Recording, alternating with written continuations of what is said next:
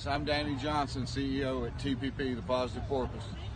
I'm Jason Miller from Fins Up SoCal Fan Club. I'm Scott Howell from Atlanta Dolphin Club. Mark Angelo, NorCal Dolphin Club. And you're listening to Clock Blockers, Miami fans' #1 morning show. Run it, run it, run it, run it, run it, run it, run it, run it, run it, run it, run it, run it, run it. Good morning, good morning, good morning, ladies and gentlemen. It is your boy, Stephen D., and this is Clock Blockers, Miami fans' #1 morning show right here on the Miami Sports Music Podcast Network. Good morning to y'all. Happy Wednesday. Happy 420 day to all of you 420 people. Excited for y'all today. You guys should have a very fun day today. But yeah, man, I am super excited to be hanging out with y'all today. It's Wildin' Out Wednesday, Mortal Kombat Wednesday, whatever you want to call it, but let's go. Are y'all ready? Put it in the chat if you're ready. Happy 420 to y'all. Good morning to my Finlaws, and my Fins fam. All right. Hey, look, I am your host, Stephen D. Stephen Daniels. You can follow me on social media at Stephen D. SKPL. Spread kindness, positivity, and love. Make sure you guys go do that. Follow me on social media today. I'm always on Twitter. Go follow me on Twitter. Also, hey, go follow Miami Sports Music, Facebook, Instagram, YouTube, TikTok, at Miami Sports Music. All spelled out. But if you're going to follow us on Twitter, follow us at MIA Sports Music. At MIA Sports Music. Make sure you guys go do that too. Hey, if you haven't done so already, hit the like button. Hit the like button. Hit it. Tap it. Smack it. You. Hey, I'm talking to you. You. Right there. Yeah, I'm talking to you. The one that's on the toilet seat right now watching me. First of all, what are you doing? Second of all, have you hit the like button? Have you done it? Huh? Make sure you hit the like button. Let's go right now. I'm not playing with you. Hit it. Subscribe to the channel. Subscribe. Make sure you hit that subscribe button. There's a lot of different things we want to do, and we can't grow without your help. And subscribing and growing our subscribers is a way to do that. So my question to you is, have you shared the subscription button or told somebody to subscribe? Today is tell a friend to subscribe to the channel day. I want everybody who has a friend that's not subscribed to the channel to subscribe. And then tell that friend, hey, I'm over here subscribed now because of X, Y, and Z. And maybe I'll pick a lucky winner if I get, 20 people or more to do that. All right? I'm just saying. Let's check it out. Let's see if it happens. Hey, look, sign up now. Become a member today. There are plenty of seats at the table for you. We had a new member join yesterday, all the way from Australia and the Down Under, Richie Rich. Welcome to the family again, buddy. Hey, I want to see more of you up here. Come on, sign up. Become a member today. There are plenty of seats at the table for you. Let's get 3 new members today. Can we get 3 new members? Come on, sign up. I put the link in the description just now. Make sure you guys sign up, become a member today. If you guys want to help the channel grow in monetary value, there's a few different ways you guys can do that. You guys can donate to the show through YouTube, which is Super Chat or Super Stickers. All right, it's that little $sign down at the bottom of the chat. You guys can hit that, and what will happen is you can hit $1, $2, $100, $500, whatever you want to donate to the channel. It goes into helping the channel grow. Now, if you want to donate a way that doesn't have as many fees that are taken out, because, YouTube likes to take out like 50% of whatever comes through YouTube, there's 2 other ways you guys can donate. First way you guys can donate is through Cash App, which is the $sign MSM Podcast Network. All right, you guys can donate through that way. And you guys can also donate through PayPal, which is just MSM Podcast Network. Okay, so if you donate through those 2 ways, there's less fees taken out. And, obviously it goes to helping the channel grow. There's a few different things I do want to remind you all about too. If you donate in increments of 10, we do a weekly giveaway courtesy of ZSM Sports. ZSM Sports does a weekly help. They're a sponsor of the show, and they we have weekly giveaways that we do with them, which are great. This week's weekly giveaway, which I think is absolutely awesome, is a Javon Holland 8x11 autograph photo. And Javon Holland 8x11 autograph photo certified. Okay, so if you donate through Cash App or you donate through PayPal, I will double your entries. Now remember, that's increments of 10. So $10 is one slot, $20 is two slots, $30 is three slots. And if you donate through Cash App or PayPal, whatever you donate, I'll double your entries.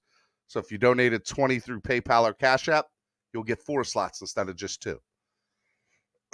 All right, so it does a couple things. Number one, it's able for us, the people that give to the show monetarily, to give back to y'all, which I think is great. And it helps raise money for the channel because we're always trying to grow and we're trying to do a lot of different stuff, and we can't do that without your help. So make sure you guys donate to the channel. Autograph 8x11 Javon Holland photo is the giveaway this week. How many of y'all like Javon Holland out there? Tell me in the chat. Okay? Come on. I want to know who loves them some Javon Holland. Okay? All right. Also, want to give a big shout out to our sponsor of the show, Tail Greeter. Tail Greeter is absolutely an amazing sponsor. They've been a sponsor with us almost from the beginning. Make sure you download the current app on your current Apple or Android device today. Everything that we do is presented by Tail Greeter. Download the app today and follow them on social media at Tail Greeter, TailGreeter today. All right. Now that I got all that out the way, what's up? How y'all doing? Seriously, man, it's been a while since I've just said hello to y'all. Let me see who's in the chat this morning so I can say good hello to y'all. So first, let me go through the chat and see who's here. Do a little bit of a roll call. Trucker Sean is in the building. Good morning, Trucker. How are you doing? He said, smash that like button. Paul Glover, it is time. Yeah, I like that. UFC style. John Ruiz is in the building this morning. Frost, that you know, for happy 420 fins up. Von 954 is in the building. Von 954, where's the family love at? Von 954, where's your emoji? Mikey, let's go Heat. Bob Young in the building. AA certified clock blockers. Mikey is in the building. Jolie, good morning to Jolie. Jolie said, hit the like button and subscribe to the channel. All right, Miss Fins, I got you, Jolie. Make sure y'all go do that. Let's see here. I got the I Believe podcast. What's up? He said 420. Roach, what's up, my guy? How are you? Scar 305 says, wake and bake, baby. Happy 420 and good morning, Stephen D and everyone. Awesome. Paul Glover, already have that in there. Who else is up in here? Clumsy Fronsky. He said, good afternoon from Germany. What's up, buddy? Let's see here. Todd L, what's up? Flipside Fishing is in the building. Reginald Spence, Debo to Miami 420. Look, there's a lot of chatter. About that. Jamal Orange is in the building. Hello. Reginald says, happy 420. Happy 420 to y'all. What's up? That's all y'all got this morning? Who else is in here this morning? Adriel Heat, good morning. Take McBride. I just saw Debo in Miami. Debo stays in Miami. He stays in Miami. He's always there. We'll get into that a little bit here in a minute. Let me just get into a recap of Miami sports over the last 24 hours because they have been pretty good, I would say. Pretty good. Some stuff hasn't been so great, but that's okay too because, hey, look, we're still dominating. We're still dominating, which is always a good thing. All right, so let's go. We'll start out in the NBA because, hey, that's what we're going to do. Let's see here. Here we go. Start out in the NBA last night. The Atlanta Hawks, game 2 against the Miami Heat. And it was a good game. Miami Heat won 115-104. to 105 to take a 2-0 spot in the series. And look, hey, if they can end up sweeping Atlanta, it's always going to be good. But Miami takes a 2-0 series lead last night. A little bit of a recap. Jimmy Butler had 45 points last night. 45 points last night for Jimmy Butler in 39 minutes. He was definitely the key to everything. Gabe Vincent, Tyler Herro, and Max Struss all with double digits in points, 11, 15, and 14 respectively. And Bam even had 9, and so did Kyle Lowry. But last night, Jimmy Butler took over everything. From the Hawks' perspective, Trae Young had 25 points, still couldn't do anything. But hey, look, it looks good to us right now. So right now, Miami Heat have a 2-0 series, which is always a good thing. From a perspective of when the next game is, the next game, if I am correct, is that's going to be on Friday. Friday night at 7 p.m. will be the next game, which, hey, that's a good thing. So Friday night, game 3, be on the lookout for that. Today's Wednesday, so they got an off day today. They got an off day tomorrow, and then they'll be in Atlanta for game 3. And again, if they can get out of it with sweeping, I would love it last night. Just a little quick recap from the NBA as well last night. Memphis Grizzlies against the defending champions Minnesota Timberwolves. Memphis won 124-96. Ja Morant, I think, got hurt last night for the Grizzlies. He still had 23 points, and I think his health will be updated as the day goes on. So that'll be interesting to see what goes on there. Last night, big upset over in the West. The Phoenix Suns, the number 1 seed, lose to the New Orleans Pelicans. I have to admit, I thought this would be a series sweep for Phoenix. I thought Phoenix was probably look, from a perspective standpoint, I didn't know. I thought it was going to be Phoenix and Golden State in the West in the Western Conference Finals. But New Orleans dropping 125 last night on the Suns and beating them and making the series a 2-2 tie. Absolutely crazy. Brandon Ingram from the Pelicans, 37 points. CJ McCollum, who got traded to there in the at the trade deadline from Portland. Let me tell you, he's been a big asset for them. And don't sleep on New Orleans. They look good. They do. Phoenix Suns last night, Jay Crowder, 5 points. DeAndre Ayton, 10. Mikal Bridges, 19. But Devin Booker with 31, and they still dropped. They still dropped it.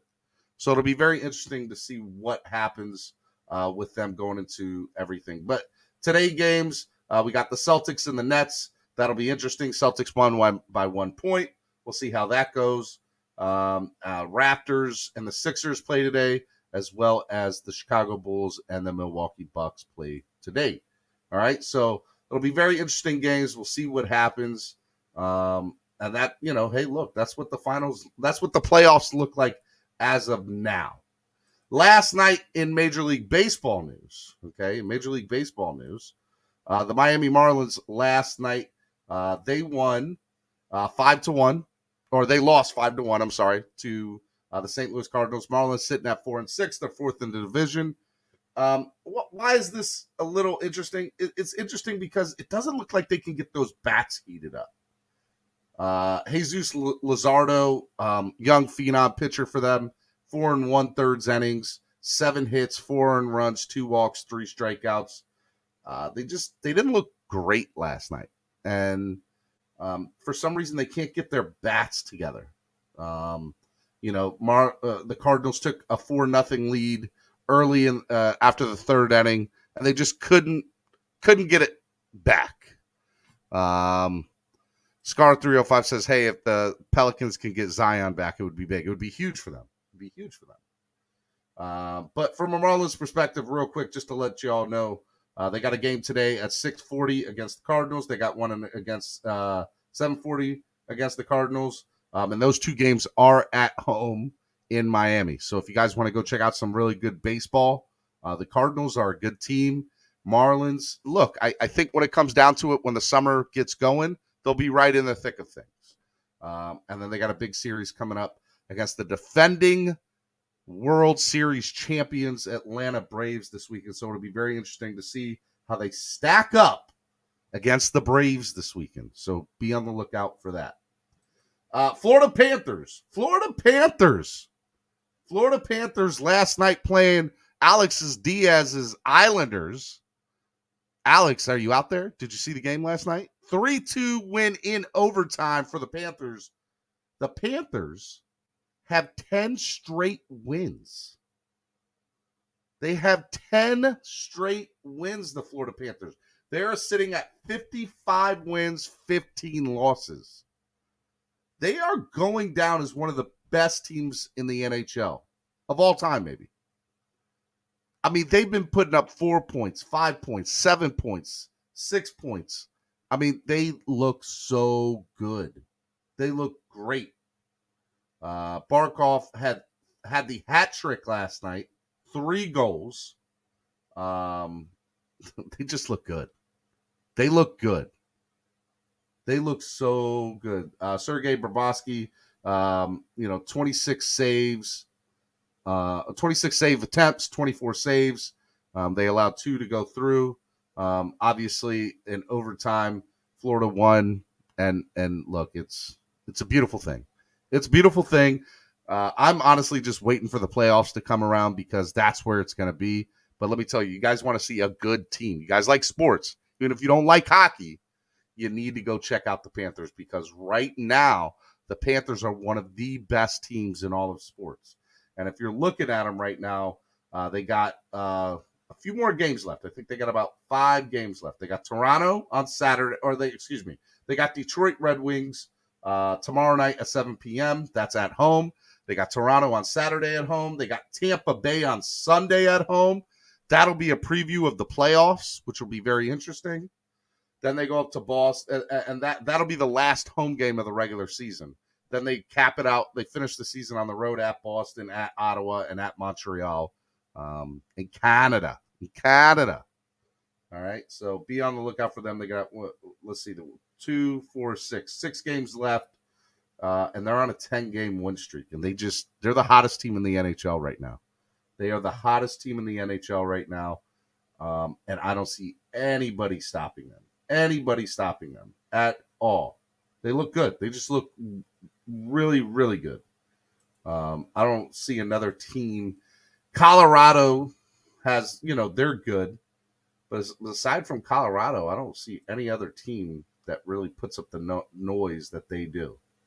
So it'll be interesting to see what happens there. But go Panthers. Go Cats. Let's go. All right.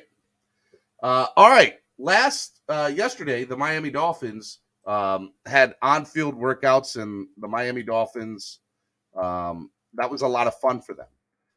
And it was for the fans because they put up a lot of content on social media yesterday. So I figured we'd go over a little bit of it yesterday.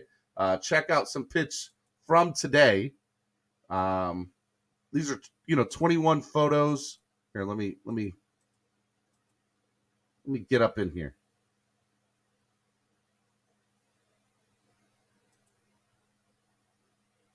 There we go.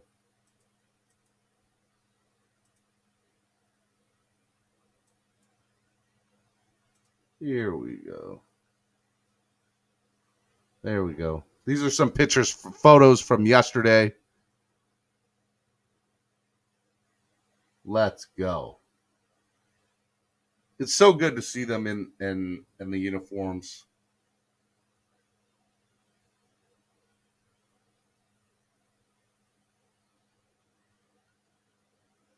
Tua. This is all Tua yesterday.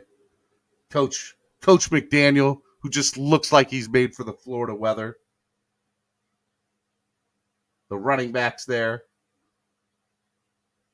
Teddy Bridgewater, Miami native. Christian Wilkins, Jalen Waddle.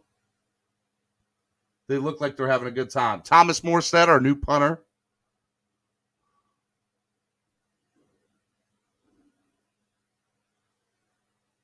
They look good, y'all. They look good. Don't sleep on this team is what I'm trying to tell y'all. They look good. Hit the like button if you think they look good.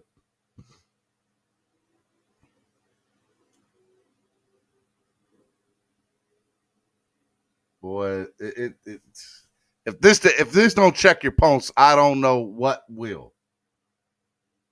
There's Cheetah. There's Cheetah in it. It's so cool to see Tyreek Hill in a Dolphins uniform, by the way. So cool to see Tyreek Hill in a Dolphins uniform. Really enjoyed seeing a lot of these photos from yesterday. I'm glad the Dolphins put it up on Twitter.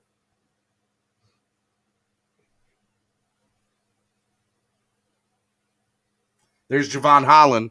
You guys want his autograph if you donate $10 in increments of 10 for the next week on Friday for ZSM's weekly ZSM Sports Weekly giveaway. We are giving away an autograph 8x11 of Javon Holland. So big shout out to Javon Holland. Big shout out to ZSM Sports. Donate to the channel. Helps the channel grow. Look at Cheetah giving up the peace sign. I love it. I love it. And those are the photos from yesterday. Those are the photos from yesterday. Look, they look good right now. They look good. They look so good.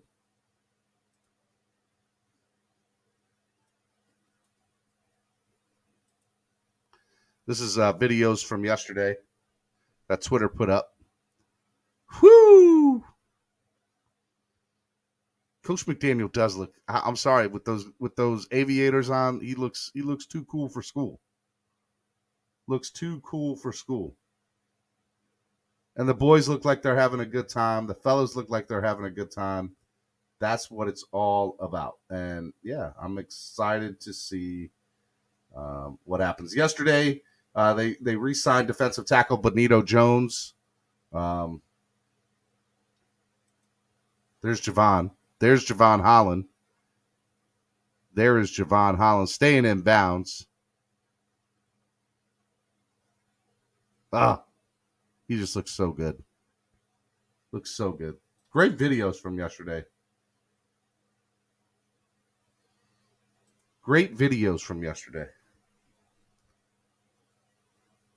Look, here's what I'll say. Just, I'm not reading too much into, what I saw from the videos or whatnot, but what I will say is I think that it's exciting that they're excited. The energy looks real. And honestly, again, I think that this time of year, the biggest things you need to see are what? You need to see relationship building. And that's what I think we're seeing through social media, from the media that are covering these days. It looks like these guys are getting along, and people are adapting very well to Coach McDaniel. And so that's a good thing. That's what you want to see. And we'll see what happens as the week progresses and as we move. Next week, we got the draft. Next week's a big deal. Next week, we got the draft. We'll see what happens next week, and then we'll go from there. To get into the Deebo Samuel stuff, let me just address the Deebo Samuel mess. Deebo Samuel, because I have to. Deebo Samuel is very unhappy in San Francisco. That is given. Supposedly his brother last night on social media or within the last 24 to 48 hours has pretty much said, hey, look, Deebo's over it. Doesn't really want to stay in San Fran. It's what it is. What I will say is Deebo wants out of San Fran. Now, the question is, where does he want to go? I'll say he wants to go to Miami. I'll say that. I believe Deebo does want to go to Miami. Now, the question is, where does he go from there, right? What do the Dolphins need to give up for somebody like that? What do the Dolphins need to give up for somebody like Deebo Samuel? And if you go and you look at it, there's a lot of things. They have a lot of capital. They have players. My question is, what does Debo do? You can't throw the ball. You got to understand, we're not an air it out team to begin with. I just want to I want to play devil's advocate here for y'all. Okay, I want to play devil's advocate here for you. We have Tyreek Hill. We have Jalen Waddle. We have Mike Gesicki. Jalen Waddle led the league, led all-time rookies last year in receptions. Gesicki, who I think gets frustrated during the season, gets mad because he doesn't get enough catches. Now, I also think that is that's part of the offense that was instilled, and I don't think they utilized him enough in a way that could have made him even greater than what I think he is. But aside from that, I'll say that I think that the Dolphins have to understand there's a lot of people, there's a lot of people that they have to throw to. We got Cedric Wilson still. We got, Albert Wilson is still there. But Debo's a top 10 wide receiver in this league. And I get that. But do we need Debo? And what we'd have to give up for him, is he worth it? Because what we'd have to give up is a guaranteed first-round pick in next year's draft. Let's just throw that out there. We would already have to give up at least one first round, if not two. I'm going to say one at least. And you're going to have to give up money and maybe even a player.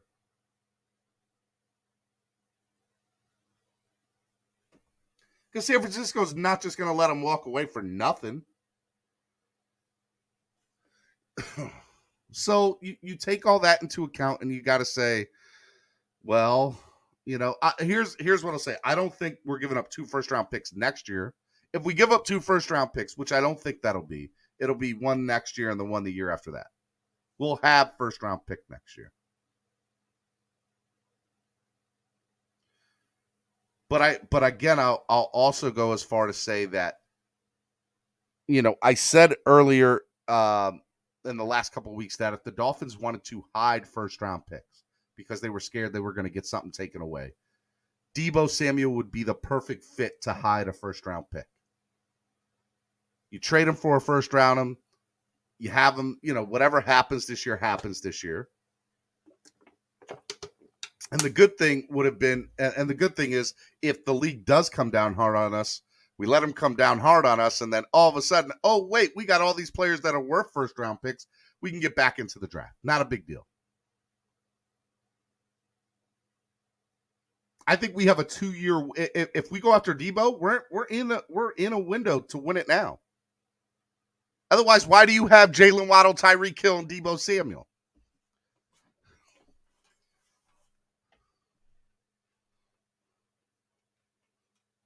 We don't need Debo. Let me throw that out there. Let me make that clear. We do not need Debo Samuel. Would he be cool to have? Of course it would. Heck yeah, it would. We would have the best. I already think we have arguably top 5, top 3 wide receiving core in the league. It's tough to name a better duo than Jalen Waddle and Tyreek Hill. You add Debo to it? Come on, bro. That'd be crazy. That would be insane. So, would it be cool? Yes. Would we be going crazy? Yes, I would be. I would definitely be. I'm not denying that. But do I think that it's going to happen? No way. And if it does happen, let's just throw it out there. What if? Let's play what if. I mean, Dolphins hands down had the best offseason in the history of the NFL. If it does come to fruition. And I'm not worried about the money. So that's the other thing I don't want to hear. I don't want to hear the argument of the money. Because we would make the money work. Miss Finn says, I have to be saying that for weeks and getting killed for it. We don't need Debo. We have pieces that will do his role, but of course, for the right price, I'll take him. What is the right price, though? Is he worth 2 first-round picks? Maybe.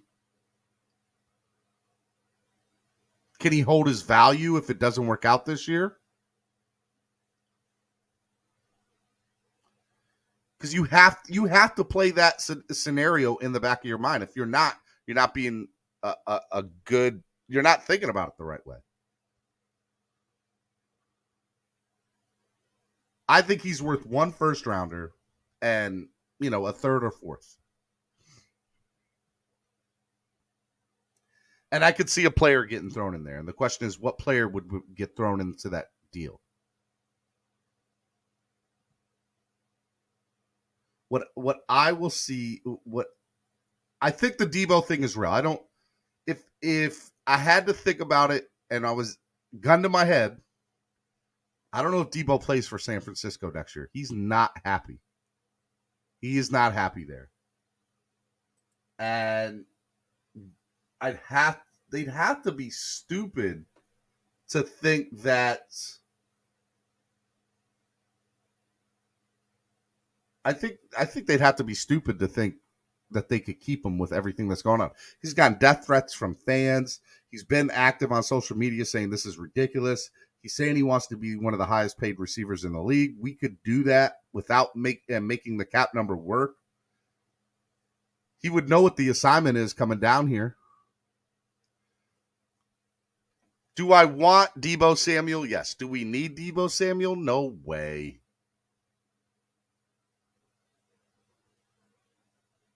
No way. I don't need him.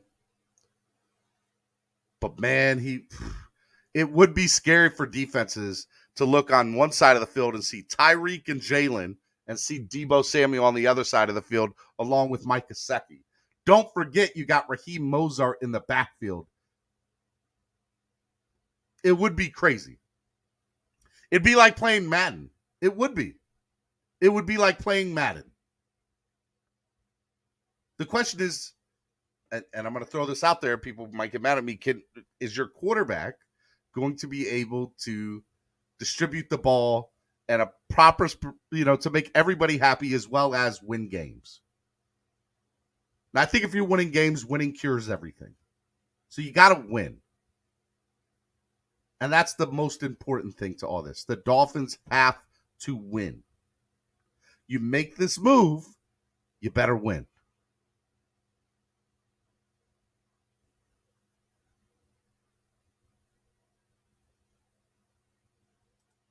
Miami will not be trading for Debo. They won't even inquire about Debo. Why are we so delusional? We won't be paying 3 wide receivers $25 million plus after next season.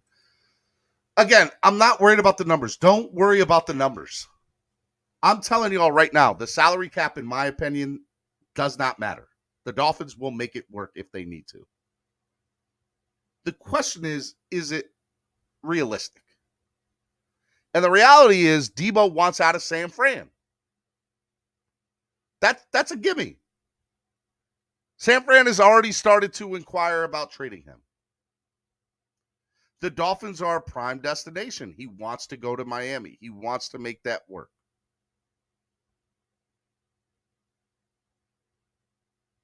He might, in the NFL or in today's, I don't know if he has a no trade clause. And what I'll say is he probably doesn't. But he could easily say, if you go there, I'm not going to play. And he could make that public.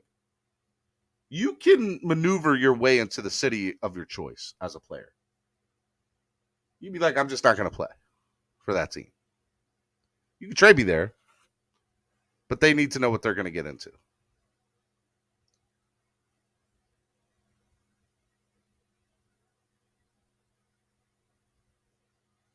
How many games will Waddle and Hill miss this season? Add Debo, and it won't matter if one guy goes down. You don't know where he wants to go. You hope he wants to go to Miami because of coach. Stop smoking your own supply. Primetime Zach Wilson, here's a reality. He lives in Miami. He's been out to lunch and dinner with Coach McDaniel multiple times over the last few weeks. They are good friends. It makes sense. It makes sense. Debo's not in San Francisco for OTAs. The smoke screens are there. I'm just telling you, when it comes down to it, the Dolphins don't need him. And it would be overkill. But do the Dolphins have the capital and the resources to do it? Yes, they do. Is it out of the question? No, it's not. It's not out of the question at all for the Dolphins to pull this off. You have to understand where they're at right now. Where they're at is a team that wants to win a playoff game.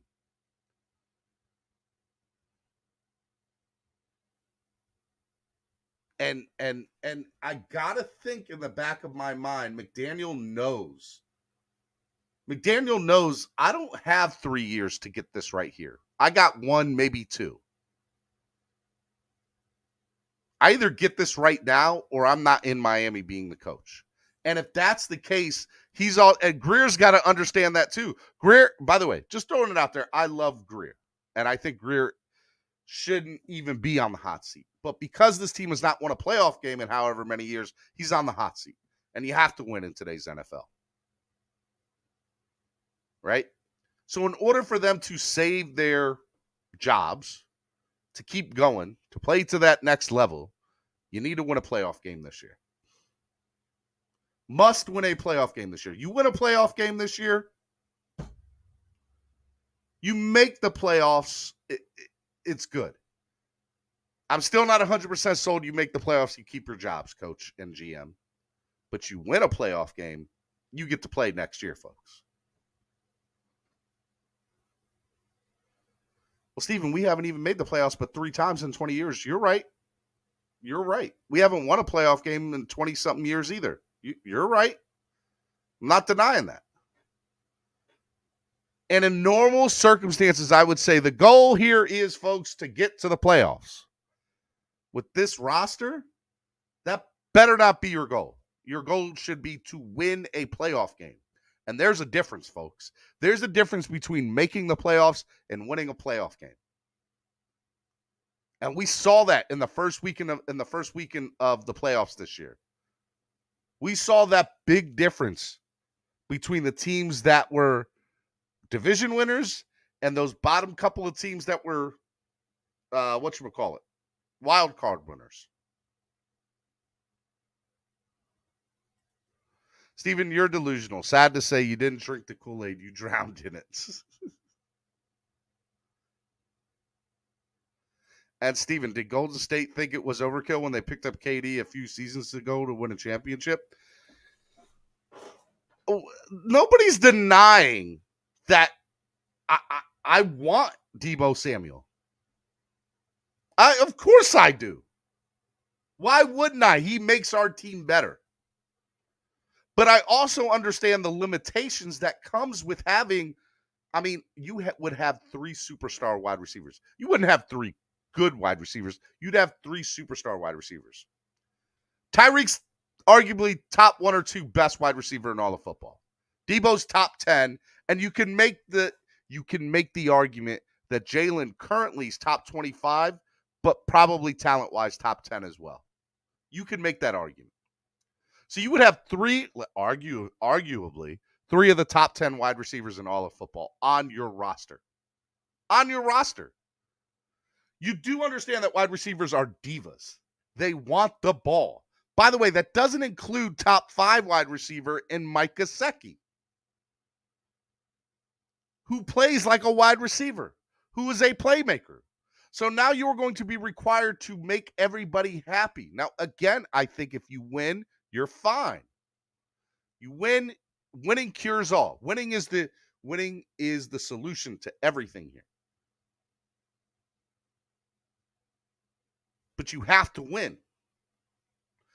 Deebo, you would have to distribute the ball to Deebo Samuel, Tyreek Hill, Jalen Waddle, Mike Gesicki, and not to mention you still have Raheem Mostert out of the backfield along with Chase Edmonds, who, by the way, both those guys catch the ball out of the backfield. You also have Cedric Wilson, who is a wide receiver, No matter what way you look at it, he wants to get the ball. He wants to prove himself. Not to mention all the other wide receivers that are still here. Like, you have to, they want the ball. There's a reason, there's a few reasons you don't see super teams built. This would be the NFL's idea of the super teams.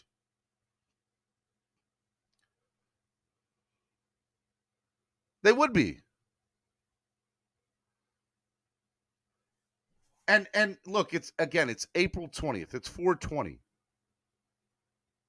Why wouldn't we have a conversation about Debo when he's unhappy and lives in Miami and is good friends with there's enough there to make the conversation about. There is. Or 100% is. And the Dolphins have already proven this year that they are not scared. I'll say it again. They're not scared to drop the dime and make it. They're not. They'll do it.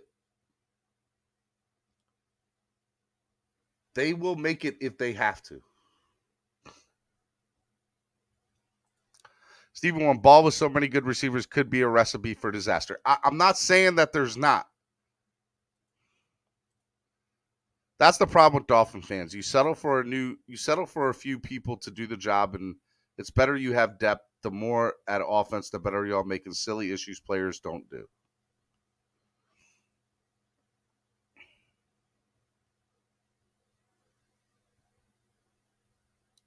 I get people want to say that this is.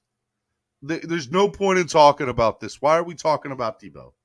What else is there to talk about on April 20th? We're a week and a half before the draft.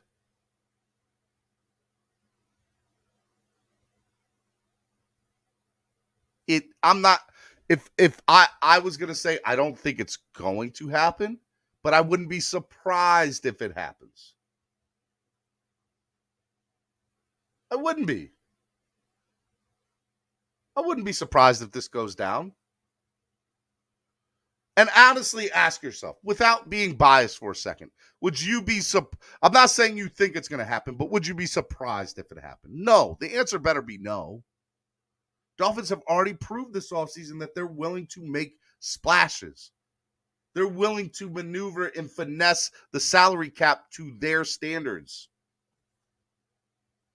They have some of the best players in all of football and still have $20 million in cap space. Hello, crazy.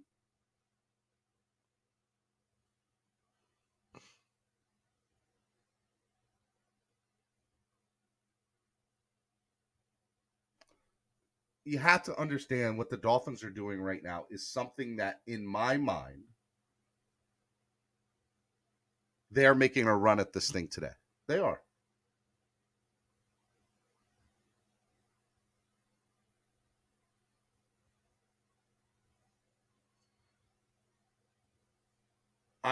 I think that Alexander asked, Steven, if you had a choice between DK and Debo, who would you want?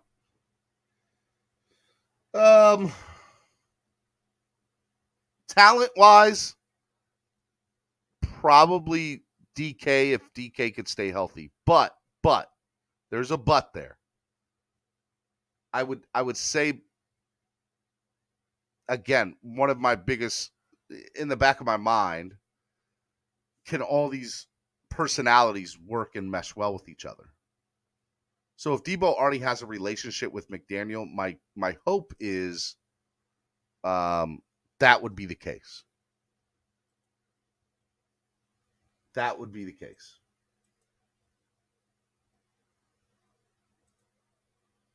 All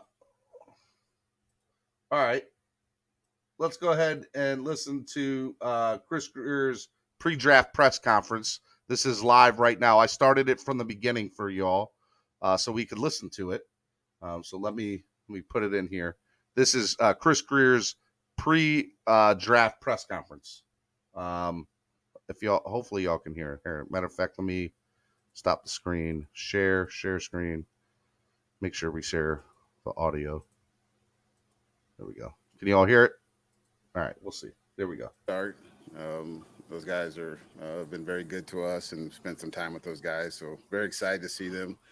I'm off to a great start, and then looking forward to the Panthers with their run here. They spent some time here this summer as well, and it's great to see those guys, the work they've put in, and obviously my brother's with the Rangers, so I'll root for them, except for against the Rangers. But I wish them a lot of luck too as well. And the Marlins are off to a great start. Good young team. I've watched them a couple times here, so good time for South Florida sports, and good luck to Inter Miami. And I think they're like third round versus like the B team or whatever in North American soccer. So it's a good time to be a South Florida sports fan.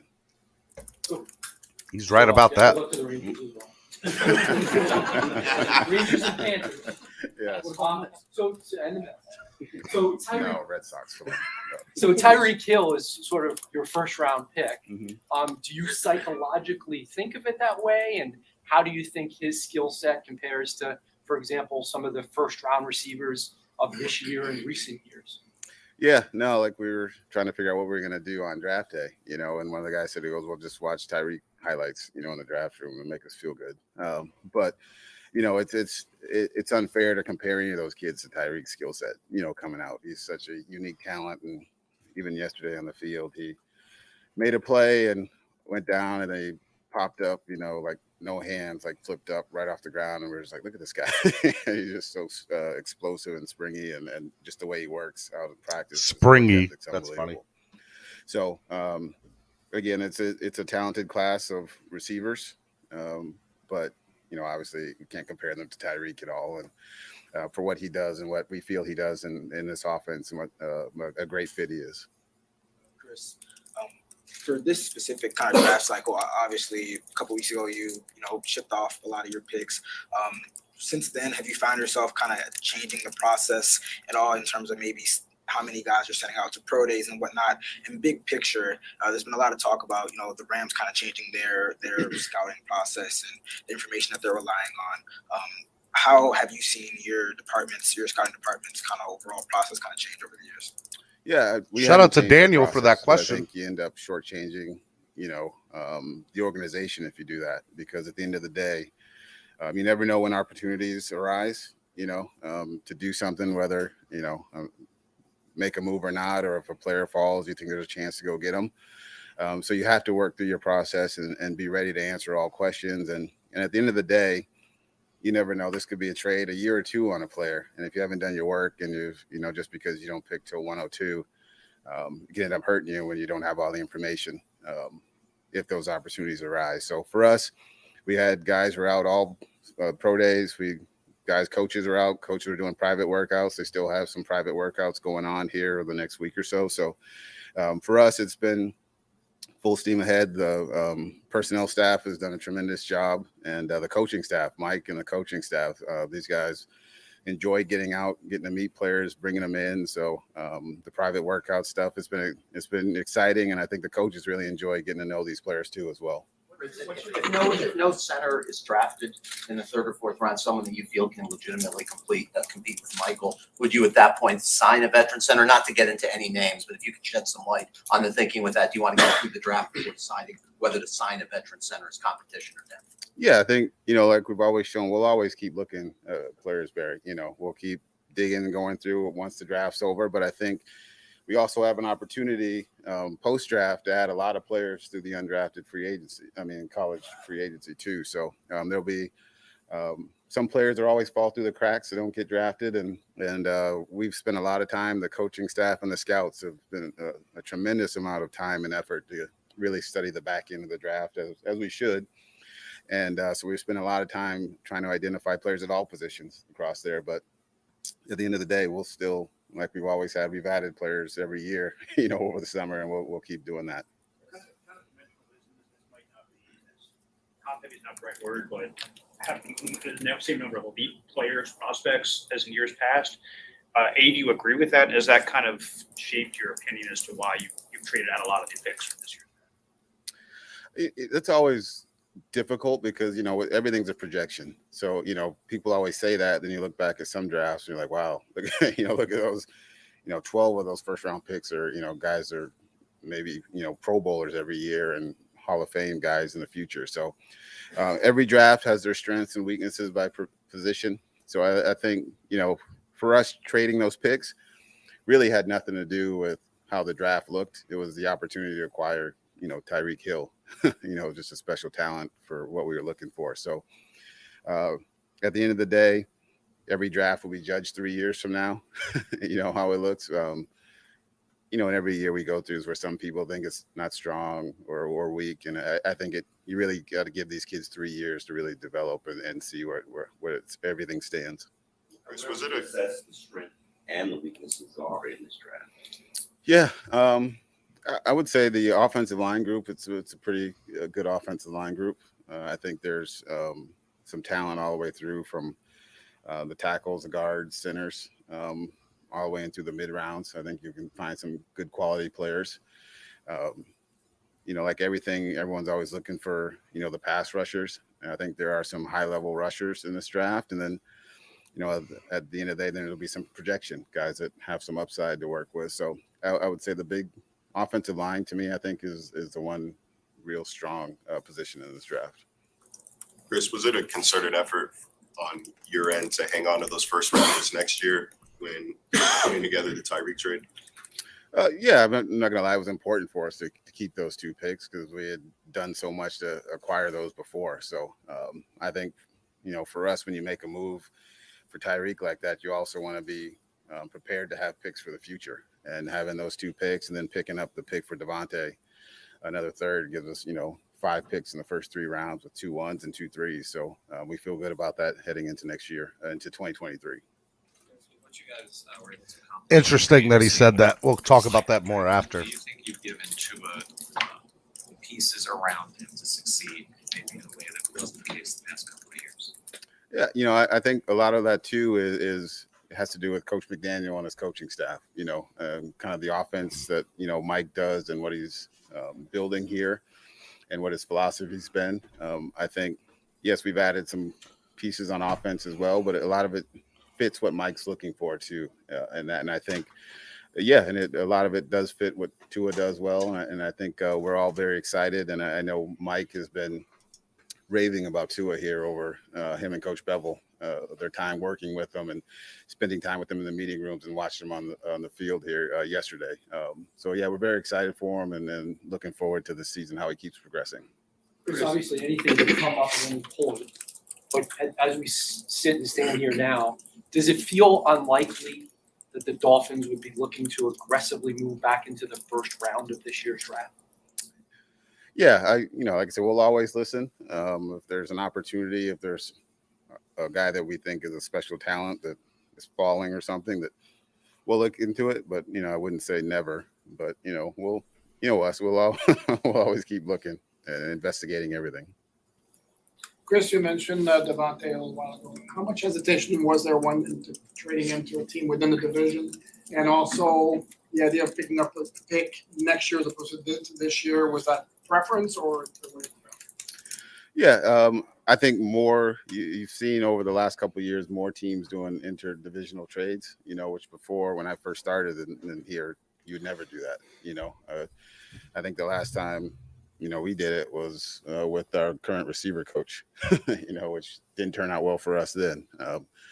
But I think when you have an opportunity to do right by the player and the organization, both sides feel good about it. Like I said, this was never anything where we planned to trade Devontae.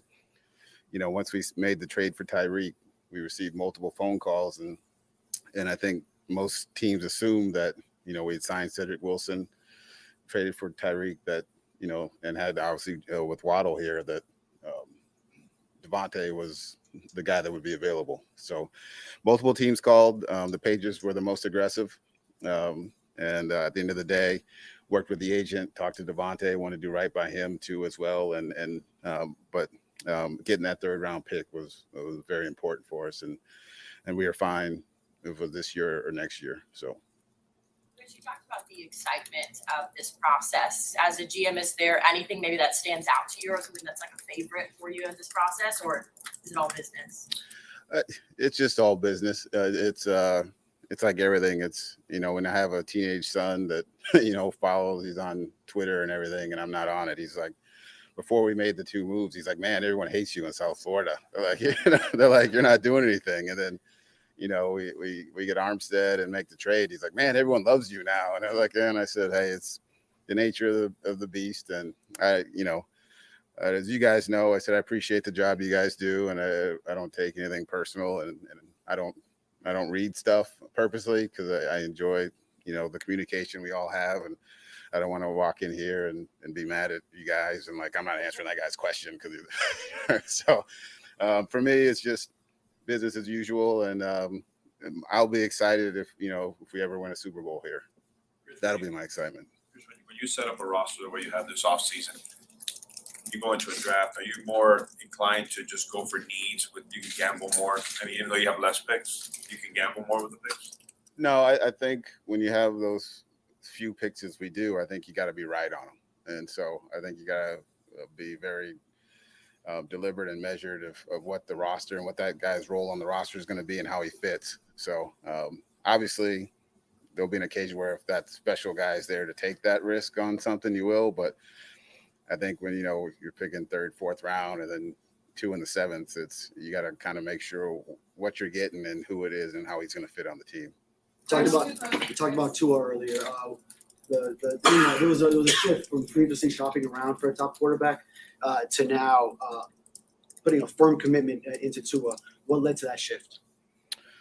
No, I think as we finished the season here and going, as we were moving here and we were moving on to the coaching search, I think at the end of the day, we just decided, and as we were talking to each candidates, they were just talking about how much they had studied Tua and what they liked about him, and all of them felt excited and wanted to work with him, felt that they could win with him. So I think as you go through those process and those interviews, you kind of know if someone is kind of just saying what you want to hear just because they want a head coaching job, or the level of detail when they talk about things and their history and the research they've done and showed that they were truly really believed in them, as we do. And so it was an exciting time. And then, once we hired Mike, it was just full steam ahead.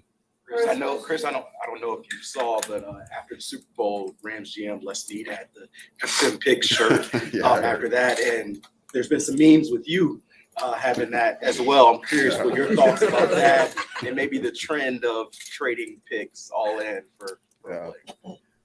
Well, I said my kids have told me there's been a lot of memes on me, both good and bad. So, I think Les, deserves credit for how they've done it. They won a Super Bowl, known Les for a long time, and he has a very unique way of looking at things, and it's paid off. So I still believe in building through the draft.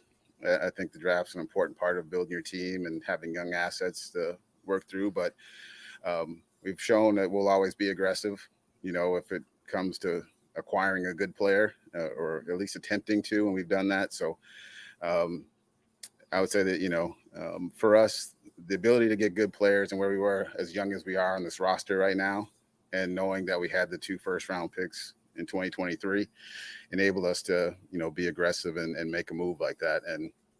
And we had talked to a number of teams about a number of players. So we were being very aggressive, across the league trying to find players. And Tyreek was not one that ever thought would happen. And, a lot of credit to Brett Veach and Coach Reed. Working with them was great. And I'm sure they were frustrated with us at times as we were frustrated with them, but it ended up working out well.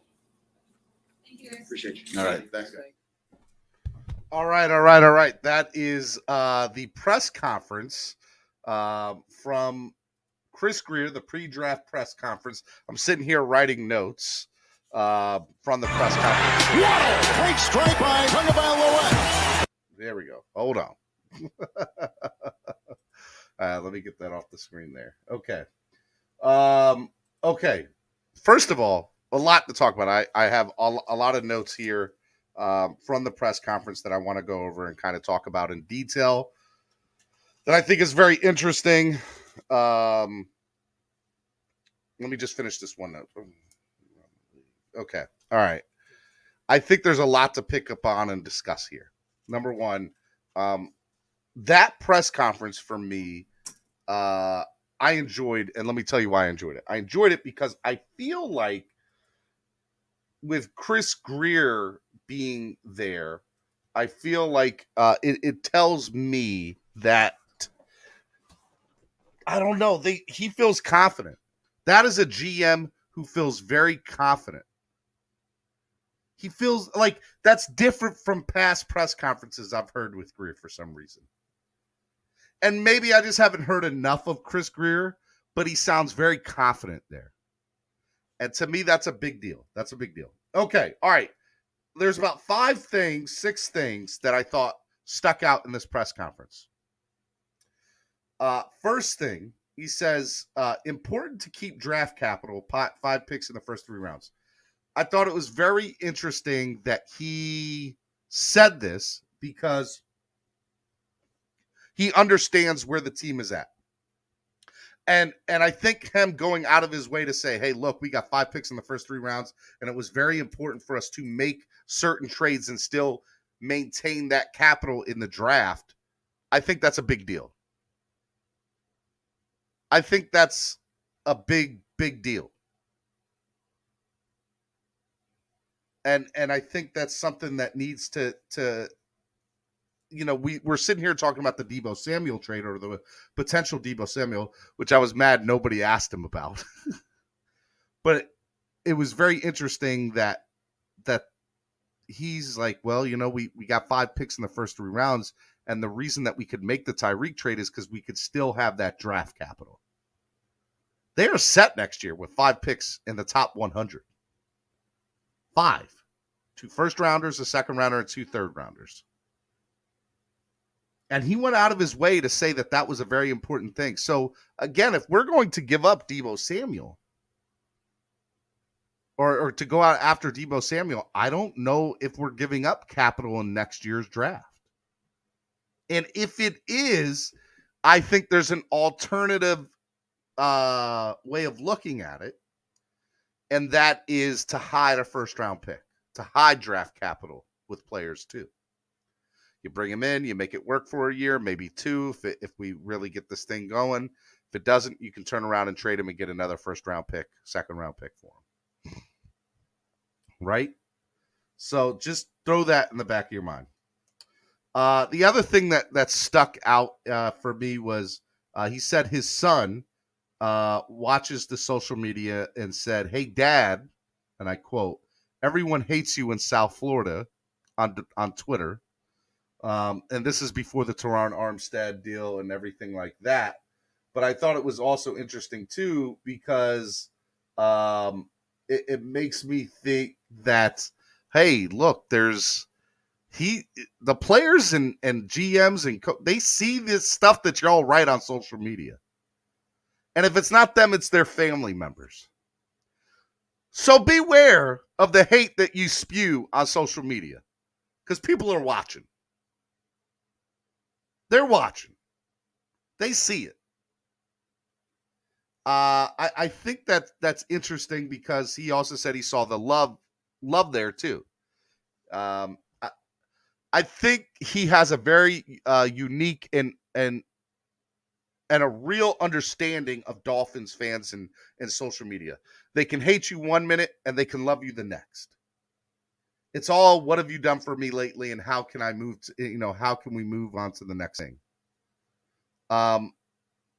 It's interesting. So I thought that was a very, very interesting thing. He actually went on to even talk about it one more time later on in the press conference. Very small, something to the effect of, hey, when we got Tyreek, I saw how, the fans love me there too. So just understand they see it. They see y'all.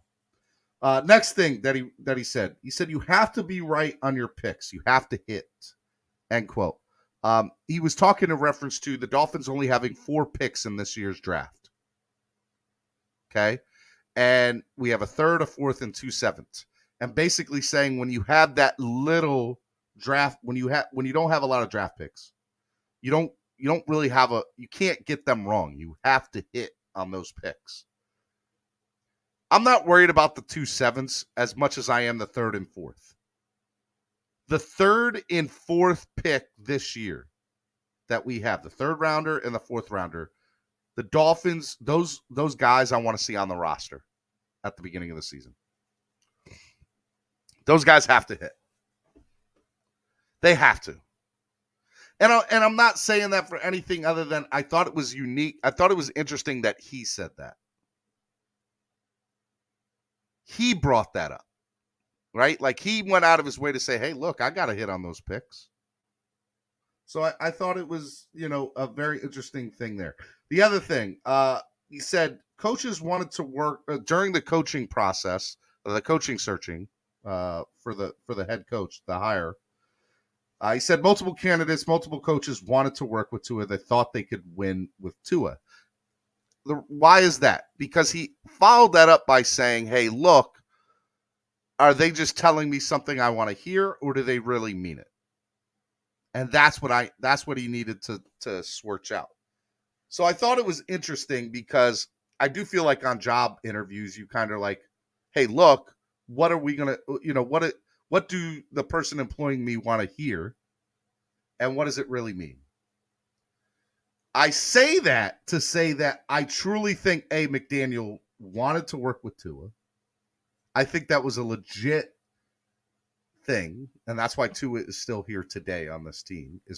Biggest reason is McDaniel. And the other thing is he thought he could win with him. And because I think that, I also think that's where the team, the upper management wanted.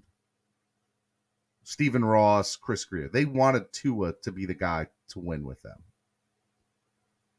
They could have easily gone out and got another head coach that said, no, let's get rid of him. Let's start over. Let's hit the reset button. Let's do it. They said, no, we want to make this thing work with Tua. So when the team has his back, I really believe that. And again, it's just further clarity, further confirmation that he wants that. The other thing that I thought was interesting, he said, I know somebody had asked him about the F them picks, t-shirts and merchandise and about Wes Snead, who's the GM of the Rams, basically stating out that, hey, look, that model worked in LA. The Rams trade, I don't know when the last time they've had a first round pick. It's been a long time. But they went out and they pretty much mortgaged and traded the future for a Super Bowl win today with Stafford. And now they have that ring. And so that model works. It's not for everybody. It's not a guaranteed Super Bowl ring, but it worked for the Rams. And I think he sees that. It also further tells me that, look, I understand one of the very first things I said is it's important to keep draft capital, 5 picks in the first 3 rounds of next year. I also think the same thing is to be said that he also went on to say he talked to a lot of teams around the league about a lot of players. They were aggressive on the phone. Some of y'all have asked me about DK Metcalf. Some of y'all talked about Debo. Yeah, I think the Dolphins have been on the phone with everybody, and that probably includes Russell Wilson. I think the Dolphins have called everybody about everybody that was available, and maybe even not. The Dolphins are the definition of aggressive this offseason. Rams' last first-round pick was Jared Goff. Yep. That model worked for them. So I say that to say this. I say that I do believe Greer. I'm still not going to say that the Debo trade might not happen. It could. I just think that it's interesting from the standpoint that, hey, look, the Dolphins are going to do whatever it takes to win. They're going to do whatever it takes to be aggressive to winning a playoff game and being a Super Bowl contender.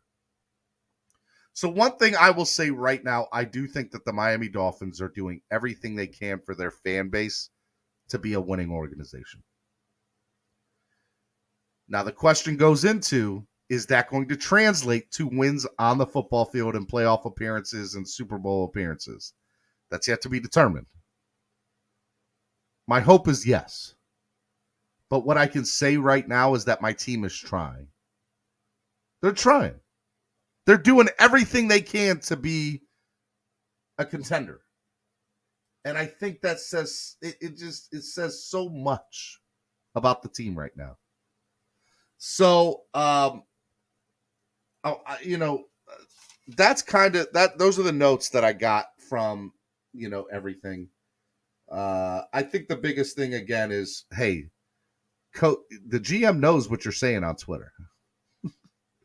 You could think that your keyboard warriors are out there saying all you want. They see this.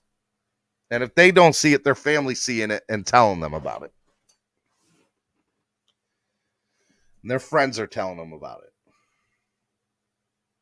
You have to, it's so funny to see the Dolphins. I'm interested to see, look, I want to be a good football team. I want to win games. I'm more interested to see what Dolphin fans are going to be like when this team is a legit contending team.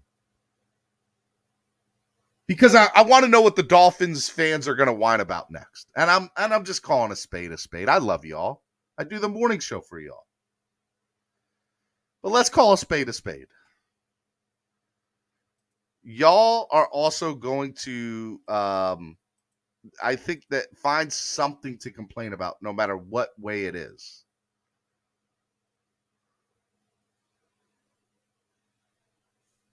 And even if they win, I'm sure that you will find something to complain about with this team. I'm sure. I can't stand Patriot fans, right? I can't. But I do wish that I could understand what it's like to only lose for 3 or 4 years and be like, oh my God, we just want to get back to a playoffs. We just want to win. Bro, you're complaining after 3 or 4 years? Imagine doing this the way we're doing it. Steven, you pretended you weren't complaining earlier this offseason. You know what, Level 2 Noob? You're right. I had a right to, in my opinion. IMO.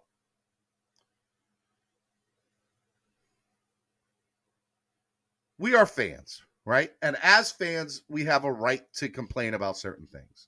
But what are we going to complain about when this team is winning? And that's a legit thing to think about and be like, yep, I'm very interested to see what that looks like. Very interested to see what that looks like.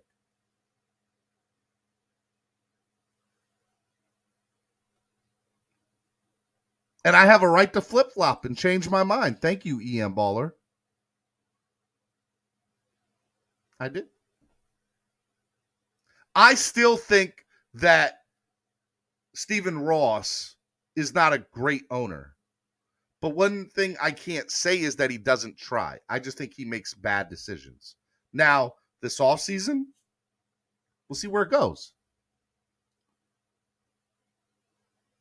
One thing I will say, but now you condemn people who may complain next year. We're double standard. I'm not complaining. My whole statement level was this. If we win next year, and and I'm talking about after that, after we make the playoffs, win a playoff game, and we're in it, what is the Dolphin fan base going to complain about then? What is it going to be like in 2 or 3 years, maybe after we've won a Super Bowl and, we're a legit playoff team? What are we going to complain about then? That's a legit question. And it's based on 25 years of losing and the whole fan base complaining. Myself included. Because I'm sick of losing. I'm sick of mediocrity.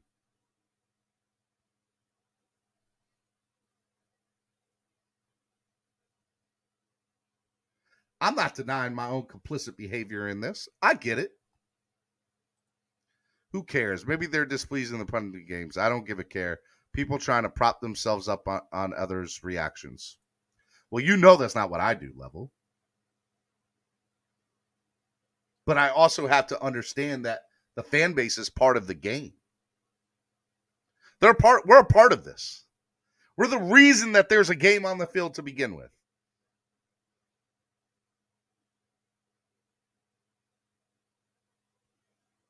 And let me say this, because I see people in here bashing Chris Grier. Chris Grier,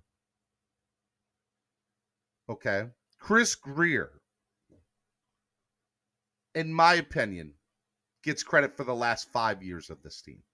Good, bad, indifferent. He does. He gets credit for the last 5 years of this team. Shout out to Clumsy, to Fronsky, DWA, new member of the channel. Welcome to the family. To the family, Fronsky. Franzi. Welcome to the family, man. Excited that you're with us, man. Thank you for signing up and becoming a member.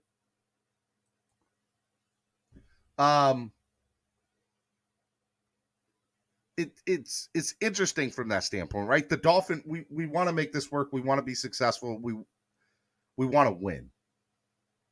But Grier, in my opinion, gets credit for the last 5 years, good, bad, or indifferent. But I think he gets credit post-Tannenbaum.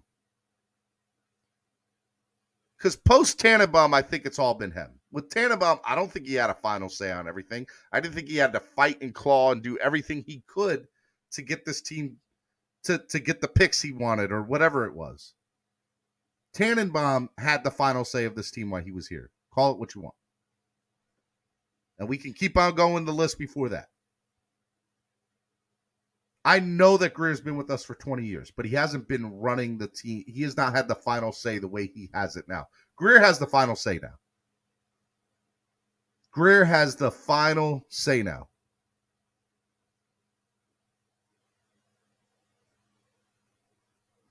Level 2 Noob says, credit for what exactly? No playoffs, no division titles, 3 losing seasons. Okay. A rebuild that didn't go quite the way that he wanted to. I don't think that's 100% his fault.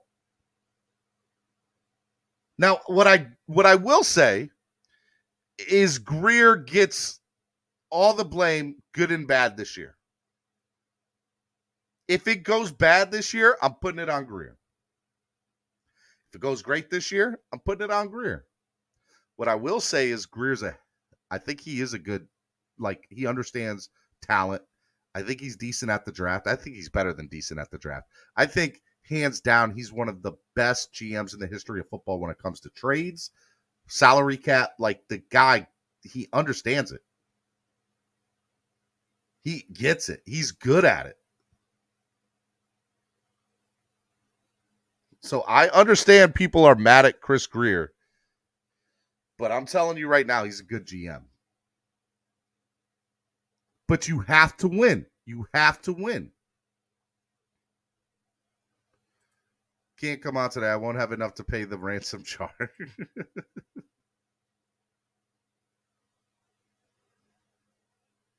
And if Grier doesn't win, by the way, let me just throw this out there. If Grier does not win, hey, you got to go. You got to go. But Grier, in my opinion, you only get credit for the last 5 years. And even then, Tannenbaum didn't leave till 4 years ago? So maybe even 4 years instead of 5. And the last 3 years, he was butting heads with his head coach because the head coach and him were fighting on what the team should look like. You don't have that right now. I think I want to think. I don't know. I want to think when this is all said and done, we'll have multiple Super Bowl titles and he'll go down as one of the greatest GMs in the history of sports. I see potential there. But that's a fan perspective, and I'm giving you the fan perspective there. That's hope. That's a very biased answer, and I can admit that. But unbiasedly, I see a lot of potential with Grier, and I think he's done some things that you got to look at and be like, this looks good.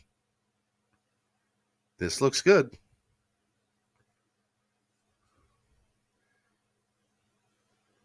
Let's see here. Why is he a fake fan, Alexander? Because he doesn't have blinders on like you. You barely. Okay, you're not talking about me. No, you're not talking about me. See, y'all can't even get along in the chat.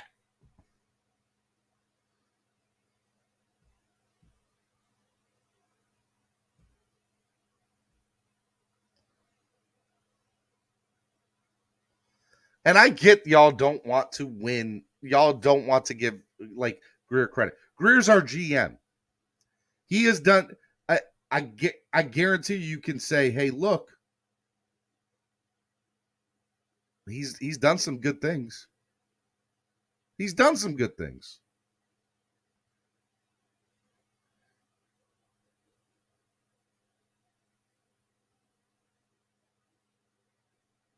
Miami Sports Music's #1 Miami fan morning show, Clap Blockers. I'm your host, Stephen D.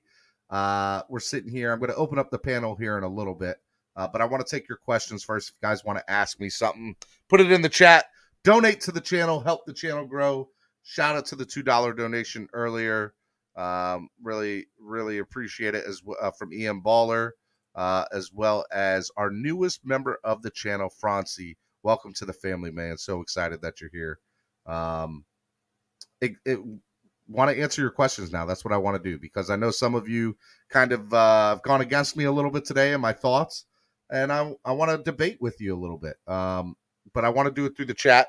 So let me know. What do you think? What do you want to pick my brain about? What do you want to fight with me on? I'm here for it. I'm ready for it. Donate to the channel, help the channel grow. If you donate in increments of 10, you'll be entered to win an autographed 8x11 Javon Holland photo.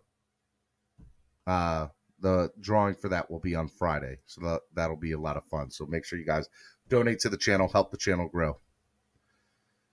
Let's see your question. Can you ask Daniel if he can ask a question that the chat comes up with next? What? Huh? I don't know what you're talking about. Can you ask Daniel if he can ask a question on the chat that comes up? Oh, Daniel, got it. I understand. Oh yeah, Fuzi. Yes. I'll do a Q&A with him next time. How about that?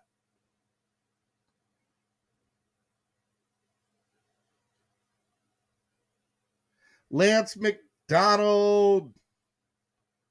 Question. Are you blind? Talk about statistics. Tua's 3 300-yard games, 0-3 record.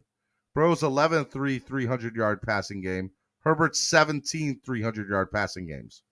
Okay, what's the problem here? Burrow and Herbert are aired out quarterbacks, and we're in college. Tua was not. Burrow and Herbert's offenses were predicated on the shotgun and airing it out. Ours was not.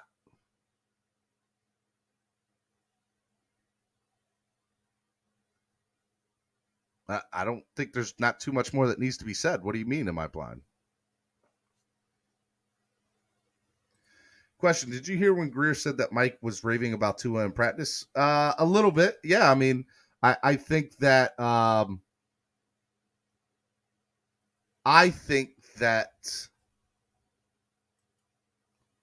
when you look at it, the Dolphin. I'm sorry, I'm doing two things at once here. Did you hear what Greer said when Mike was? Yeah, I did. I think he's excited. There's a lot of excitement here. This is a passing league. Yeah, it is a passing league, but that doesn't mean that every team passes the way they should or could, or even. Tua's had 4 offensive coordinators, actually 5 offensive coordinators in 3 years now. Will be 4 in 3 years, something like that. You get what I'm saying.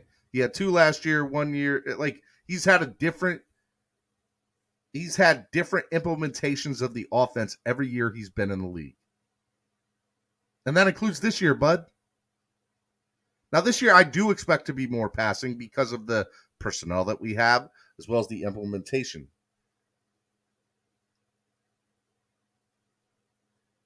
And here's the problem, too, that you're also going to say. I still think that we'll do 2-yard slant passes, 2 and outs.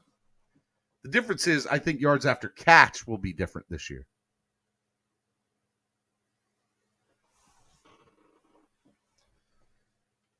I'm not comparing Tua to Herbert and Burrow. That's not who I need to compare Tua to Tua.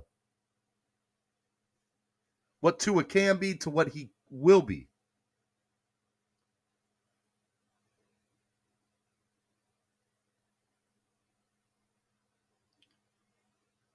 Burrows knew how to add time. Tua had no idea how, or he sucked at that too.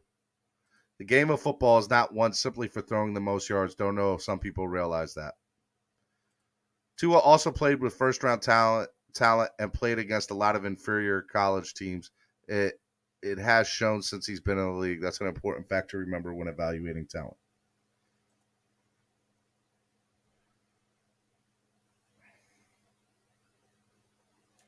They are standing in Tua's way the next 10 years, AFC. I'm not saying you're right or wrong. I'm just saying this team right now, the way that it's set up on paper, is designed to win. And if we execute that and are able to do that, I'm going to be all for it. If we somehow show up next year or this coming up season and we're not, I'm be first person in line saying, see you later, Tua. I'll be the first person. I'll be right there with a ticket and his bags packed. But that's not the case right now.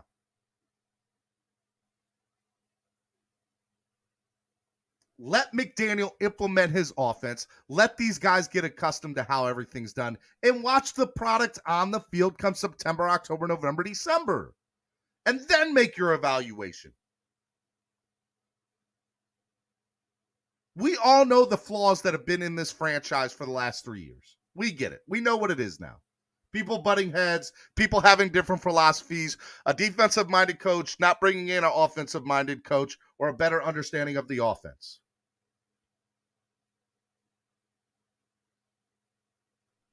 What do you want?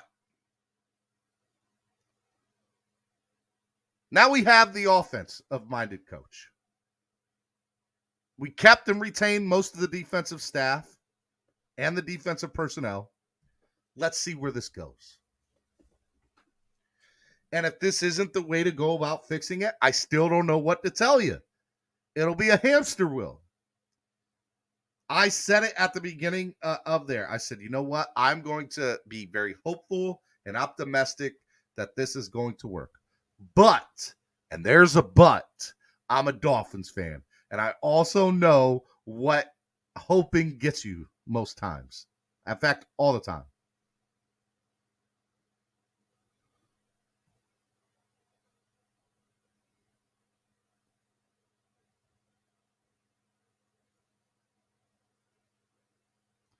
Stephen, first everyone was complaining that Greer wasn't being aggressive. Then he signs and trades for these players. And if he trades for Debo, he's too aggressive. Make up y'all minds. It's not, I don't, do we need Debo? No. Do I want Debo? Yes. If the trade is right, make it happen. If not, it's not a big deal. It's not.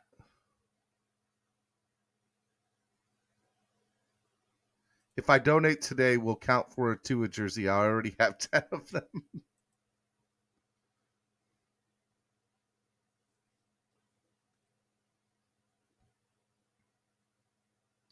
Blind Homer channel. I'm not a blind Homer channel. I'm a Dolphins fan. Miami Sports Music, Miami fans' #1 morning show. This is a fan morning show. I don't have a problem with saying, hey, I hope that this happens. Or, man, on paper, this has been a great offseason. Or, man, this is a scary team on paper. I also understand that these have to be executed in September, October, November, and December. And if they're not, they go. I have said from day one, McDaniel gets 1 year to make this work. And if he doesn't, he's gone. A lot of people think I'm crazy for saying that. That's fine. I don't think that's being a blind homer. If I was a blind homer, I'd say, oh my God, McDaniel's the greatest thing since Don Shula. He's absolutely amazing. He's just so wonderful. I love this guy. 2 thumbs up. I do love the guy. but I love what I hope he can become.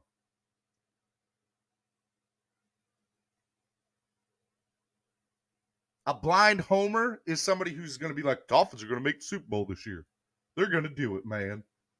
They're going to make the Super Bowl this year, and that Tua Tagovailoa guy, let me tell you, he is going to be the MVP of the league.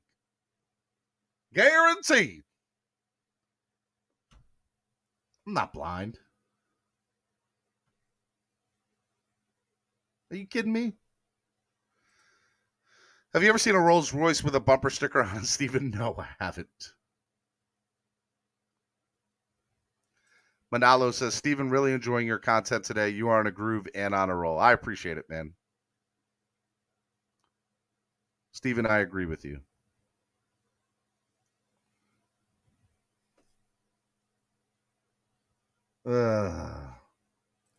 Whoever said Blind Homer channel must be new here and never seen the panel because we are far from blind of being homers here.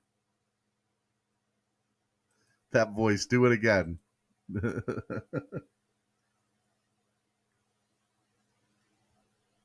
I don't think I am a blind homer. If you feel that way, I don't know what to tell you, man.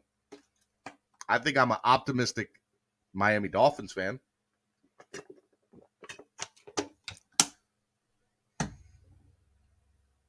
Steven, your opinion of Greer is blind homer. He's never produced wins. Chris Greer had the best draft of any GM in the last 5 years of the NFL last year. He did. He hit on his first 3 picks, potentially a 4th if Eichenberg takes the step up this year. That's a big if, but still. All 3 of those guys, Pro Bowlers. All 3 of them. So he's the worst GM? Are you kidding me? The man who had the best draft in the last 5 years? The man got Jalen Waddle, Jalen Phillips, and Javon Holland in his first 3 picks last year. Jalen Waddle broke the rookie receptions record. Jalen Phillips is a beast. What do you mean?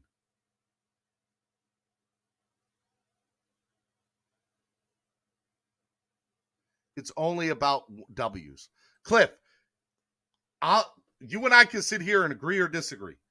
I hate that we have not won a playoff game in 20 plus years. I get that. But here's the thing, bud. Let me tell you.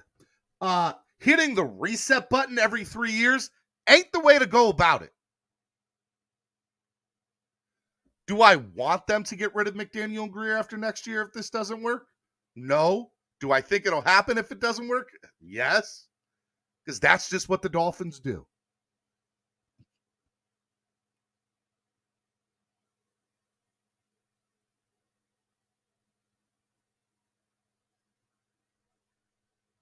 Draft is subjective. W's are objective. This team's been the definition of mediocrity for the last 25 years. Am I being a homer or am I being realistic there? And if you've watched my channel, I've been saying that since day freaking one. If you look the definition of mediocrity in the dictionary, it's going to have a picture of the Miami Dolphins next to it.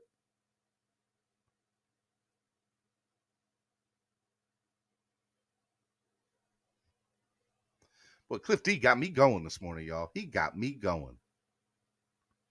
Got me wound up. So you're telling me we hired an offensive head coach, yet we fired our defensive coach who neutralized this offensive make it make sense. We hired an offensive coach. We fired our defensive coach who neutralized this offensive coach's offense. Make it make sense. I can't. That's a very interesting way to look at it. But how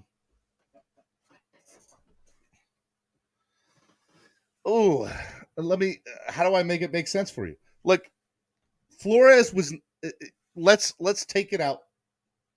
Forget how you feel about Flores. One way or the other. Forget about the off the field work. I do think he's improving the league with what's going on. I think it's going to help the league. Okay. But one thing I will say about the man, okay, and it was proven to me by the personnel decisions of the coaching staff of the coaching staff is he could not work well with others, hence why he got fired. In my opinion. This is my opinion. It's not the right opinion, might not be what actually happened. I'm purely going on the eye test of what I saw. And what I saw was multiple offensive coordinators, no other coach that came into here except for who's the guy? Why am I having a brain fart? Who got sick and then was out for the year, who I wanted to be our head coach during this offseason. Y'all know who I'm talking about. Head coach of the Colts. Help me out. Help me out. Help me out. Get in the chat. Tell me. Say the name. Say the name. Y'all are killing me. I'm waiting here. Jim Caldwell. Thank you. Caldwell. That is the only veteran head coach, along with Mr. Who was the offensive coordinator? I'm having big brain farts this morning. Y'all know who I've said these guys' names a million times. Who was the offensive coordinator with Fitzpatrick? And man, I cannot remember everybody today. Anybody today. Anyways, y'all know who I'm talking about. Offensive coordinator, okay? At the end of the day, he could not keep those two guys, Chan Gailey, could not keep those two guys here for more than one season apiece.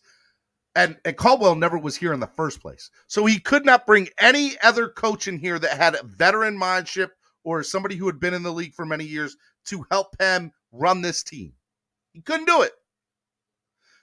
One of the very first things that McDaniel did was hire veteran coaches, people that were good at their craft, either former players or people that have been in the league for a very long time. Level 2 noob, leave me alone. I just could not remember the names for the life of me.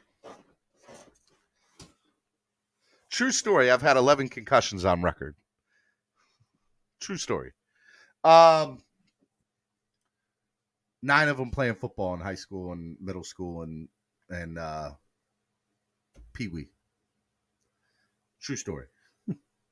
But I'm telling y'all right now, when it comes down to it, McDaniel, I think, is going to I think what we need is an offensive-minded head coach because we play in an offensive-minded league.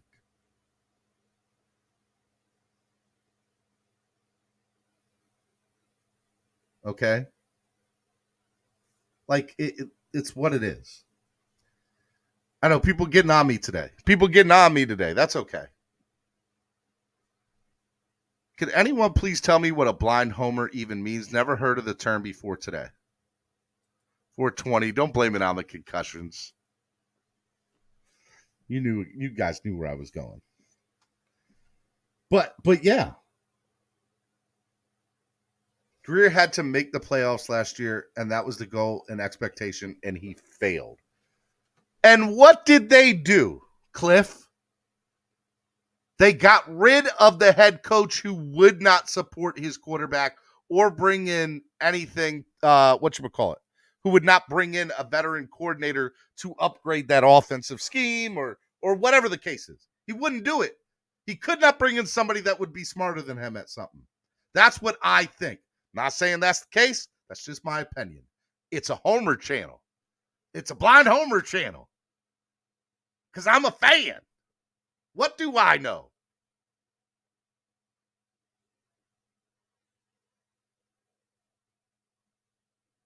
Greer hired Flores. And Greer fired Flores. You're fired. My Vince McMahon voice. Okay?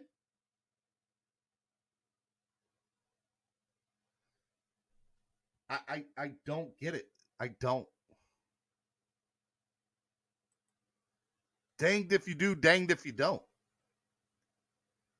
Greer, in my opinion, Cliff, unless Greer wins a Super Bowl, he'll never be a good GM. And you know what? And your defense, the goal is to win a Super Bowl. I'll give you that. But, like, Why you want to restart again with somebody and do this all over again? I think he's done it better than most GMs have done it since Jimmy Johnson or Jeff Fireland, who, by the way, hasn't done a bad job in New Orleans. I think it's been our ownership. I go back to that again, sir. Refer back to owner.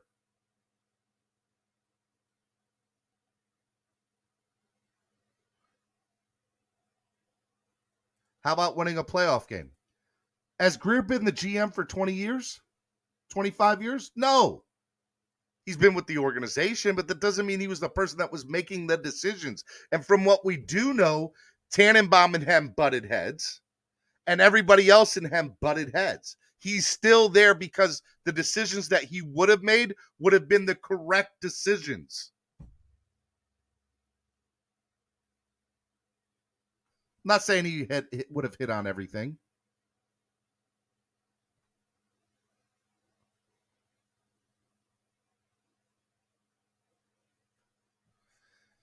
I don't know what else you want from the guy right now. He's our GM. This is where the team is at. Be optimistic or don't freaking watch.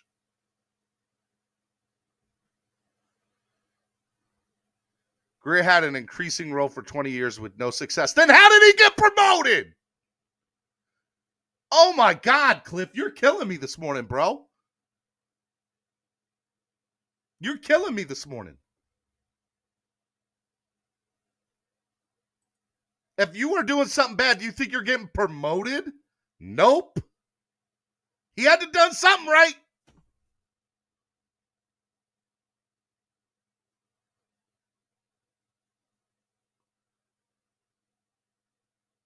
He got promoted by idiot Ross. I don't know what to tell you, bro. Ross is an idiot because he's made bad decisions when it comes to football stuff. And by the way, his decisions haven't even been bad ones. He's made some wrong choices that have turned them into bad decisions.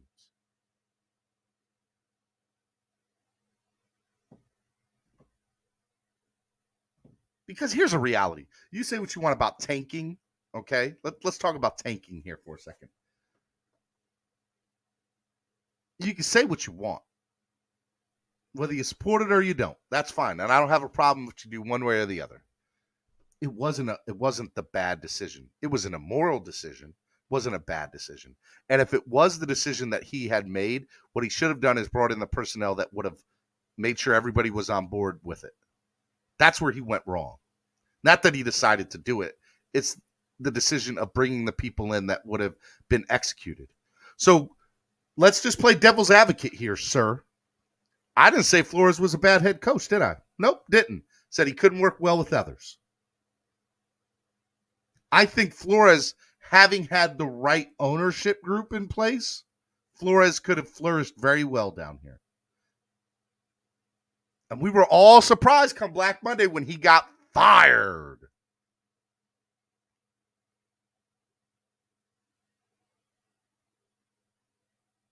If that wasn't, and so let's take that into example. Let's say Flores was a Greer pick. Greer made the right pick, but because of ownership in the way they butted heads, it didn't work out.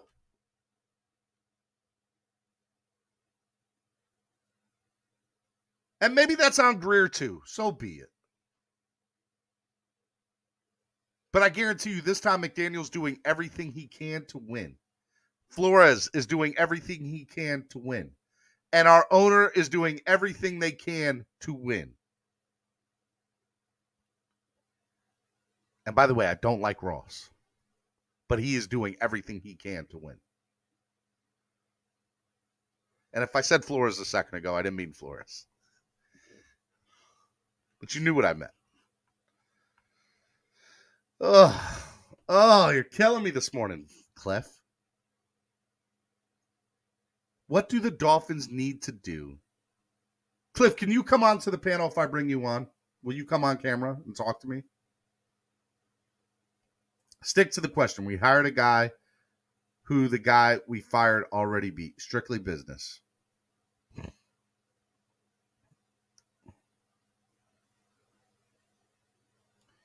Wait, I thought we wanted Ross to sell the team. We've moved on to something else to be fake outraged about now. No, I still want him to sell the team. But I'm also going to say that I will say this. If he ends up winning us a Super Bowl, he can do whatever he wants. Keep the team.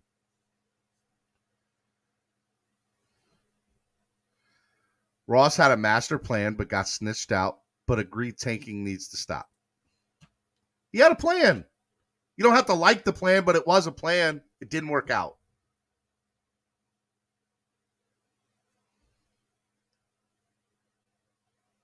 And the one thing that I will say about McDaniel that bothers me is I said, what I really want is a veteran head coach, somebody who knows how to put a coaching staff together.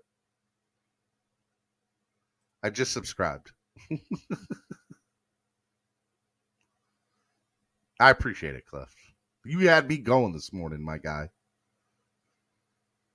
You didn't upset me. You just got me rattled.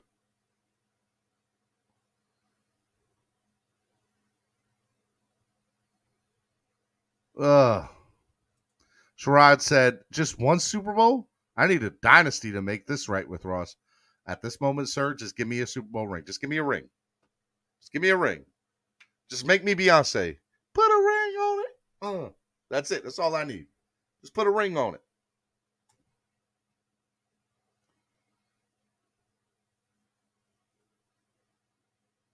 You called him on his double standard, Cliff. He didn't know what to do. You're right, level 2 noob.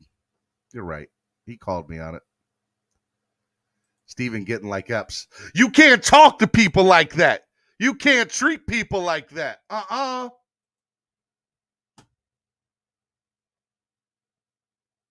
He said, I can respect that. I'm just saying. Just give me a ring. Shut me up.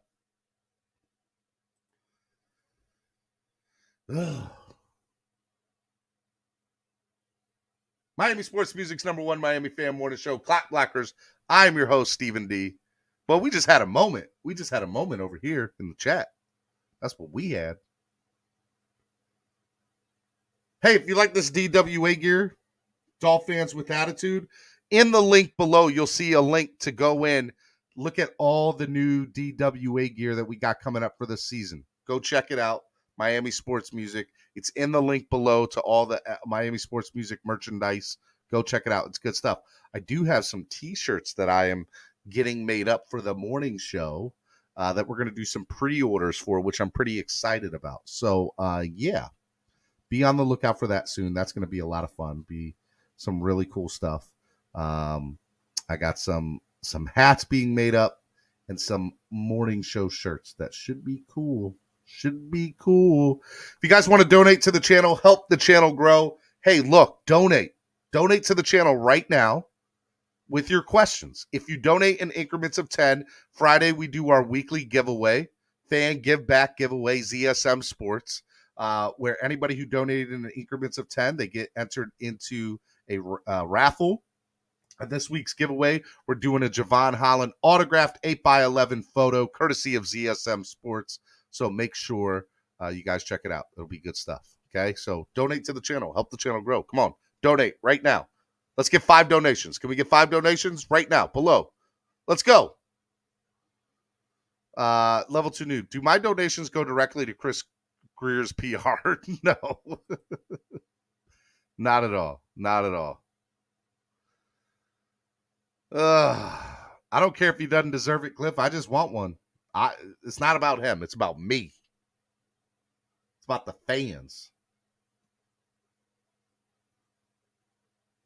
MCJB, hit up Solo D. Solo D will get you.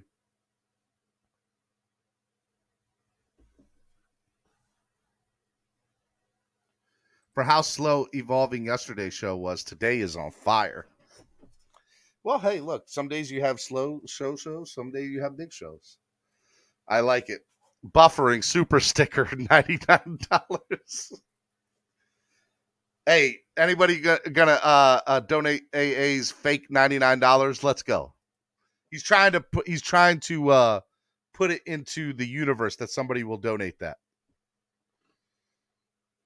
Because if he had it, he would, he said. And I do love AA for that. He is awesome. Hit the like button, subscribe, Miss Finn says. All right.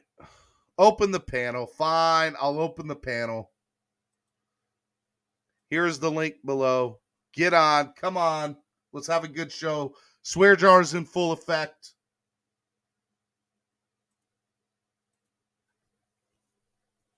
Let's have a good panel. Let's go. Hey. You know, if I could be anything in the world, I'd be a hot dog. Y'all don't know Harry Carey.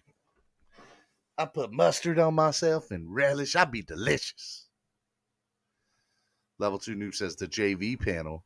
See Level 2 Noob. Come on, get up back here. Open up the panel for everybody. Let's go. I'm going to wait till 5 people get in the back room before I start bringing people on. Let's go. See, Level 2 Noob understood the assignment. Clap Blockers is live. Oh, I got to share this one. This is pretty good. Let me share this screen real quick.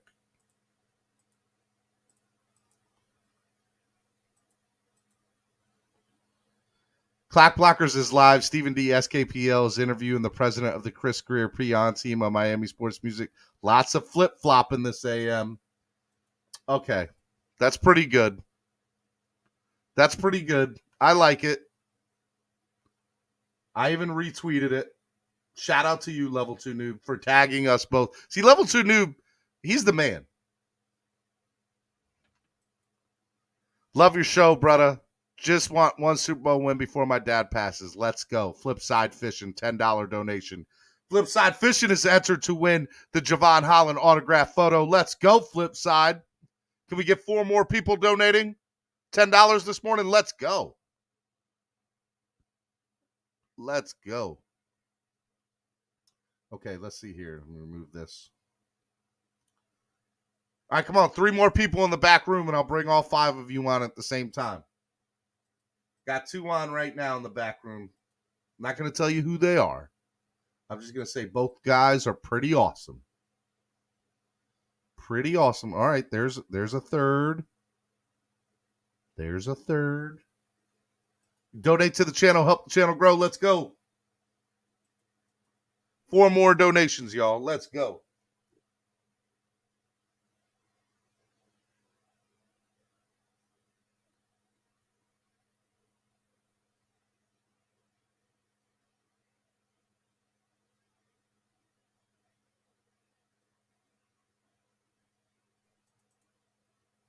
All right. I donated $509 to a plumber.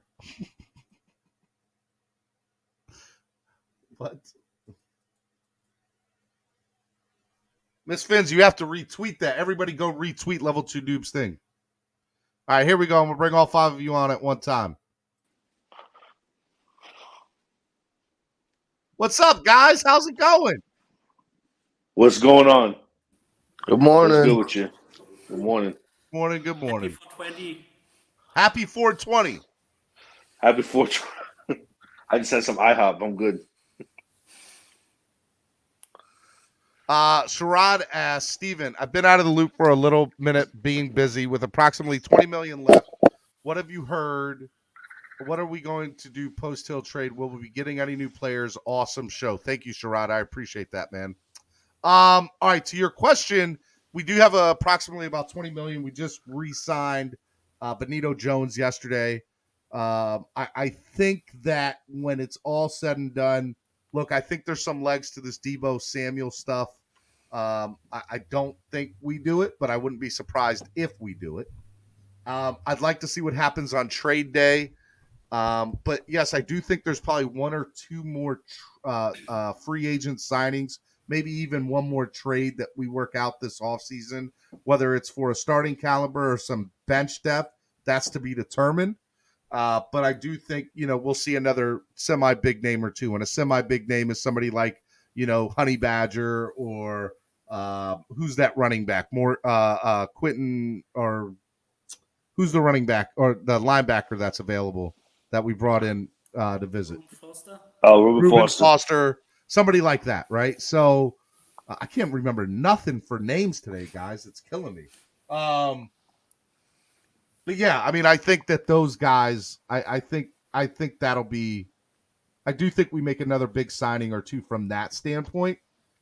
If we pull off the Debo trade, it'll be because it was the right deal and it was a good deal on the table for us, and we could make it work.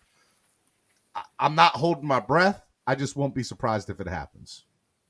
All right, what does this say? Thou shalt not covet the Niners' wife, nor his manservant, nor his maidservant, nor his wide receiver. The book of Tua, chapter, what is that? Chapter what? Chapter 420, verse 13. I love it. Steven, check That's what check Tua's your gonna have to check your do message. What's Check up, your fellas? message on Twitter, because I just sent you something. I don't know if it's real or not.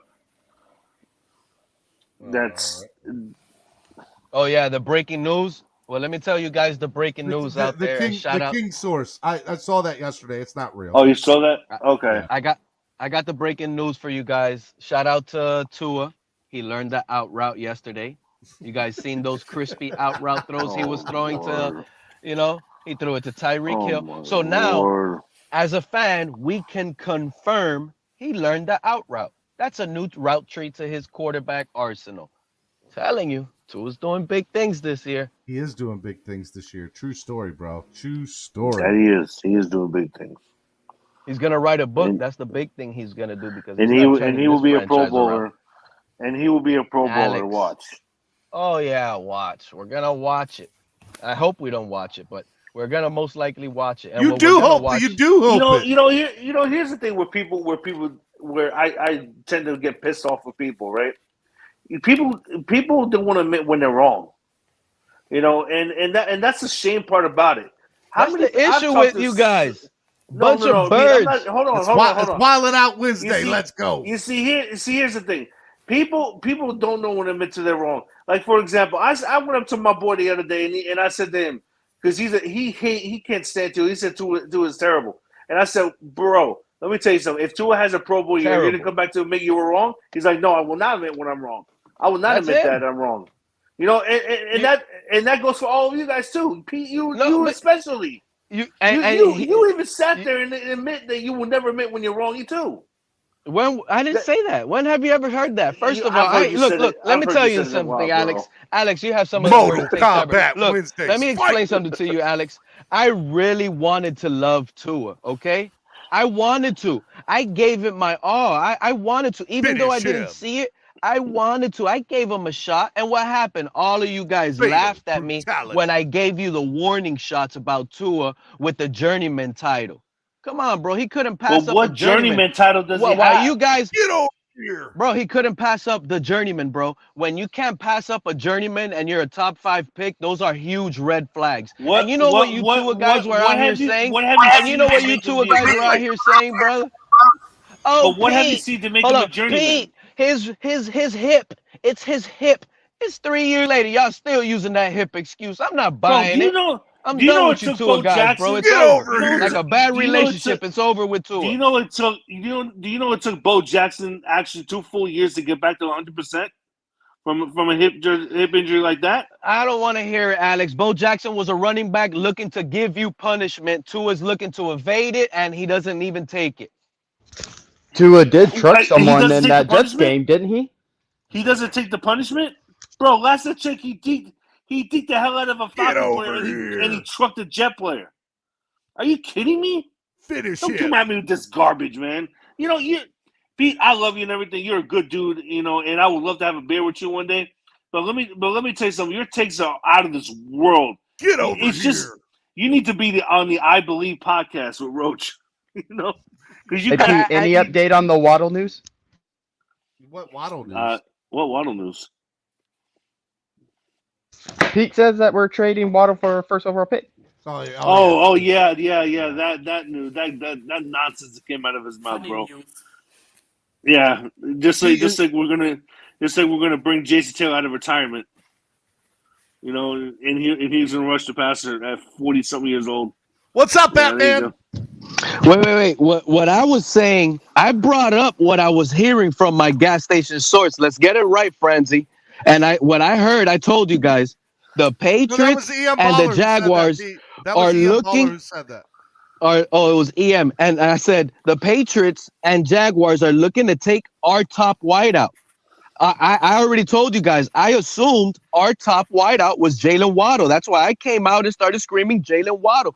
I never knew the outside of the fan base, they thought, or the agents or whoever, they thought Devontae Parker was, that number one top wideout in Miami. But look, when I said Jalen Waddle was going for that number one pick, there was possibilities. It was talks about it. And also with Devontae Parker. With the Patriots. It's unreal. You guys don't want to believe it, but it happened. Parker was never a number one receiver. He was only a number one receiver when we had that tanking team. Because we had no one else. Parker was never number one. What's happening? Everybody What's give up, a big Lance? shout out to Lance. He's out here trucking. What's up, Lance? Pretty good. Surprised I actually got some reception. I'm up there in Virginia. He's out here heading to your hometown, Steve. Where's my hometown? You heading to Baltimore? No, you're where you grew up. Oh, Portsmouth. Yeah. Oh, outside. I mean, a little bit far. Goldsboro. I know exactly where that is, man. I know exactly where that is. Over here trucking. What's up, MCJB? What's up, man? I haven't take yourself off mute, MCJB. What's going on, yo? What's up, MCJB's in the building? Yo. You rocking the Miami Marlins. You rocking the Marlins and the Heat today, man. You know it. There you go. Got a dub yesterday. How about that? I can't wait for next year. What's next year, Lance? Why can't you wait for next year, dude? Well, actually, 2 years. Well, I guess it'll be next year. But when we get a new quarterback. Oh my God, Lance. Yeah, you see, ain't no bull. Look at you. This is Kevin was right, man. You guys, look. Let me explain something to y'all. Y'all gonna hate it when Brady comes. A whole bunch of YouTube channels always got to be trying to be the nice guy for Tua when he's not nice to us. Hold up, listen to this. Hold on, Steven. Look, y'all a whole bunch of flip-floppers and out here telling people to apologize already on Tua when he ain't do nothing, right? But listen to this. Baker Mayfield, fellas, what do you guys would trade for Baker Mayfield right now? Answer that. A bag of Nothing. A bag of Because I got Tua. Tua has more upside. Hold on, MCJ, make a little freestyle on that for me because I'm fired up today, man. I'm so mad. It's so close to the draft. We don't have a quarterback, and y'all hoping and dancing on that. But hold on. This ain't my panel. Hey, make a freestyle on this, MCJB, real Tua quick. didn't have half the stats Mayfield had. The question is, MC, the question is, Go ahead, what will you trade for Baker Mayfield? Freestyle that real quick. Just respond that real quick. Hold on, I got this. Mayfield killed Tua his first year. All right. So here we go. So, you got Pete's takes, some garbage takes. It's so garbage. Oh, Alexander, no. We ain't trying to hear about Pete's takes and garbage takes. Please, Let me. Alexander, no. Wow, who was trying to do the rap? That was Alexander. Stop. Listen, that guy. Wow, that was bad. Hey, Alex, that's why white men don't rap. Hey, Alex, no matter what I say about your Tua takes, just know I love you, bro. No matter that's what why I say white about people your don't Tua rap. takes, you're always Alexander, right over here. I was about to pay you not to rap. I was about to. I'm Spanish, Lance. I'm Spanish, Lance, not white. Oh, I'm Spanish. Well, don't rap. Good God! I was just trying to make everybody laugh, bro. That's all. I was No, you did a great job. Real deal said bars. He said bars. He was probably talking. We're gonna win the Super Bowl. The Mets are gonna win the World Series. We're out here New York is running over Miami. Well, I gotta be. I was going to win a Super Bowl and the Mets. No, that was mean. Not that he had a mute Beat dropped off. Two is not taking us to the Super Bowl. You see, he is. You know, He's an average quarterback. Everybody has. Even with you can say a team sport. That's fine. He's just an average quarterback. Lance, if Tua takes us to a Super Bowl, I need you to. He won't. I'm not worried. All right, so if he takes us to a Super Bowl, you're going to donate the biggest donation ever in the history of the show, and you're going to come up here and apologize publicly. Someone say this. Oh, that's fine, but he ain't going to do it. He's not. He's not. He's going to choke. He will choke. He does it a lot. Has their he does it under Forrest, not under McDaniel. And I totally understand level two noob said, "How much do I have to donate to remove Alex from the panel forever?" Y'all are so mean. So mean, level 2 noob. Hey, so mean. And if Tua doesn't get us to the Super Bowl, all you two in there owes me $100. I'm not a Tuaneer. I'm a Dolphins fan, sir. I'm a Dolphins fan, and I'm excited to play off. There's a difference. Tua was not the problem the last 2 years. Ever since. No, but he's part of the problem. He's part of the problem. He never was part of the problem. Yes, he was. Angry Al says, I know because how can Baker? Hold on, Al. Hold on, Alex. Sorry. Aldo said for Baker, I would trade a box of Depends so you could take that crap out of here. And Shake Money just donated $5 and said, Alexander has to wait for Big O to spit a verse so he can freestyle. Y'all are Yo, Alexander, you're getting that hate today, son. They're coming for you today, Alexander. Hey, everybody hates a winner. So what do you expect? Ooh. Well, Tua's not a winner, so I didn't like him. God. He won a championship. Shots fired! Shots fired! But wow, the one that hurts. I love that show. Wildin' Out Wednesday. I love it. Tua didn't get them to the playoffs. Then playoffs. Yeah, and Hurts was down by like 2 scores, and when Tua came in, he threw 3 touchdowns in the national championship game. He threw 1 touchdown. He threw 3. Level 2 just said. Either way, he didn't get them there. You don't even know. He threw 3 touchdowns. Jalen Hurts. Okay, I thought it was 1. My bad. But he did not get them there. Yeah, any quarterback could have gotten Alabama, that team, to the playoffs. Any quarterback could be awesome with that line. Hold on. Level 2, hey, I don't like that, bro. Hey, you need to take that back, bro. I don't like that. That's wrong. I'm sorry. That's wrong, bro. I don't like that. Just trolling. I don't like that, bro. Listen, level 2. I respect you as a person, as a man. I respect you. You're a cool person, but bro, don't do that, man. I don't. That just post it. That took it to heart just now. That took it to heart. I've struggled with weight my entire life, bro. I've struggled with obese my entire life, so don't go there. Please don't go there. All right, let me bring on the guy who actually doesn't argue with anybody. Doesn't argue at all. He's never argued with anybody on this show in his life. Epps. What's up, Epps? I knew it. What's up, Epps never argues with anyone. You know, I had to come on because all this Super Bowl Tua talk just making me vomit. The Super Bowl. Yeah, it's not going to happen with Tua. I'm glad I heard Epps up here, man. I knew I needed somebody today because we can't. Hey, it's too much, Epps. They're slobbering all over it. And they're out here talking about you Tua haters. You're gonna apologize soon. Blah blah blah. Like y'all can't wait, can't y'all?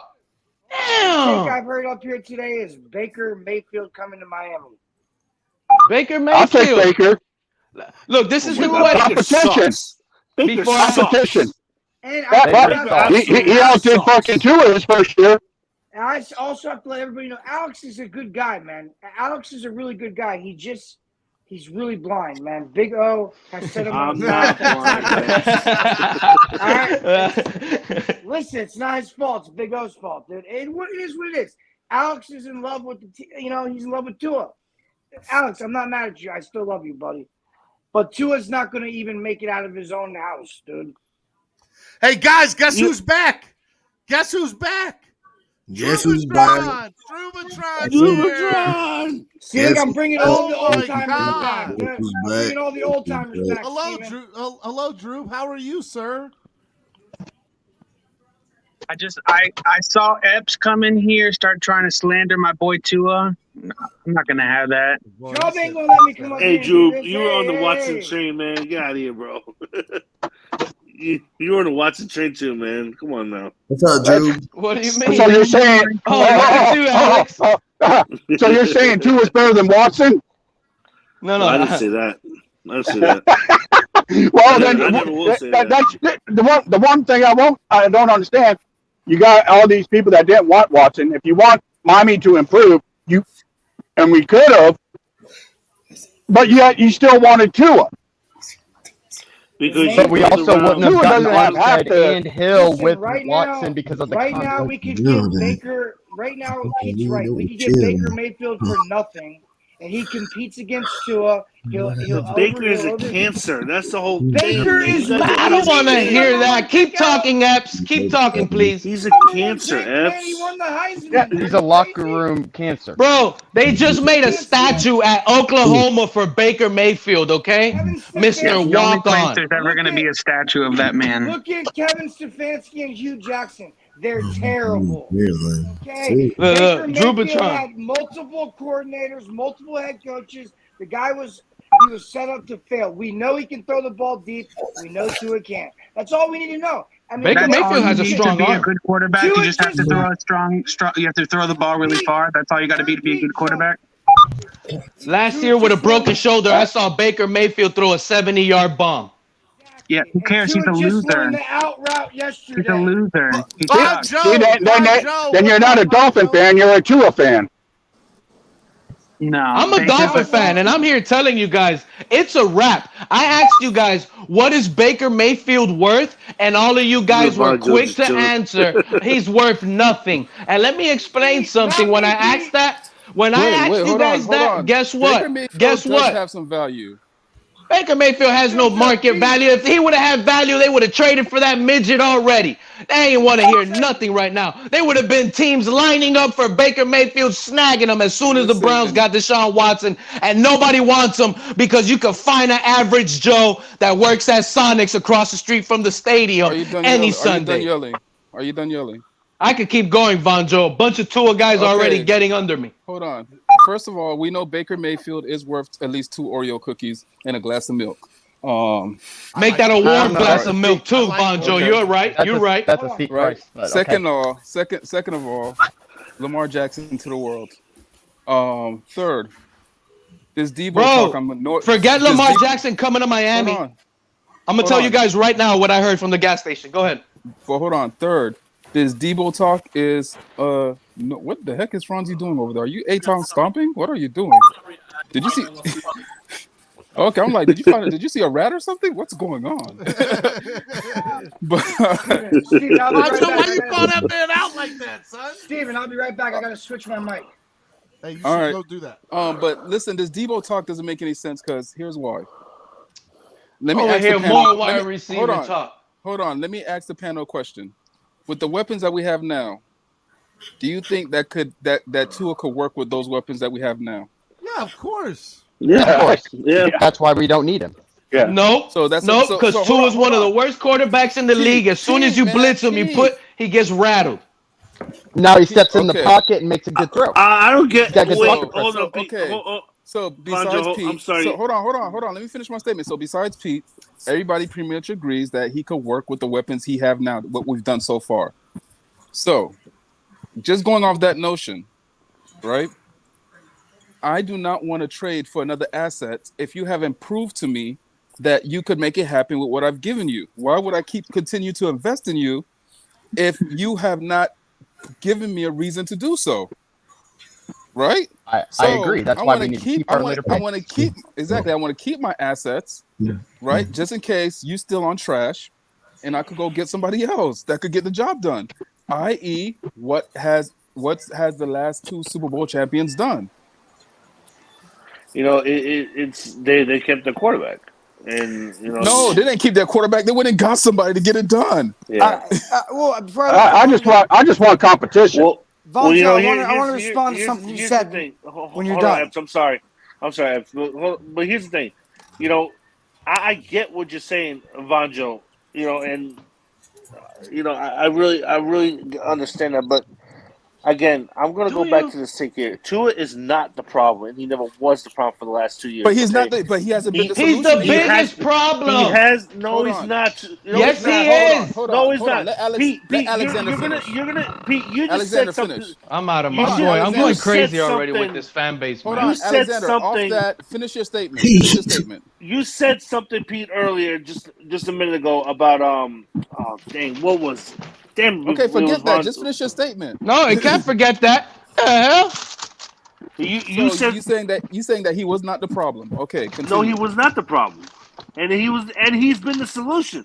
He's worked with the weapons that he's had, and by what he has, he's done a damn good job of it too, with what he has.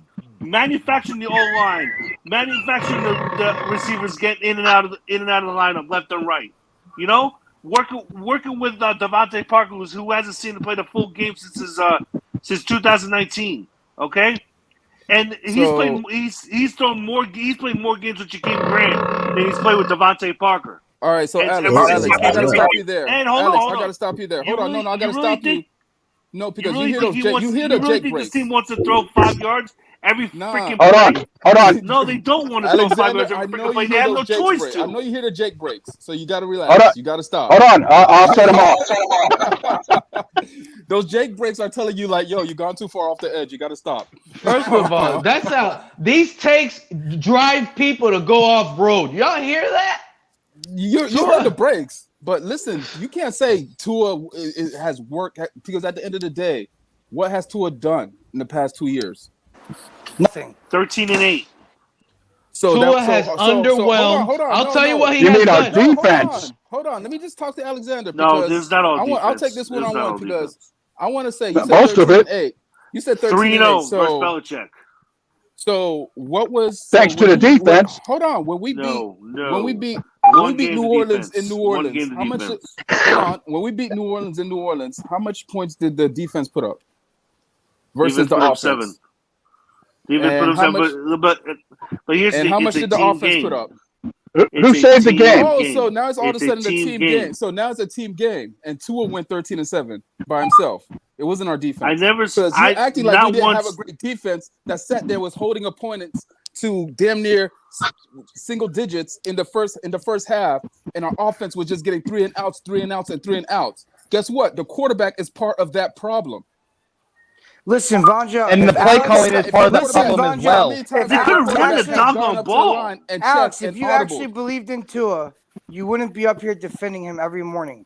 You would just wait to just tell everybody. No, because you want to know why. You would just wait, dude. But you don't. And we would have lost. We would have lost against New England. If I believed in Tua, I if wouldn't be X up here. didn't catch that ball. Hey guys, real quick. Let me hit the reset. Let me hit the reset. Let me hit the reset. I'm talking about last Let me year. hit the reset. Alexander, hold on, Alexander. Miami Sports Music's #1 Miami fan morning show. Clock Blockers. This is hashtag Dolphin Chat. I got the whole panel up here. The panel is full. I got Ian Baller, Pete's takes, his gas station takes. Alexander, 1, 2, 3, 4 Eps. I got Drew Batron coming out of nowhere in the building. I got Franzi all the way from Germany. I got Lance driving the truck. I got my man Bon Joe, Mr. Clanging and Banging himself. And the rapper MCJB is up in here. Hey, tell everybody what they need to do right now on the panel. Tell everybody to donate. Like, comment, subscribe. At one time. Say it at one time. Become a part of the family. Like, All comment, that. subscribe. Stop BSing, man. This is Revolt on Tua. If you're it was paying for- okay to Listen. dog Jesse Davis, it's okay to dog on If Tua. you're paying for ESPN, you're getting ripped off compared to here. I gotta take. I need everybody. I know. Everybody. I just Hold on, I remembered. need hold on, You Alexander, said hold that on. Tua got Alexander, rattled hold on every for a time. second. Hold on for a second. I need everybody to donate at least $1 if you really think that Drew looked like ZZ Top right now.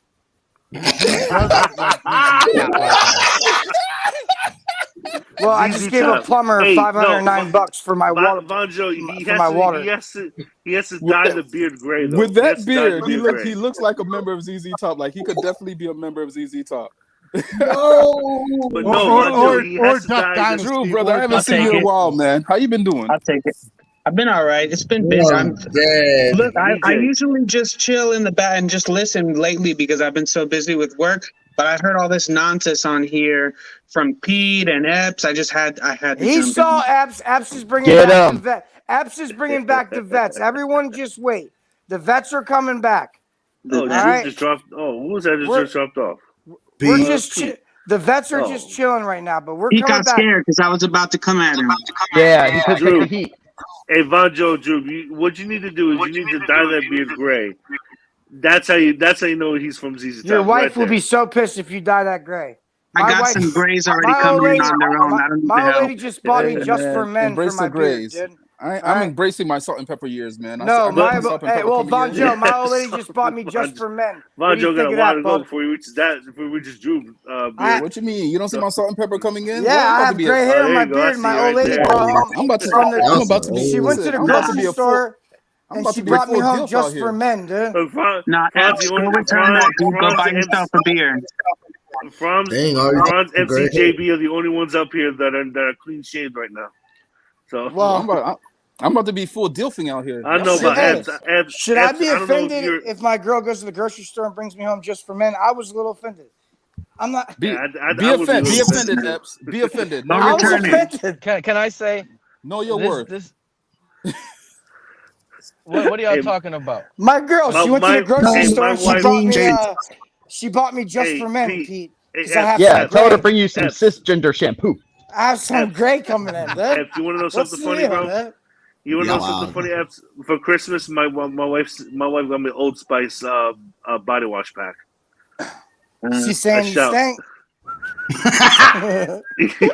she got me the shampoo, the body wash, and the deodorant. What's the Old You know that Spice? little gift set? What's that Old That gift Spice set? tune? I can't. That's Yeah. all. Yeah, it's something like Steven, that. if that's it, if that was the jingle, There that you was go. a horrible. Von Joe, interpretation of that jingle. you should contact Old Spice. You could be the next guy, dude. No, I Nah, man, agree. I'm good. I don't even use Old Spice. I use my No, wife buys Michael me J. craft White soap. is now the spokesperson. Ah. Yeah, Can my we wife talk buys me about craft Tua soap and this homemade team, soap. man? Okay, fine. Yeah, Okay, here we go. Whole please. bunch of get little back fair that. weather rainbow Hey, fans out here just real accepting quick, anything out here, bro. Real quick, tell everybody to donate to the channel first. Nobody donated. Tell them donate to the channel. I'll get Listen, into a fight Steven. with a person of your choice if you donate $10. You got to stand on something, Steven. Steven, You I gotta donated stand today. on something. And I want you to stand on something. I might You break can't it be if I stand on flip-flopping it. every time. No, all right? You want to I'm be not my gonna- boy, you can't be always flip-flopping, bro. Pete, You Pete, can't no, be on it's a not fork. You flip-flopping. can't stand on a No, fork, Pete, man.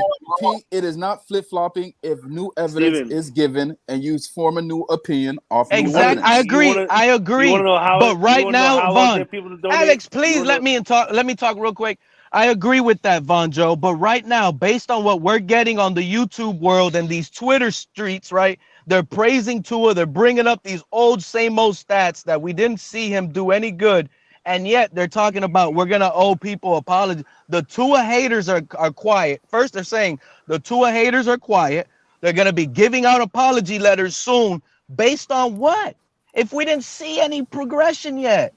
But they're What you loud. mean? You did not see any They progression from his still, rookie year to look, his the second year. Tua praisers still find a way to be loud, and Tua hasn't gave them anything. So this is why I'm going to continue to be loud and even more reckless against you Tuaneers, because this fan base does not need a fake, flawed fan base out here spewing lies with this midget quarterback. You guys want to sit here and talk about Tua, and Kyler Murray's about to get shipped out of Arizona because there's no room in this league for midget quarterbacks.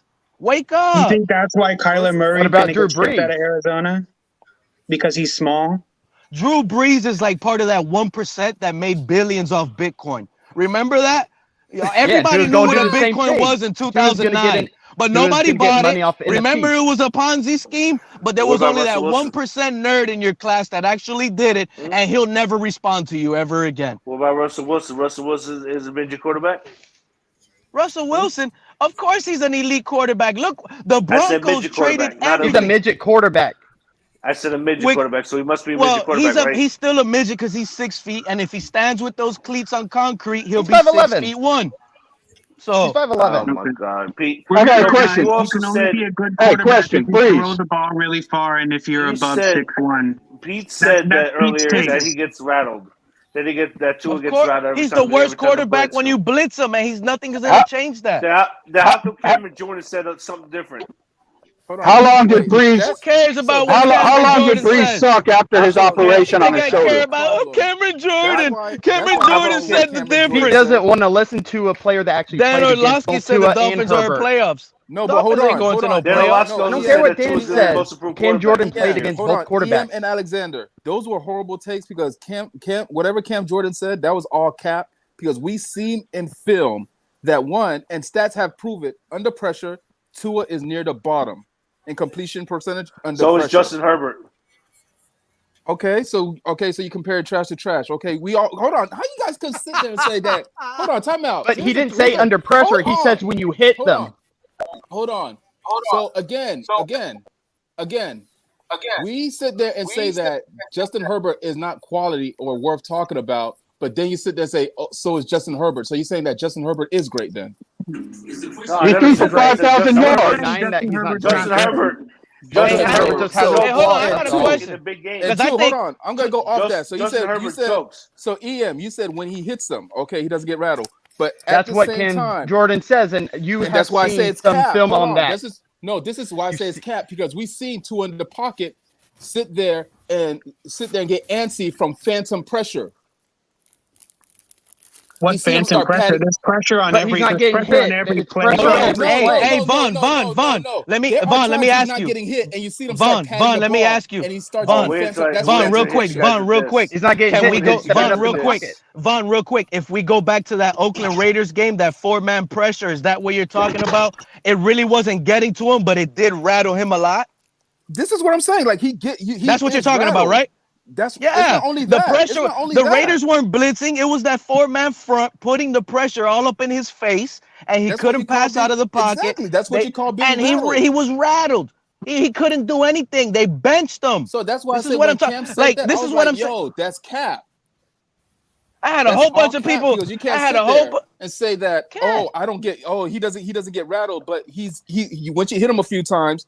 Okay, the point of being rattled is that you don't have to get to the quarterback to start getting to him because you're Same already with Denver. scared. Same what happened. But Cam Jordan said when he played them, y'all are talking about the Raiders game. Cam Jordan plays for the Saints. When he's talked about specifically when Tua and Herbert both played the Saints. That's what he's talking about. Okay, that's still cap because what did Tua do against the Saints? Nothing. W. No, that defense won that game. Stop it. Stop. Tua got worse the longer he had the ball. Quarterback. Everyone's First of all, getting booked. the Saints were. Hey, you know what? Let me explain something to you, Tua fans and McDaniel fans right now. Scored how many points? How many points? COVID is not going to save y'all. COVID is not going to save us. Again, I don't care what they had. How many points did the Saints offense score? None, because our defense was lights out against and our exactly, and our defense caught 7 If they didn't have Ian Book, the offense scored 10 points. If they didn't have Ian Book, we wouldn't have had to worry about Tennessee Titans because we would already been out of it. We would already been out of it. And the defense 10 scored points. 7. And Tua did nothing to lose them them the game either. That he won? Tua was a game. No, I'm not saying Tua won, but Tua did not make any mistakes. No. You said so I won. asked you what did Tua do that game, and you said W. I know. He did enough to win the game. No, that was all I care about is winning. I don't care. He did enough to win the game. Okay, let me ask you a question. See, this is the problem. This is the problem with the people who don't like Tua. They'll only ever say that he didn't. Let Droop go.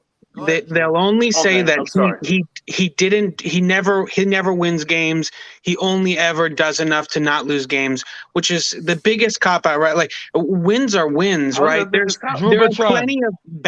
plenty of bad quarterbacks on good teams who don't do enough to win games, and Tua hasn't done that. We've consistently won with him on the field. So like the take that he didn't do enough to win the game, didn't do enough to win the game. I've heard it over and over, but we still win games. Drew, that's not my issue. Games, bro. My issue Look is at this guy. Hey, when you're on flip floppers in the morning, you get the flip flop. What was Tua's stats? Somebody pull up Tua's stats from St. Listen, Drew Batron, let me respond to that, please. Drew, the point is, everybody that you said Tua haters, there is Tua haters who just hate Tua to hate him, but People like me and Pete just want to win. Okay. Now listen. So do I. Winning, then you should be happy because we're winning. No, but here's the thing. No, we're not, buddy. But no. Here's the thing. Let me get to my point, Pete. We want a quarterback. You want a quarterback in this passing league that's throwing for over 3,800 yards, over 30 touchdowns, or at least 30 touchdowns, rushing for 200 plus. Tua is not doing that. Okay, Tua's so not you even don't close. want to win. He's not even close. You don't want to win. You just want a quarterback with stats. That's all I you want, want a right? quarterback to know if I'm in the playoffs, he can go back. shot for shot, man. That's what I want to know. I don't want a guy to just win in the regular season. Like Peyton Manning. He could have won 10 Super Bowls, but he sucked in the playoffs. I don't want a regular season quarterback. I want a guy who gets to the playoffs, and if Patty Mahomes goes shot for shot with you, you need to be able to do it. Tua cannot do that.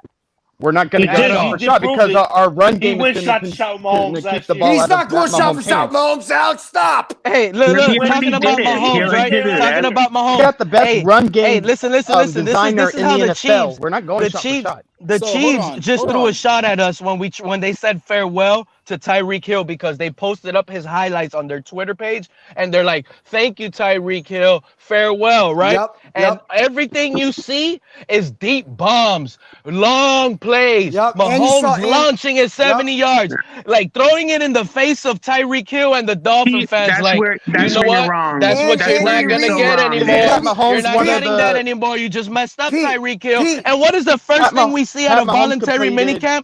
Tyreek Hill throwing up the peace sign, all happy, laughy, right? Catching a 2-yard out. Get out of here, bro. Pete, Andy Reid also said he doesn't think their offense is going to suffer because of the loss of Tyreek Hill. He also publicly said he doesn't think the offense is going to suffer because of the loss of Tyreek Hill. No one has Tyreek Hill's athleticism. I just called you Mike Epps. Listen, Epps, let me actually didn't we have baby Tyreek Hill? You're only supposed to have one Tyreek Hill on your roster. Yes. There was only one Tyreek Hill in Kansas City. He was doing all of that in Kansas City with one Tyreek Hill, right? Hold on. What were we doing with the one Tyreek Hill we had last year on our team? We were throwing him little 10-yard slants, 5-yard slants. The guy had 300 catches, a yard each. So he had 1,000 yards, right? Yeah. Different play calling. Different play calling. 103 receptions. Because he could. Play calling. The play calling is already confirmed. The play calling was coddled for Tua. Let him finish. I don't want to hear you guys. I don't want to hear none of that crap, bro. You've been talking for 10 minutes. Okay, you guys can have the floor. Thank you, but Tua sucks. Okay, good job, Pete. Pete, Ditto. Do you think Tua can throw the ball deep? No. Okay, you're wrong. Not consistently. I already told you. That's a loaded question. You're I also know what you're going to say because I got You're also wrong. I know what you're going to say because I got into a verbal altercation with Doug His stats don't show it. I got into a verbal altercation with Doug Wrong on Twitter yesterday about the same thing. He said, if anybody who thinks Tua can't throw deep is illiterate. Well, he's an idiot because that's not true. And you got offended. I got offended. Don't get upset at No, I don't want to hear. No, let him spew his takes, man. Because you're wrong. It has nothing to do with you, Steven. It's a loaded DDW thinks. Matter of fact, DDW he's the Dolphin. Hold on, Steven, because I'll add to that. DDW is out here leading the charge about the Tua haters and all of this, right? Yeah, you're right. Tua haters are going to be even louder now because go ahead, Epps, man. Let me be quiet. What I'm saying is he said that if you don't believe Tua can throw deep, you're an illiterate person. And that's a loaded question. That's a stupid thing to say for a content creator to say that. That's my opinion, not anybody on this show. Because I believe Tua cannot throw deep consistently. That makes me illiterate. That's a stupid question. That's a stupid Epps, what makes you think that he can't do it consistently? What makes you think that? Hold on, because I've seen. What do you mean? Has he ever done it consistently?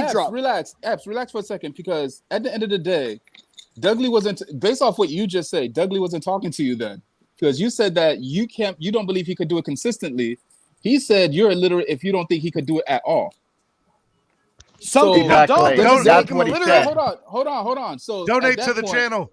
So at that point, there's no reason for you and Dudley to be having tit for tat back and forth. Oh, no, first of all, Bond, there is a reason, at least with me, because check this out. All I asked for was one deep touch. Where's Larry? Larry's listening. He doesn't want to jump in, but I promise you Larry's listening back there. And I'm going to tell you right now, all I asked before the season started was one deep touchdown to Waddle.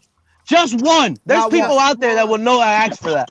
and it didn't happen. Not 'Cause we're one illiterate. We're 60-yard illiterate. touchdown bomb. You got one to Not Mac one. Hollins. But we're illiterate. Come on, I don't want to hear that. To 2 and 9, we're illiterate. So We're hold on, illiterate, pause. Pete. Pause for a second, because you guys are just yelling. You guys not listening, but letting people retort. And the funny thing is, as Steve probably are noticing, I'm up here dance. I have to dance on both sides of the fence here because again, I have to be rational. in Thank my you, thoughts. Vonjo. I know where you stand, but I can't no because more. the thing is, here's the thing, because I have to be rational overall. Because one, he did throw a deep ball to Waddle. Waddle got caught from behind, which I was shocked. Or the guy had the angle on Waddle. It was a short pass. That should have been. It wasn't in stride. No, whoa. First off, I'm not talking about No, that the one. Tennessee game. Oh, okay. I'm talking Okay, about there was a post. play. There was a deep post that he came. Waddle was coming from right to left. Yeah, there was and 2 Waddle deep got safeties tracked though. down He from couldn't get behind. past that. But I'm This just is the saying, NFL, man. got These guys are But he professionals. got tracked. The guy had the angle on him, and the guy Yeah, tracked exactly. Waddle down from behind. Yeah. So only person that's beaten that's Tyreek Hill. But at Okay, the same Epps. time, and two, when it comes to the route tree, Waddle's route tree was restricted to a degree, right? If you notice the way they use Waddle, it was in slants, bubble screens, posts, That's digs. everyone on our offense. And Vonjo, the most important, Jalen Waddle was also slowed down on his route running. He couldn't because of run ball full placement. speed. Because of ball No, placement. because of he would be downfield too fast. You guys think that's a Yes. joke? Yeah, that's not a joke because listen, Von Joe, Chad Ochocinco said he's never just seen burped? anybody come out of the break faster Not than me. Jalen Waddle. Not me. Jalen Waddle has to. Defenses are scheming over Jalen Waddle. Waddle That's why. Jalen Waddle has and to Epps. dumb down his talents Pete and Epps. to cater to Tua. Jalen Okay, Waddle look. has to dumb down his talents to cater I have to a, Tua. I have a question for you. 150%. I have a question for you. Okay. So we agree there wasn't many deep balls thrown No, there was last season, barely any. correct? Not many. Yes, There was yes, barely any. agreed. Okay. We agree. Because they had no choice. Your assertion is that the reason that there's not many deep balls thrown is because Tua cannot throw those balls. Is that your assertion? No, because he's scared because he can't read defenses. He doesn't Because want to he's throw it. scared that he He's can't timid. read defenses? He's timid, man. He Because doesn't. he's timid? Yes. But you're just making things up now. What do you mean, dude? He's this is weak-minded. Drub, listen, It's man. on film, Drub. Drubitron. You know how many? Hold on, because I see what he thinks he's funny. But listen, at the end of the But day, hold on, by there the was way, so many deep routes, one-on-one. Drew go. Hold on, by the way, Drew. There's so many wide open deep routes, Drub. Come on, man. Hold on, guys. That we seen last year, bro. Bonjo, Yeah. Epps, Pete, let Drew finish his statement. Go ahead, Drew. Listen. Your assertion is that he just can't throw those balls, so they don't run routes. They've dumbed down the tree because he can't throw. But you just told me that he can throw deep balls. No, I didn't. I never said that. You just said he can, but he can't do it consistently. What does that even mean that he can't I mean, throw with it no consistently? pressure in front of him, when a highlight video perform, he can throw the ball deep. So can I, Drub. I mean, I don't think you can throw it 70 yards. Yeah, but, I can throw about 50, I tell you that. oh, well, then great. Go try out. Go be a walk-on. I don't need to try out, dude. Hey, there was a guy I into can't his run face for when more he threw that deep I ball can't to run for Holland. more than 60 seconds, so there's no way I'm trying out. Here is the point. Your assertion is that he can't throw the deep ball, and that's why they had to dummy down and bring the offense Yes, in. and I they did believe it your same thing in assertion- Alabama. They dumbed down the offense in Alabama as well. Yeah, They had a guy your check this out, assertion is Drubitron. You incorrect. think this is something new in the Hold on, NFL, Steven. buddy? Let me explain something to you. The last year Mitchell Trubisky was in Chicago, the first year with Matt Nagy, do you guys remember that year? Let me explain something. Oh, he's going to bring over the RPO, the Kansas City RPO offense zone scheme. It's going to turn Mitchell Trubisky over. He's going to have a simplified Yo, offense. Francie is hilarious. It's going to make him great. Yeah, After that, Mitchell Trubisky's buddy, just a bust. He's a bust. just like Tua. Just This like offense, Tua, just like 1 Jamarcus year in, Russell, could have just like saved Alex Mitchell Smith, Trubisky. just That's like it. Jamarcus Okay, Russell, gentlemen, just like Alex gentlemen, Smith. They're gentlemen, busts, dude. Just like gentlemen. Baker. Baker's a bust. He's not as bad as Tua, but he's a bust. At least guys like Guys. Blake Bortles and Mitchell Trubisky, things they have is like they can run and truck somebody over. All right, you know, listen, so they hold have on, a hold little on, arm, hold on, beat hold the on. Jets.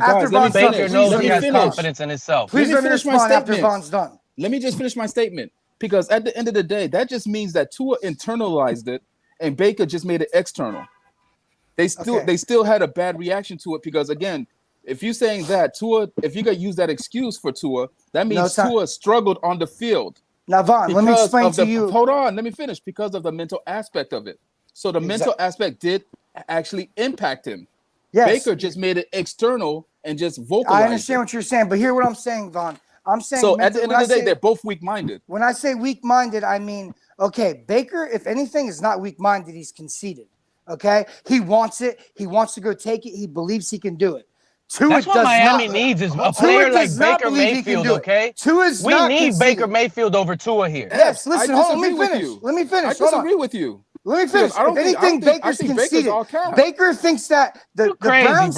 Listen, you crazy. If you think Baker's all cap and you believe in Tua, you must be out of your mind. Yeah, dude. Then what did Baker do? You didn't watch Baker was given so much talent and he couldn't Matter do of fact, anything. if there's anyone in this Dolphin fan base that don't like Baker Mayfield but praises Tua, you a lying fraud fan. What is? Hold on. I'm not even saying that Baker or Tua who's better, but I'm asking you personally, directly, what did Baker prove to say, yeah, I am that man?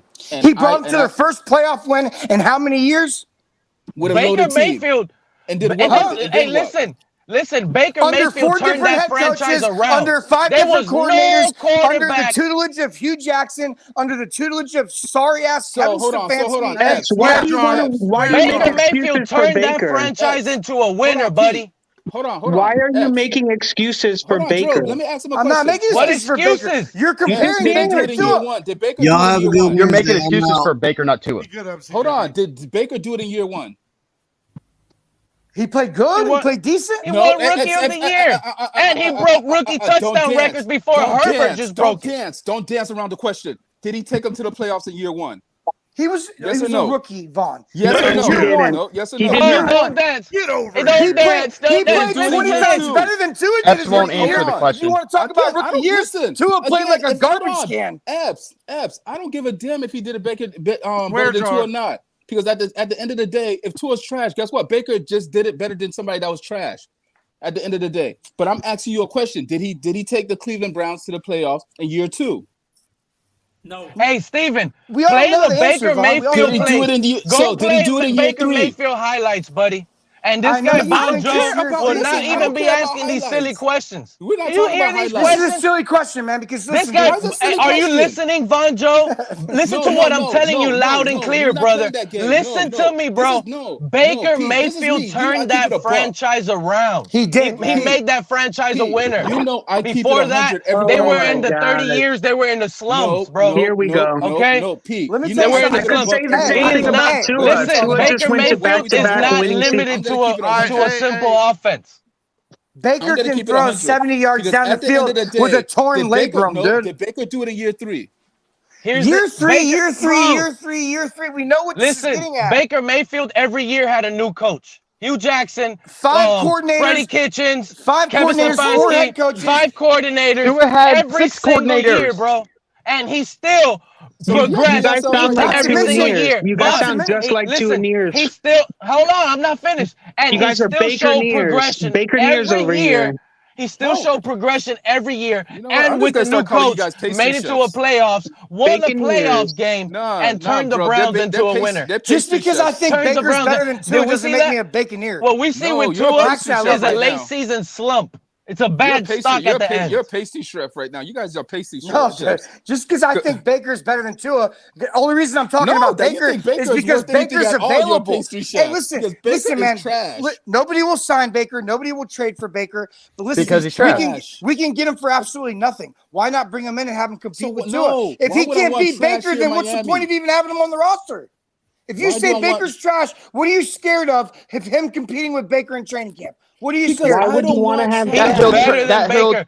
But that here's he'll the be talking thing. in the locker room. You're not Teddy listening. I do not Bridgewater want is trash better here. than Tua right Exactly. now. That's my point too. Teddy Bridgewater's going to beat him in camp. Teddy Bridgewater Y'all is must better be than out of your Baker. mind. The only poll that Tua will win against Tua and Teddy starting will be on Twitter and YouTube. But in these real Listen, streets, if Teddy's everybody better will than pick Teddy listen, if Bridgewater Teddy is over better Tua, than man. One, we already know. One, Teddy probably won't get. I'll say this. I was already preached this. Teddy probably will not get a fair shake because of the politics of football. The politics. Two, the politics football. Because you got to have the optics.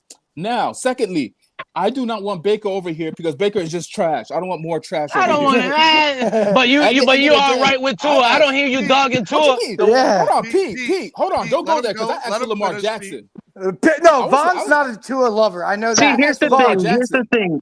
Pete and Epps have gone so far off the deep end that they think Von Joe is a Tua near. It's no, incredible. I don't. I just said it's that. incredible. I just said. They Listen think to what I Von just said, Joe is a Tua near. Jump. Listen to what I just said. Sometimes you before got to be said careful that. with what you say because you can Jump. Listen sound to like what I one just said real before quick. I said that. I said. That I said Von Baker Joe is trash. not a I Tua always near. said Baker is trash. I That's just because if people don't agree with you 100% that there are Tua nears. That's all. That's I'm not exactly saying, why. and let me correct this. I'm not saying Baker Mayfield is elite either. So let me get that straight. Neither am I. We're not saying Baker Mayfield is elite, but guess what? He's just better than Tua. He's better than Tua. That's the simple. And we need to go step by step. Let me tell you this. Let me tell you this. So you know. Somebody in. Let me I tell you want to this. bring somebody in that's going to get the Hold job on, done. Epps. Hold on, Epps. Go ahead, Bonjo. If at the end of the day, I don't care if he's better than Tua or not. At the end of the day, I just want to bring somebody in that I could be confident enough that's going to get the job done. Guess what? Baker is not it. And neither is Tua. Okay. So why waste a year? Why waste a year? So why are we even talking about Baker Mayfield? Because he's available. He's better than Tua. Listen, here's the 100%. Let me tell you he's this. available You ask and he's any on the expert, market. You ask any expert in the But world. we have to get. If hold they on, we had have to this give- same Dolphins team with Baker at helm or Tua at helm, who would Yes. they take as their fantasy quarterback? Well, Every hold on. one of And them would say Baker. Every one. Let me ask you a question. So why Epps and isn't Pete, he in I'm gonna ask Miami? you- Hold on, and Drew. let me explain something. When Hold he on. came No, out Pete, of I just asked you a Oklahoma simple and he question. played with Cliff Kingsbury, he ran this RPO offense. He knows don't how to care what run he this ran. scheme easily. No, I don't We're so not Baker running an Mayfield RPO fits here. offense. We're not running the RPO. We're running How different many- schemes. listen, Man, how I don't much want to does hear it that. cost He's us- running hold that, on. and he was with Mike Pete, Mache with that. Go ahead. Pete, what kind of assets do we have to give up to keep Tua here? None. Bro, right? let me we could explain agree to that. something Hold to on, you. hold on. Wait. Hear me out. You guys could Who both cares agree about that. assets? The Browns just gave Denzel Ward No, $100 Epps, million, watch dude. this. Hey, Epps, Hold watch on, this. but I care Epps, about how Epps. much do we have to watch hold on? this. How much do we have to give up to get Baker here? Nothing. Cap is an illusion. He's gonna get cut. He's gonna be for free, and you can pay him Exactly, $1 million. but guess He what? will No, be no, cut, no, and no, you can you pay have him to $1 trade million for Baker. as a trial. And guess As who's of getting right paid now- $8 million As for of 1 right year? now, as of Tua. right now, Tua's you not have worth to- $8 million right now in this He's market not worth for 1 3. year. He's not worth 3. Not I'd for rather 1 have year. Colt McCoy. No, hold on. Based off what Pete is saying, that okay, Baker, you're saying that Baker is going to accept $1 million. That's what you're hoping that he'll accept. Well, He's the gonna Browns have to already do has to that pay with him. it. He's The going Browns- down the already got Cam Newton millions. route.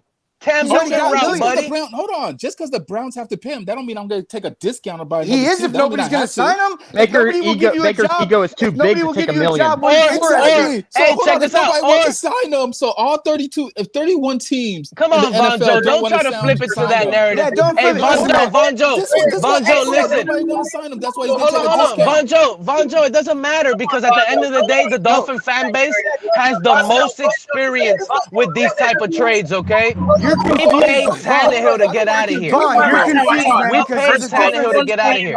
The Browns could pay these type of trades, okay? No one's paying Baker $19 million this Hey, we got a bad echo. It's not me. It's not me. It's Spence. All right. Yeah, Spence, first go of on mute. all, first of all. Hello, guys. Steven, you wanted Wild Out Wednesday. I came, baby. No. Okay. Two things. I came. I just want to remind you. Who asked for this? This is Wildin' Out Wednesday, and I'm not mad.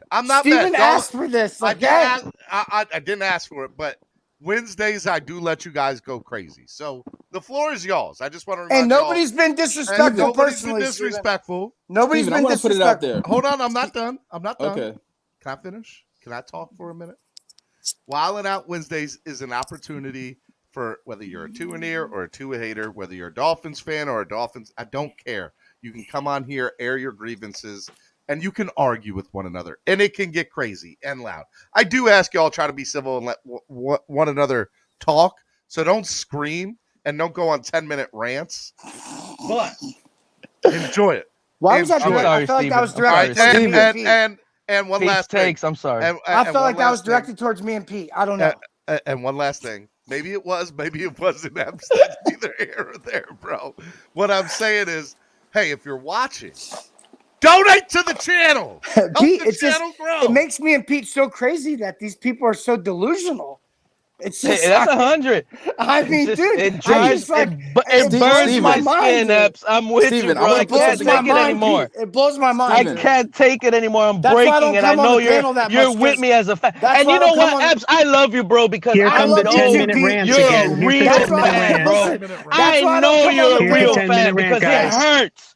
It That's, hurts us. it hurts so bad because listen, I heard Now, Pete the hell say with all that. something. I want to put it out there, Steven. Based on I- what point somebody listens to this stream, this has been such a crazy Wednesday that they either gonna say I'm a Tua hater or a Tua lover based Hold on on. what part of the I stream they heard- listen to. I heard Pete say something that resonated with me a lot.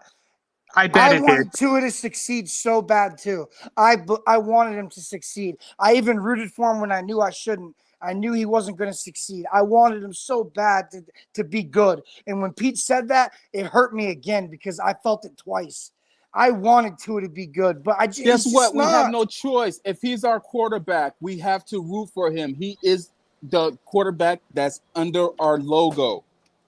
I get that, am and the I'm just same saying, way. if No, there's I'm other the same options, way. if there's this other is that- options, we should pursue them. Is all I'm saying.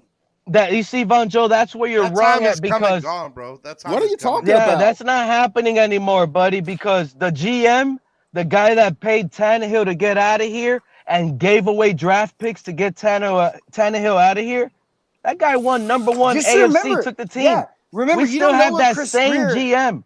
He's don't a know what- blind Yeah. evaluator of talent, and it's continuing to hurt us over and over and over again. You're not gonna talk Just about my GM like imagine that. the Tua draft if we would have took Jalen Hurts in the second round and loaded up with better talent with the first 3 first-round picks. Wait, what? I Excuse me? disagree with Pete on this. Then you Jalen should have Hurts said is the not same that thing much about better. Davis.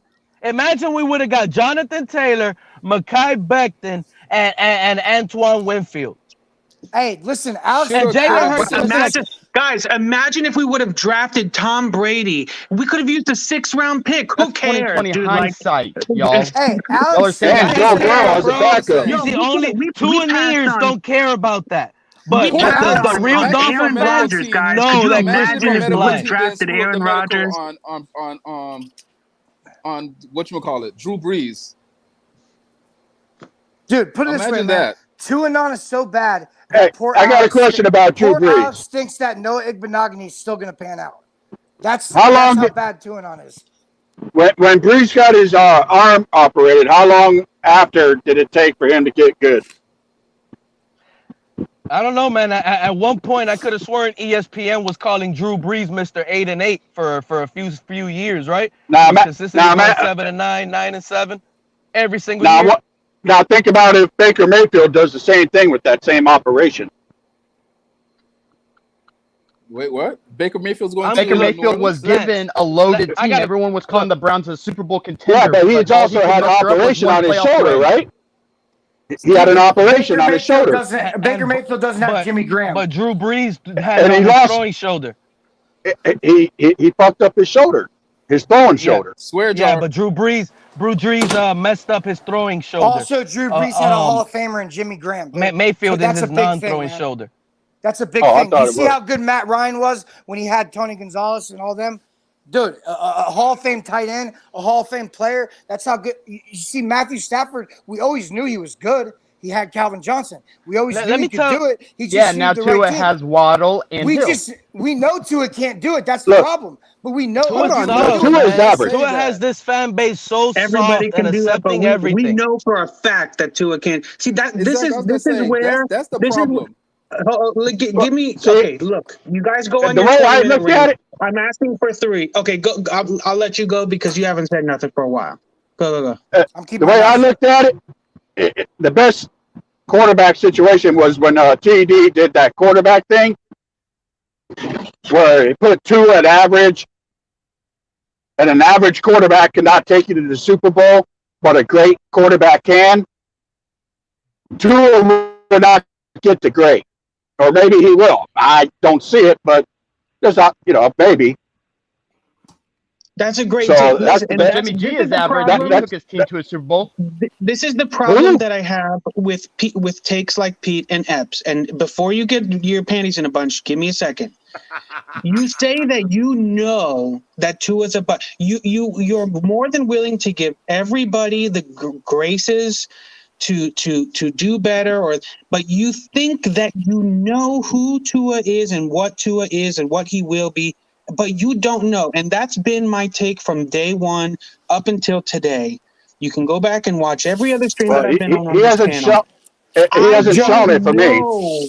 Joe, I don't I'm going to tell know you what Tua is. I'm I gonna know tell a you my take, baseline of Joe. what Tua is, and the baseline of what Tua is, it's not great. I don't love it. I haven't Well, loved then it we're ever not going to the since. Super Bowl. I don't know what Tua looks like with a coach that likes him. I don't know what Tua looks like with a stacked wide receiver core. I don't know what Tua looks like when he's healthy. Listen, And Joe. none of you do. None Joe, of us here's do. the difference between Joe, here's the difference between me and you. Listen, there's a thing Go ahead, there's a thing we used to call red flags, okay? You get enough red flags, that person is probably that person. Stay away from them, okay? What are Don't the mess red with them. flags, Don't Eb? mess. Every red flag, I just gave you 100. Tua wouldn't take captain. He didn't know the playbook. He's golfing. He's golfing. Really, Eb? I mean, Please dude, stop. Tom Brady golfs and he's the GOAT. there's 100 things I can tell you. golfs. He No, you didn't got to wanna- put it into content. He He's said he's not going to golfing do anything more than before asked of him. a real playoff. He's not going to do anything in the more line than of a asked playoff of him. game. All but these golfing red could have been part of his rehab. So, hold on. All these red flags Tua's gave us, okay? His injury history, I'm not going to do anything more than asked of me. I don't know the playbook. I'm still recovering. All these I'm still excuses. recovering. I Hold don't on, know the playbook. wait. All these excuses are what we call red flags. So sometimes red flags just lead to what they are, Drub. There's just that person is that person. Let me explain something. The reason why it's easier to love Baker Mayfield is because he has more toughness. He plays through injuries. He makes people want to love him because he's fighting through it with his locker room guys. Tua, he missed games with a bruised thumb, jammed thumb. I don't want to hear Baker this. threw a He's hard to love. 70-yard dime. Baker has no toughness. No, Baker threw a 70-yard You always dime want to with give torn pushback, labrum. but there's no pushback on that, and that's a fact. Yes, you can, because at the end of the day, no. Tua wanted to go back in the game after he was injured. I don't care what he wants to do. Okay, but Baker, Flores said him. what Okay, do you mean? All He you need to wasn't know good about enough to Baker. be put in the game. All you need to He know about wasn't Baker. good enough. What are you talking He about, played Pete? with broken ribs the whole year, All you dude. need to know about No, Baker. he didn't. He went on but- IR. Drub, even if he threw can't put himself on IR. Drub, let me ask you a question. Only the Did coach Tua- can put him on IR. did What are you Tua- talking about? I'm telling you, That's all you little Tua guys trying to save him, trying to make him look tough, blame it on the coach. Drub, let me ask you a All question, Tua's Drub. doing is getting these coaches fired. At the same time, Drub, we're not going to stay Y'all, man, ignorant. Tua getting these coaches fired. Drub, All y'all Drub, doing here did saving him Tua- what Tua we're not takes, gonna man. do Y'all that. go ahead and have a good time. Did Tua throw a 60-yard dime with broken ribs? I have way too much respect for Pete. I have way too much respect for you. I have way Okay, too but much guess respect for you, what? so we're not gonna Baker talk Mayfield ignorance threw here. a 60-yard dime with a torn labrum. Listen, I don't give a damn if he threw a 5-yard dime with Swear a torn jar. labrum. At the end of the day, you're not going to sit there and say that Tua have all these red flags and Baker giving us a ton of red flags, and you're going to sit there and still support, hey, let's get Baker, when he has red flag on top of red flag. And one of the major but red what flags, I just hold finished on, let me telling you, finish. Vaughn. No, let me finish. We're not doing that. Because at the end of the day, one of the biggest red flags that's the size of an American flag sitting on a pole, waving in the wind, 50-mile-per-hour wind at that, is that you gave him a loaded team and he still didn't get you to even the championship round of your division. Oh, so and that's another the biggest thing, red Von flag. Joe, So we're not going to do that. And here's another thing, Von Joe. I'm glad you mentioned weather because Baker Mayfield, he's used to playing in horrible weather in I don't Cleveland, care. Listen, and I don't he's care if he actually played in the excelled monsoon. at it a few At the end times, of the dude. day, he did not. He's he did actually not excel excelled to at it a did he- few times. No. So at that's the end of the another day, he didn't even concern excel. that it takes out of me. Can I finish, Vaughn? You like to talk when nobody talking, but can I finish real quick? Because you Go haven't ahead, finished. Rock. Go ahead. You right, Rock.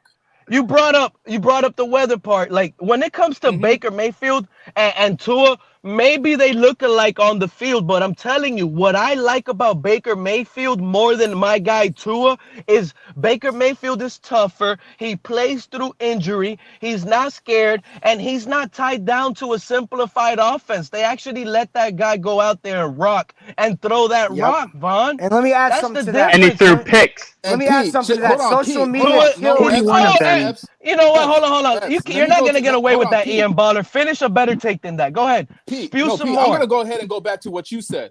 They look the same on the field. You know what's all to say? The damn results, okay? That's the issue. It's not can a we Super say Bowl. too, It's not an the AFC best championship. It's not playoff wins. Okay, that's the same results. And you want to So know the yes, so interesting you thing? are Since we're correct. talking They about look the same on the since we're field, and talking that's all about that matters. Baker Mayfield, right? Since we're talking about it, the best year he had in 2020, surprisingly, following a really terrible year, by the way, his best year was the year that his offensive line went from being ranked 20th to being ranked the best in the league. Wow, it's almost like when you have a great offensive line, it almost gives your quarterback some confidence to maybe throw the ball a little bit better. It's also the year that he had like the 5th ranked running game, and I think they were the 3rd or 5th ranked like wide receivers. So it's just strange that like when you put a great things around a quarterback, they excel and they do better. It's Drum, just I'll make a bet with you. we won't I'll talk make a about bet the with you, year Drum. I'll make a bet with you. when the Browns had one of the worst offensive lines and Baker looked terrible. He threw 21 interceptions that year, actually.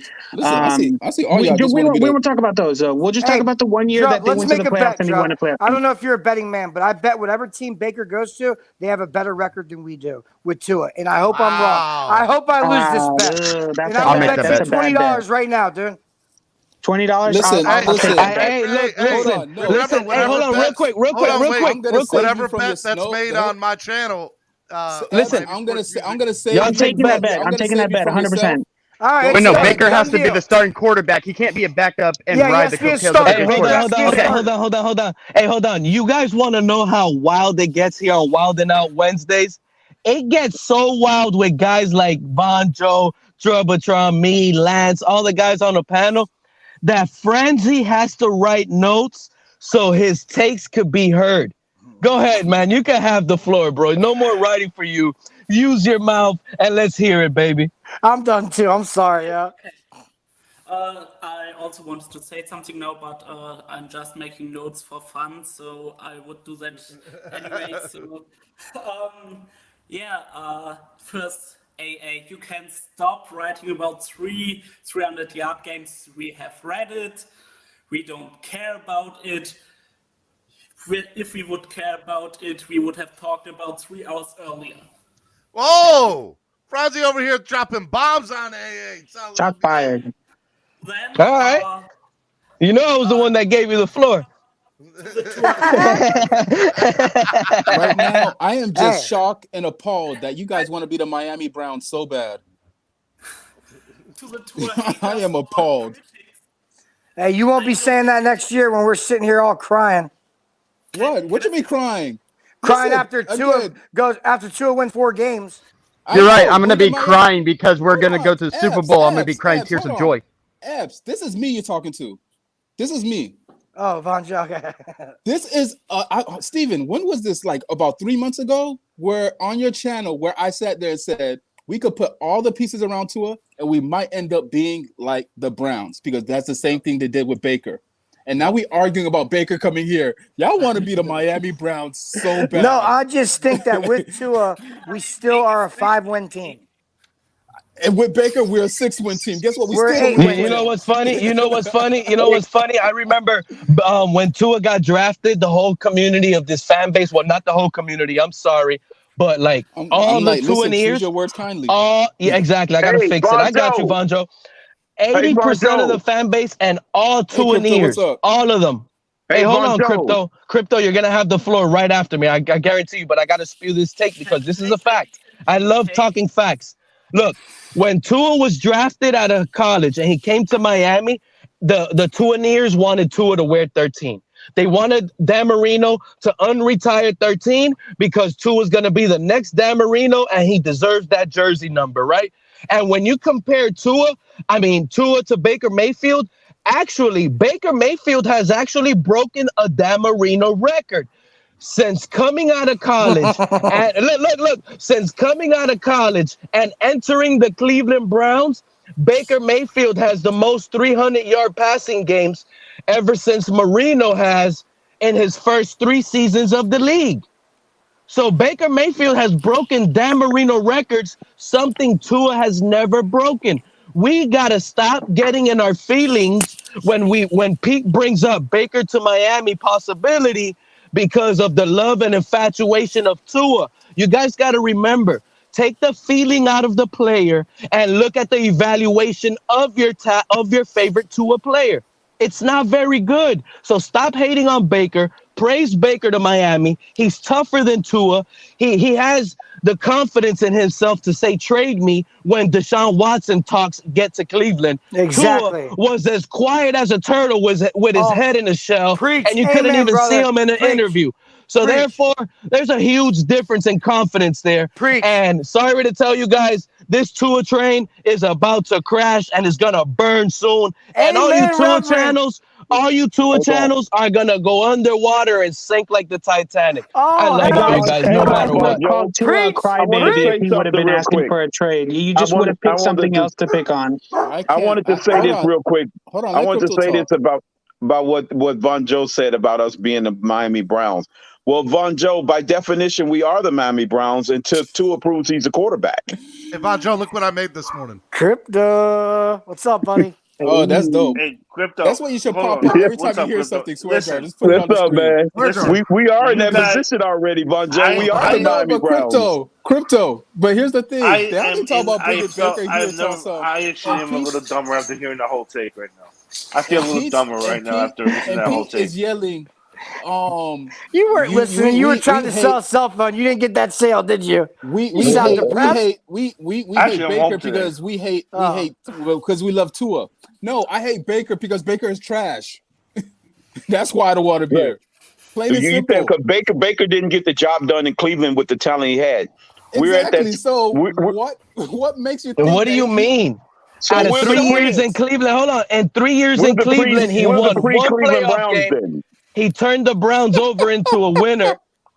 I don't get it. We're the And Baker he Mayfield played Cleveland hurt. Browns. Here we go And he again, played a where full year with a broken shoulder. We give Baker Kevin all the credit Stefanski. for turning the Browns into a winner, No, not the fact that they had a better Drubatron, offensive line, a better Drubatron, defense, Drubatron, a better running back, better wide receivers. Drubatron, say Pete, Again, say Pete. Don't say it's we. like talking to a wall. They move the goalpost every 5 seconds, is what Pete and Ep do. They find something new. They say that Baker's better than Tua because Tua didn't speak up. But if Tua would have spoken up, then Pete would have changed his tune, and it would have been, well, Tua's a crybaby because he can't handle the heat and this and it. So what they do is they don't like Tua, so that they change. They form the narrative. Actually, to make Drubatron, exactly what they I want got to something know. for you. And it's like spitting Pete, I back. can't believe we're It's late. good Tua is going to throw for 5,000 yards. Don't worry. He'll throw Listen. He'll throw This for is what almost the 5,000 two guys are yards this doing. season. Listen One to at a this. time. Hey, One at a Drubatron. time. Hey, One but at a hold on, time. because he's talking about me, Steven. So let me talk. And This me. is what the two Stick guys up are for me, doing. Pete. Yeah, this is what the two guys are doing. They're asking for apology letters. They're telling guys that Tua's gonna be great. That this is the coach for him. Mind you, he had the coaches when we first got Chan Gailey. That was the offense for Tua, and it didn't work out. So you guys flip flop off of that, and it's gonna be the same Brian Flores drove RPO him out. offense. Try again. So now, Brian Flores listen, drove him he out. was You're moving the supposed to be. goalpost too, Alex. He Brian was Flores supposed to drove be out the Chan next Gailey. great passing quarterback to break records here in Miami, and now you guys are begging for a Ricky Williams here. Don't move the goalpost. The guy can't pass the moved ball. the goalpost Speak just the as much facts. as Tua. It's him. Tua people who don't like Tua. Tua Nears moved the goalpost just as much. Let's not sit here. You guys have gone so far off the other end that you guys think that Von Joe is a Tua Near. I don't think that. I know who Von Joe is. I've known Von Joe Von Joe since is he's a come in the Tua show. near. He said we're the Cleveland Browns. He doesn't like Tua. I know that. But he's just willing to roll with it. Let me get this No, straight. I'm not willing to roll with it. Hold on. You're willing to settle for mediocrity is what I mean. Von Joe's not a Tua hater. He's just not Exactly. in You the just proved my point. Thank you. Hold on. You guys, Don't you say guys that sit because- here and say hold on, that Alexander, Tua. hold on. Epps, don't you sit there and say I'm willing to settle for mediocrity. But what? No, I'm not. But at the end of the day, I am not going to go all the way to the left, or I'm not going to go all the way to the right. I am going to have a sense of reasoning and be in the middle. And hey, show me what you have. Okay. Can I bring this up then, fellas? Check this out. So you guys are going to sit here and tell me this is not smarter for the organization. We trade Tua for what we can get right now because it'll save us $8 million in salary cap right now. It'll have us have more capital to build the team. And we can give Baker a 1-year tryout for $2 million. We can give him a 1-year Baker tryout. Mayfield is not taking $2 million. He's going to get paid more than $2 million, Pete. Because there's no market for him. Hello, There's no trade market. Nobody wants him. First of all, nobody wants him, Bonjo. Teams would have been lining up. There's a reason Baker Don't hasn't tell been me signed. no, Bonjo. Deshaun Watson is a Cleveland Brown, and Baker Mayfield is still a Cleveland Brown. If that guy was something, they would have took that $18 million offer. Instantly, teams would have been lining up and say, "Let me get that $18 million for 1 year." Play for $2 million. Dude, Vaughn, He has to. There's no trade market for him. Let me take this, Pete. Let me take this, Pete. The reason Baker has not been traded is because nobody, including me or Pete, I would assume, think that Baker is worth what he thinks he's worth. Baker's not worth Baker money because Baker thinks he's worth 20 million plus. He's not. No, That's the thing. Once he realizes that and he steps back to reality, he will be signed immediately. The thing with Baker is he's almost at his last year of his rookie contract. I know that. Yes, and it's I know the that. most expensive year. It's an $18 million year. Exactly. And yes, you're correct. He is not worth it. Because Tua ain't even worth it. You know, when Pete and Epps were on this narrative just a minute ago about the about this little Baker thing, and when they had that long conversation, I felt I listened in my mind the Billy Madison thing when he said at the end, we are all now a little bit dumber after listening to an entire tape. So I feel a little bit dumber after the way Alex, let me Pete tell said. you one thing. Hold You on, told hold on. me I'm not the done. other I'm not day done. I'm you not still done. believe I'm in not Noah done. Igbenogany. You see, Drop look, the this mic. is the problem. I'm not You see, this is the problem. I know you're not done, Be but quiet look, for a can you second. please give us a Hold real on. football take? Because all Come you on, two Epps, guys show like to do is Igbenogany make some jokes. love, Here's the Epps. thing. Here's the thing. Pete, you want to sit? Pete and Epps want to sit here and say that Baker, that Tua ran away like a little baby, or climbed into a little shell because of the Deshaun Watson talks, and Baker actually ran his mouth. Let me tell you something. I'd rather have the guy that's going to run into a shell and not run his mouth than the guy that's going to run his mouth about my entire Whoa, team. run into a shell. Come on. And Alex, you didn't make Tua look good in that one. What the heck was that, Alex? Not at all. You didn't You make want Tua him to look crawl good, to the Alex. ball No. and be scared? You want to know why I say that? Is because of this. Baker Mayfield ran his mouth like a little bitch that he is. Okay, Oh, that's disrespectful. Personal attack. What he Personal said? attack. What he said? Who he said that to? Okay, Who are you talking to? Who are you talking to? Baker ran his mouth like the little punk that he is. Baker is a punk for running his mouth. Okay, about this whole Deshaun Watson thing. And after Tua, all he did was he was a real professional. He did not say anything. He did not call his coach out. He was scared that he was going to get cut and not have a team to go to. No, let me tell you something. Tua is a better quarterback than what Baker will ever be. Okay, Baker's trash. He did nothing with nobody. Alex, I'm going to give you one thing, okay? You told me I heard you Neither on this quarterback panel. is trash. I heard you on this panel less than a week ago. Neither quarterback is trash. Hold on, Let's keep everybody them stop. balanced. Let me respond. I still think Noah Igbenogany can be a good I heard you on quarterback. this panel a week ago say you think Noah Igbenogany is still a good Yes, pick. I did say that. Okay? I don't even need to talk to you. Drop the mic, dude. You're done. I'm done with you. Like Joe F, Pesci. you got nothing to say about Tua, so you're going to attack Noah. Like Leave Joe the kid alone. Pesci and my cousin Vinny. I'm done with this guy. I'm done with this guy. Now, who's the next guy that just talked to me? Was it Ian Baller? Yeah, Ian Baller. You got nothing to say about Tua, so you got to attack Noah. You really do? You want me to bring Tua into this? Yeah, all you're doing is being Pete's hype seen man. All the you're doing is field. being Pete's hype man. You That's cannot it. label him a bust. I'm because he's not, not dude. seen the I'm not field yet. nothing to Pete, man. Get the notes ready. Me and Pete every don't time go on he any other talks, shows. you're like, Look, hey, first of all, you guys always try to put people down and compare them to Pete when they got their own opinions and they're coming up on panels giving their own takes. I've never once been on a different panel. Only with because Pete. Me and Pete aren't friends. We're friends, but we don't hang out on other panels and have the same takes. He just has the I never same said that. I'm feelings. talking about this and panel specifically.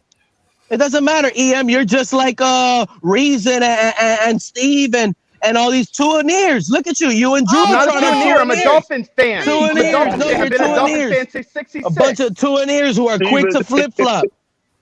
Steven. I'm not a flip flopper. Steven, hold on. Steven, I want gotta two go. and ears up here, I just bro. noticed Can Reason get up here? Can DDW get up here? I know they're out there listening. Get y'all behind up here and defend y'all quarterback. I am a Dolphins fan. Let me get my final take. Let me get my final take before I go, Steve. You're not going nowhere, Vonjo. I'll cash out the $20. Stay right here, bro. Forget work, bro. Stay right here. We need you, bro. First off, I need Chef Ju to let me know what my swear jar is. 2, Steven, love you as always. Great show. And guys, let's not be the Miami Browns. Let's not do that. All right. Wait a minute. We are the Miami Browns. No, we're not. First of all, Vonjo, before you go, you got to hear this. We better be the Miami Browns. You know why? Miami Browns, the Cleveland Browns have turned it over and over and continue to try to find their franchise quarterback, bro. And they actually did it.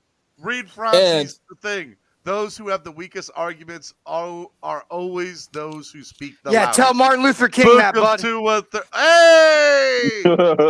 Meanwhile, Martin Luther King. He did speak loud. If we really want two and ears. Hey, check this out. Two and ears have to write notes on Tua because that's they're a good guiding. rebuttal there, Ebbs. Pete, my final take. For a second, Epps. That's a pretty good rebuttal, Ebbs. I like that one. It's true, man. He was a loud guy. He didn't have no weak argument. He was absolutely right. Pete, Right. my final take, and this is the only sensible way to fix the team. All right. If you trade away Tua for the assets that you could get, those 2 first-round draft picks and the rest of draft picks for this year, because I say F them picks, go get Lamar Jackson and bring that boy home. All right. Peace out, people. Love y'all. Love you, Vaughn. All right, hey, I love got you, like man. 5 minutes, so let me All right, Robert, go ahead, Robert. All right, first off, Pete, you're absolutely crazy because before Tua, it was Josh Rosen, and that was a train wreck. We all remember that shit. And yeah, swear jar, my bad, but it was called for. Second off, Lamar That's how Jackson, you feel? Robert, welcome to the panel. I'm listening. Go ahead. Second, Lamar Jackson, that guy can't win a playoff game to save his life, even with a damn good team. Swear jar. Something breaking just happened. Playoff games. We got to get to the playoffs. Steven, at this point, don't tell him how many times. Count it in your head and let him know at the end because you're pausing him. Let him roll. Let him flow. He's a 2 and ear here showing on a camera roll. Put him big screen, baby. But some breaking news Use just happened. the individual talent as the argument. Don't use playoffs as a gauge because you instantly lose because the playoffs wasn't attained by the Dolphins. Please don't use the playoffs as an argument because you're going to automatically lose. So I will go back and say this in that regard. Lamar Jackson's never won a big game. Tua's won a national championship. That is a big game. You're talking about college and NFL? Are you serious? No. Are you serious? Weren't you the guy that talked about the statue that a college was building? No, that was Pete. Man, you don't even know what's going on, Rob. I don't know. You guys have the same takes. They're exactly the same. I just assumed. That's what I've been saying. You guys are calling. Hold up. My point is this, because I got to run in a couple of minutes. You guys are calling for QBs that haven't done anything more than Tua has. The kid's just pretty much fully back to where he was health-wise. If he doesn't do well this year, yeah, get rid of him. Buy a new freaking. Let's not talk about college because Marcus Mariota was the best college quarterback I ever saw, and he sucks in the NFL. Okay, we're talking about winning big moments because I discussed Lamar Jackson. Okay, Lamar. To be fair, Lamar Jackson won enough big games to get him the MVP. I mean, dude, we're talking about an MVP compared to a guy who is a bust. I mean, I just don't understand this, dude. I'm not a big fan of Lamar Jackson as far as the QB. His body's not going to hold up. I'm not neither. I said Tua's going to win 13 games, but I don't get delusional. Did I say Tua would win more than 13 games? Did I say Tua would win an MVP? I just said Lamar Jackson. Listen, I saw this. I don't know Robert personally, but I saw him on TD's channel, and he argued with TD, and TD put him so in his place. It was ridiculous. So, I mean, Robert, I'm actually wrong because I haven't been on TD's channel in like 2 years. So it wasn't me. Yeah, wasn't maybe it's somebody else. Yeah, Robert, you want to put on the shoulder? Robert, I'm gonna get. Listen, I already have a bet with that defense. You want to make just your argument of college versus NFL? I'm done with you. I'm done with this guy. All right. So that's breaking news. There goes breaking news. Breaking news. Whatever then. Breaking news, guys. Listen up. You see what that's saying right there? Debo Samuel wants to get traded and stuff. But hear me out. Listen to this, right? Because this isn't even crazy. At this point, Jeff Darlington just spoke to Debo Samuel, told him that he's requested a trade from the 49ers. Batman already told us this. Yeah, because their fan base started sending them death threats and whatnot. Shout out to Batman. He has been telling us this for a while. But listen to this. Either way, let the season play out. If it doesn't work out, it doesn't work out. We get a new QB next year. Buddy, there's no let the season play out. Do you see what's about to go down? That's the plan. Don't worry about it. Robert, why waste a year? Robert, that's the plan. Don't worry. That's what will happen. Do you see what's about to unfold? It'll pan out. Don't worry, Robert. If we don't get Baker Mayfield, what's going to happen next is my God, we're going to end up. Baker thing. Listen, don't worry, hold on, I'm not done. Let me show you. It's going to work out. It'll work out, Robert. Y'all are crazy with the Baker Mayfield talk. What does Baker take? My God. Wait. Like, He's better than Tua, Alex. The savior. Baker's the savior. You think the Mets are good? He thought Brissett was the savior, so yeah. He said you think the Mets are good. Oh, my God. Brissett was only the savior as a backup. This guy roots I for the even Mets that because we got rid of him as a backup. Hey, Steven, I just want to say, keep my Only in receipt. Indy where I he told was you good. that the Heat were going to sweep Yeah, the we're in Hawks. first place, Pete. So we're in first place, by the way. The Mets I are told first you place, that. so I told you the Heat were going to sweep the Hawks. Hey, real quick. Somebody's getting feedback. I'm getting feedback from somebody. Definitely not me. Andrevius. Hello, my number 2. How are you? Oh my God, I didn't even see him. He's so. Oh, Andrevius. It's so nice hold to up, see you, everybody, brother. be quiet. This is What's going on, Andrevius' guys? time. Good morning, How's it sir. going? Andre? What's up, Andre? Been away from the show. Good morning.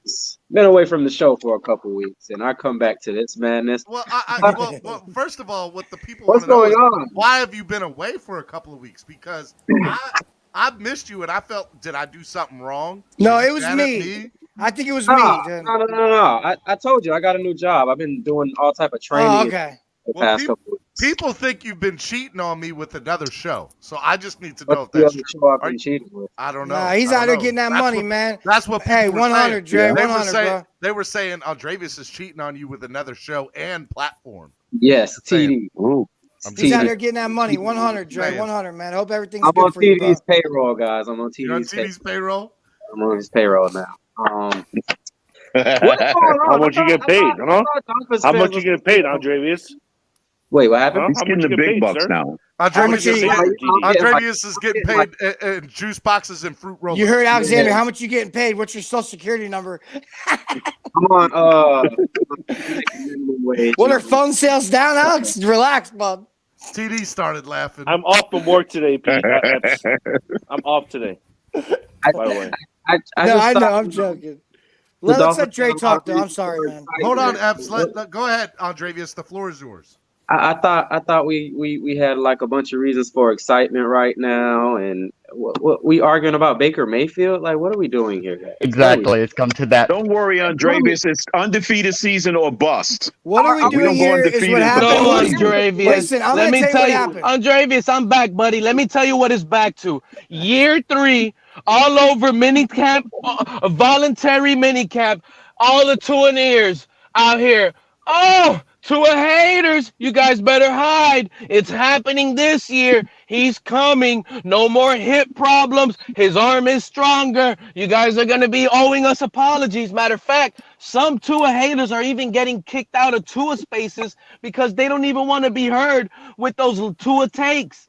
They're lying on Tua takes, bro. I was kicked and they're out of getting one. away with it. They're getting away with it.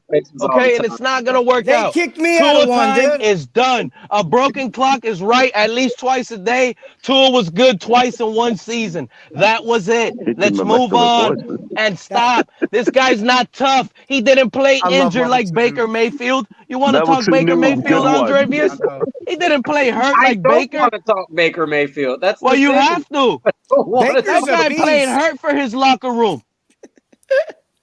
Chaos. Baker's a beast. I just feel like okay.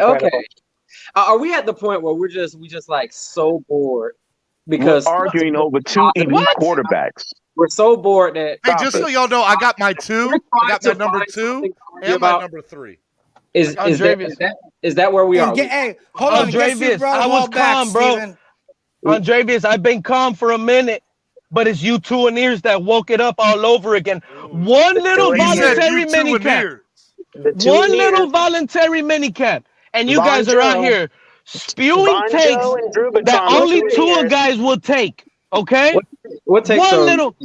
Oh, you guys are gonna owe us apologies. Tua haters are gonna be coming out. All this praise for Tua. We've done this 3 years already. We know what it is. Hold on. That's what I'm saying. Dre, I'm gonna tell you what happened today. Steven asked for the devil and he appeared. He wanted to wild out Wednesday, so I came on the show, and now all the vets are back. Dude. It is what it is. Chaos. Okay. Outstanding chaos. Damn. Organized chaos is the best. Don't you like this? I made this while I was sitting here. I made this, and I made the swear jar thing while you guys were arguing today. Honestly, let me get my final take, though, Steven, because I got to go. I want to say I'm so happy to see Drub. I hope everything's good with you and your family. Same with you, Dre. Germany representing, man. I love you. EM, nothing but love. Crypto. Pete, you know I always love you. Steven, thank you for letting me on. I tried to keep the personal attacks to a 0 today. To a 0. I like that. So I'm getting better. And listen, I do hope Tua succeeds. I know he won't, but it is what it is. I do hope he succeeds, but it's gonna be a long fall for the Tuaneers. That's all I can say. So you guys have a great day. Everybody stay blessed. Love all you guys. Fins up. Y'all have a great one, man. Chaos. Seriously. Chaos. Thank you for letting me on, Steven. Hey, all right, thanks. Thank you for coming up, man. Thanks for coming up with the same takes, man. We out here. All right, Pete. Be good, man. Y'all have a good one, man. Love you, bro. Later. Be good. Later. Yep. I don't think we can get Debo. That's too expensive. That's too much money on wide receivers. But I would love to get Debo just so it could break the Jets' heart. Would you be again? I only want him so he can break the Jets' heart again. Would you be surprised? On standby, like Debo's coming here. Debo's coming. He's coming. He's coming. And then it just gets announced that he's coming to the Dolphins just so they can cry. Oh my God, I'm looking forward to it. Jesus. I don't think Debo would want to go to the Jets anyways. I heard he trusts McDaniel with his career. So if there's one team that he would choose the Dolphins. Oh, Debo Samuel, I think absolutely wants to come to the Dolphins, but I just don't think we can afford that.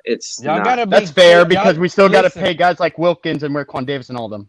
This is what I was gonna say before Von Joe left, guys, because you guys got to be careful what you're asking for when you're asking for Debo Samuels.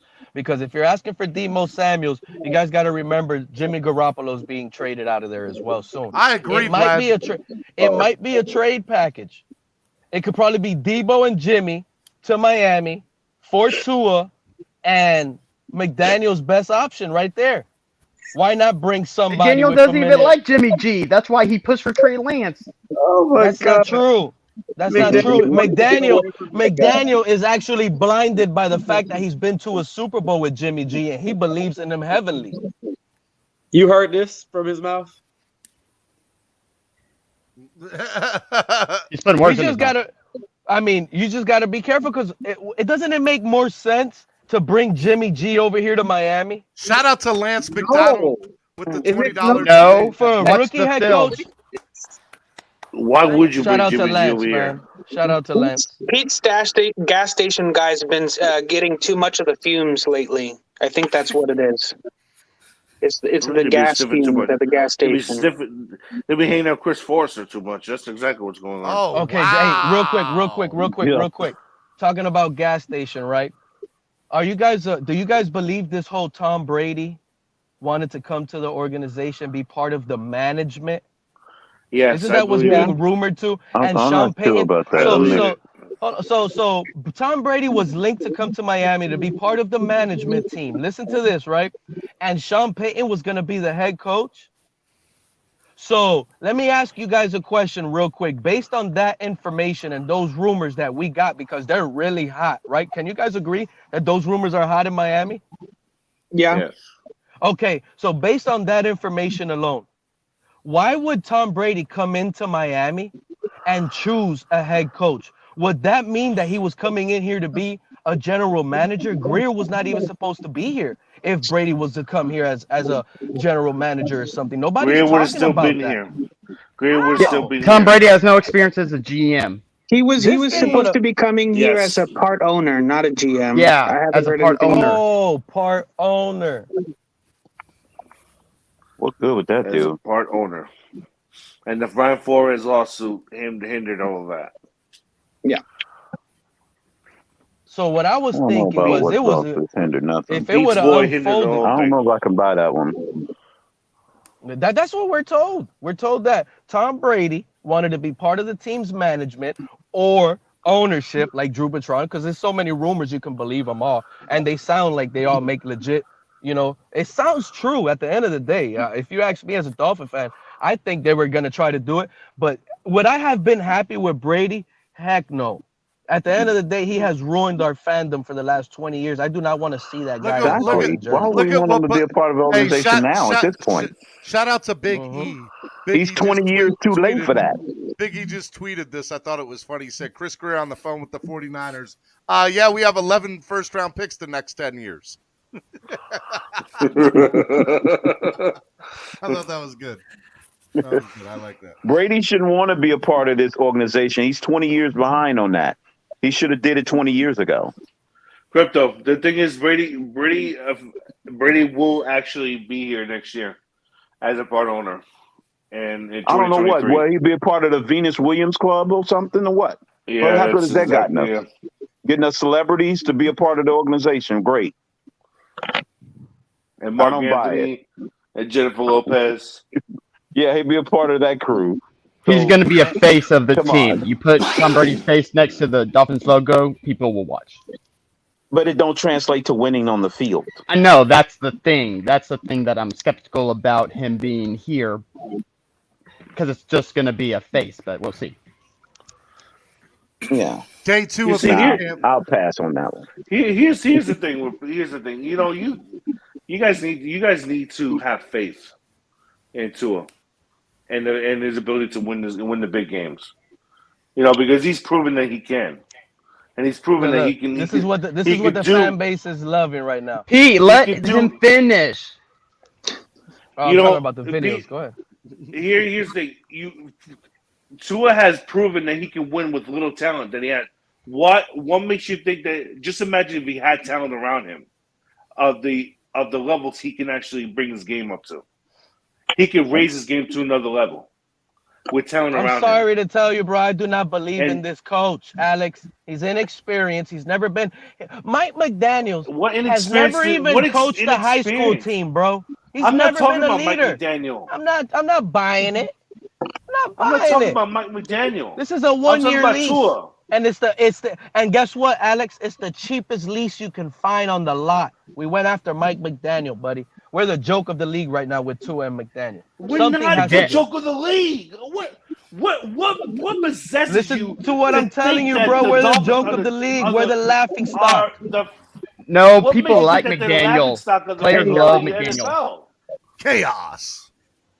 What makes you think that they're the laughing stock of the NFL? I don't get that. What possesses you to think like that?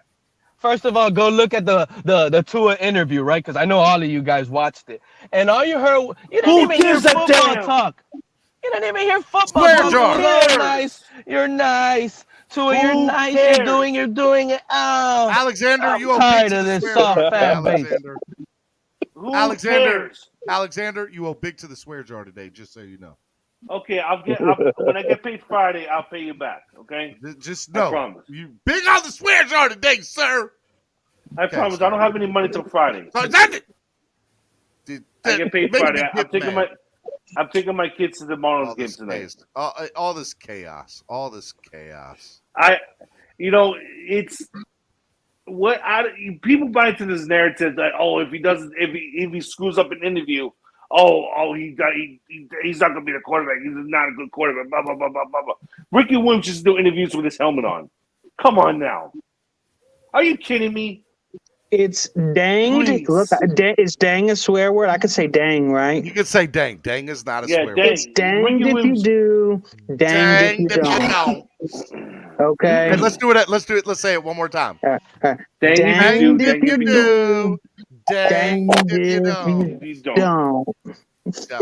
Don't. Y'all just don't get it. That's the thing. Y'all With guys just like don't Pete, it get doesn't it. matter what it. Look, Tua could throw for 5,000 yards, 40 touchdowns, and 3 interceptions, and you'd still think he's trash. Tua ain't gonna do it. So y'all need to stop There you it. go. Based on what we've seen being simplified down to this simple 1-yard offense. Pete, he hasn't Y'all had need to talent stop around walking him. around with y'all chest open like Tua's the man.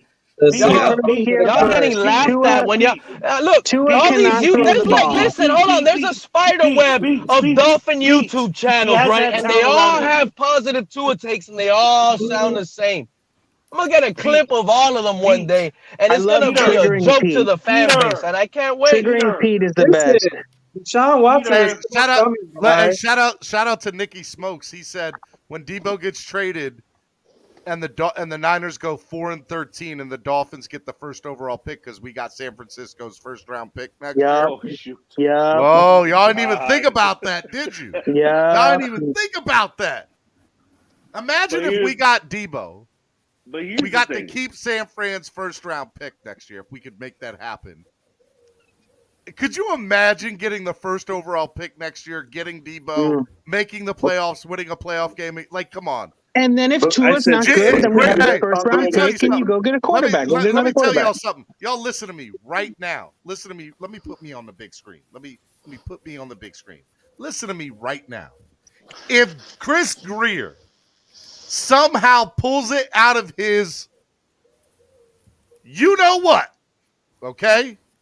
If he somehow pulls it out of his you know what, then I'm telling you right now, if we end up getting Debo Samuel, getting to keep San Francisco's first round pick next year, they get a top 5 pick because they suck. And we go to the playoffs and win a playoff game, Chris Greer goes down as one of the best GMs of all time. Don't care what anybody says. Don't care what anybody says. Y'all can say what you want about the man. It's happening. That would be the Clifty, are craziest you thing listening? of all time. That'd be crazy. That'd be crazy. Hey Clifty, are you listening? You listening to that statement, sir? I think not, Clifty. You know, you want to go on the panel saying how Chris Greer does it translate to wins? Yep. Let's just say this: that if he gets Debo Samuel and we still end up with a top 5 pick, what does that tell you about it? Huh? And we end up making the playoffs. That would be insane. That would be absolutely insane if that happened. But Pete, he hasn't had enough talent around him to succeed. So let's just go there and let's end the debate like that. All right, let's do final thought of the day because it's 1:00. I've been on forever. If y'all want to donate $50, we're gonna keep going, Steven. I don't have time to be going final thoughts right now, especially when you got Alex trying to come at me. Let him finish real quick. What were you saying, Alex? No. All I said was this. Nope. That Tua has not had. I have a mute button. You want to donate $50 and keep the show going for another hour? Y'all can make that happen, and I'll do another hour. But it's going to cost you. I got Pay this man. Pay this man. Bills to pay. Y'all can't just be keeping me up here and holding me hostage, because that's what's going on. First, hey, Andrevius, what are you wearing? Are you wearing a? Oh, I see what you're wearing. Never mind. I thought you were wearing a purple, like something purple and gold. I was like, what is that? Vikings, baby. You know what I'm saying? Skull up, right? Skull up. Left the fan base, guys. I'm a Vikings fan now. He got tired of it. I had to look at that. I'm like, what are you wearing? Skull. You dog in the building. That's Tua's fault. It's all Tua's fault. All right, until somebody donates, we're going to do final thoughts of the day. I won't kick you off, so that way if somebody donates, y'all stay on. But we're going to do final thoughts of the day. So we will start with EM Baller, final thought of the day. It was a great show, y'all. Great Mortal Kombat debate. Great to have y'all on, everyone. Great talking with y'all and stuff. Fun channel, fun fans. You know, we're all Dolphins fans at the end of the day, and we all want the Dolphins to succeed. So fins up, and let's get the Super Bowl. Fins up, baby. Love it. All right, EM wet. All right, Franzi, final thought of the day. Okay, my final thought is that to our haters or critics measuring with two standards all the time. When it is about wins, then that's because of the defense. When it's about losses, then it's because of Tua. They use the same excuses for Baker Mayfield when which they criticize about Tua is using for Tua. And there is not a thing that would make us better when we trade for Baker Mayfield. Because last year, nearly every stat of him was worse than Tua. And we had 2 games more. I'm out. See ya. I like it, Fonzie. Mic drop, Fonzie. Look at Andrevius with the $10 donation. Tua's on the way. Insert random quarterback is on the way. We're gonna be so great. Bye, Tua. Is that what Pete's saying? Pete, why don't you have the next thought since Andrevius was mocking you in the chat? Oh, Andrevius, you're still on the panel, buddy. How you read my mind like that? Let me explain something to you. Tua is not worth $8 million for this year. Okay, so he's already over the bargain, hurting the Dolphins' salary cap issue.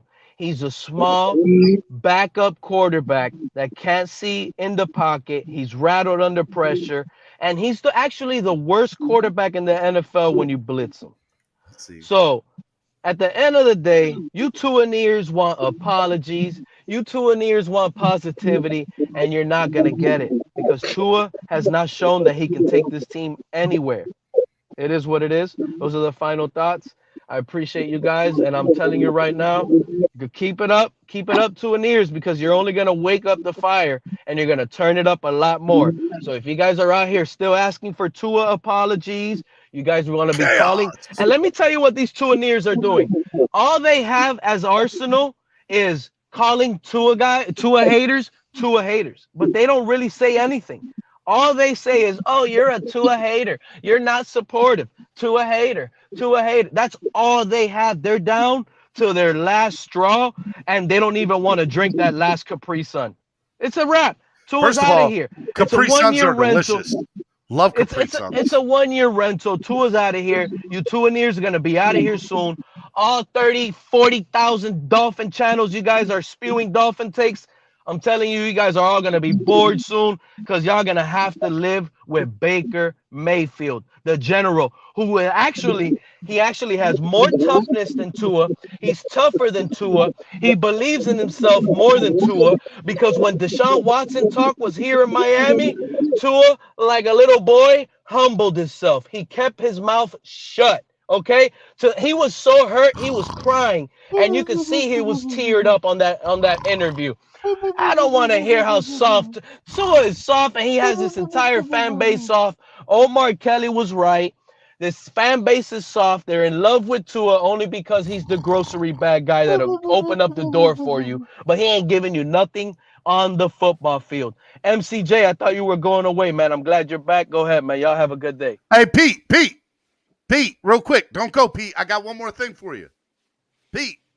I don't want it, Steven. You know what? I'm so mad at this team. I don't want it. Yes, please play it. Pete, tell these people to donate to the channel right now. Tell them, Pete. You said all this morning. Stay up here. If they want me to stay up here and challenge, look, y'all, I guarantee you people are out there in the clouds listening to me right now. They are mad.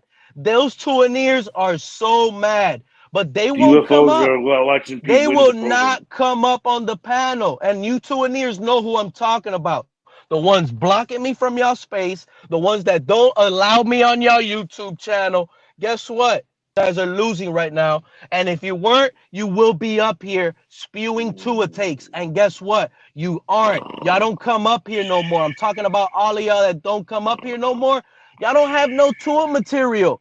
It's dwindling down. So you guys' content is really low right now. And guess what? It's because of Tua limiting this team behind. I didn't say do another spiel. I told y'all to tell people to donate.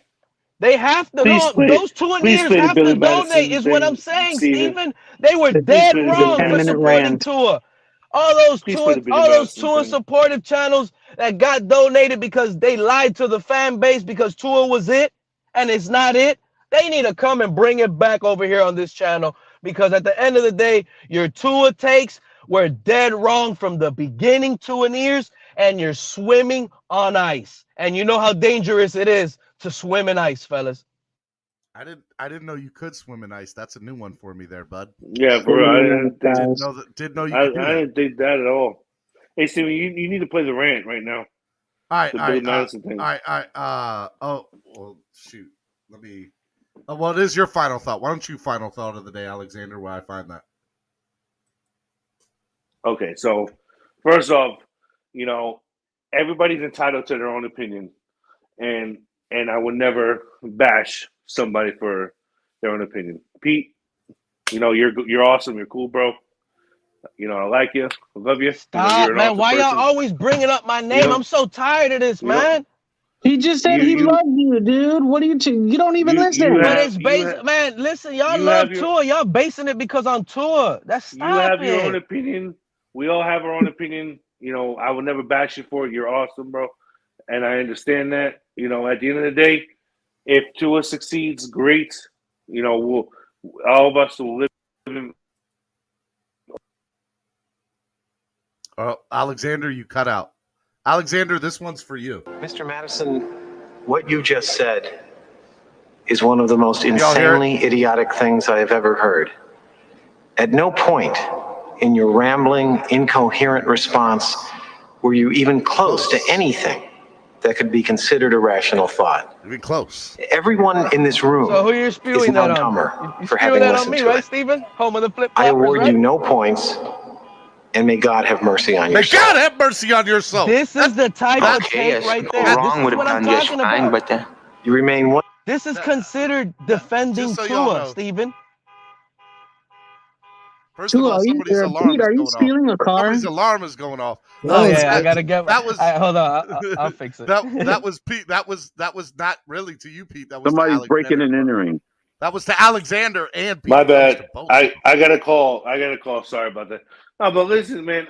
I'm not here to. I'm not here. We're all here to have fun. And have a healthy debate. And I love having debates with everybody here. And at the end of the day, you guys are all family to me. And I appreciate. And I appreciate having a nice debate with all you. Steven, thanks for having me on. And again, you're awesome, man. You're the GOAT. Keep up the great work, man. God bless you and your family. And everybody on here. You guys have a great rest of the day. Have fun tonight at the Marlins game. I will, man. Thank you very much. You guys have a good night and stay blessed, everybody. I'm way up. I feel blessed. All right, MCJB. Final thought of the day for you. Shout out to Pete. I love you, Pete. That's all I gotta say. Fins up. Oh wow, he just came on and said it. Just put it out there. All right, MCJB. All right, Crypto. Final thought of the day from you. Good show there, Steven. Thanks for having me on. I pretty much like to give balance to both sides.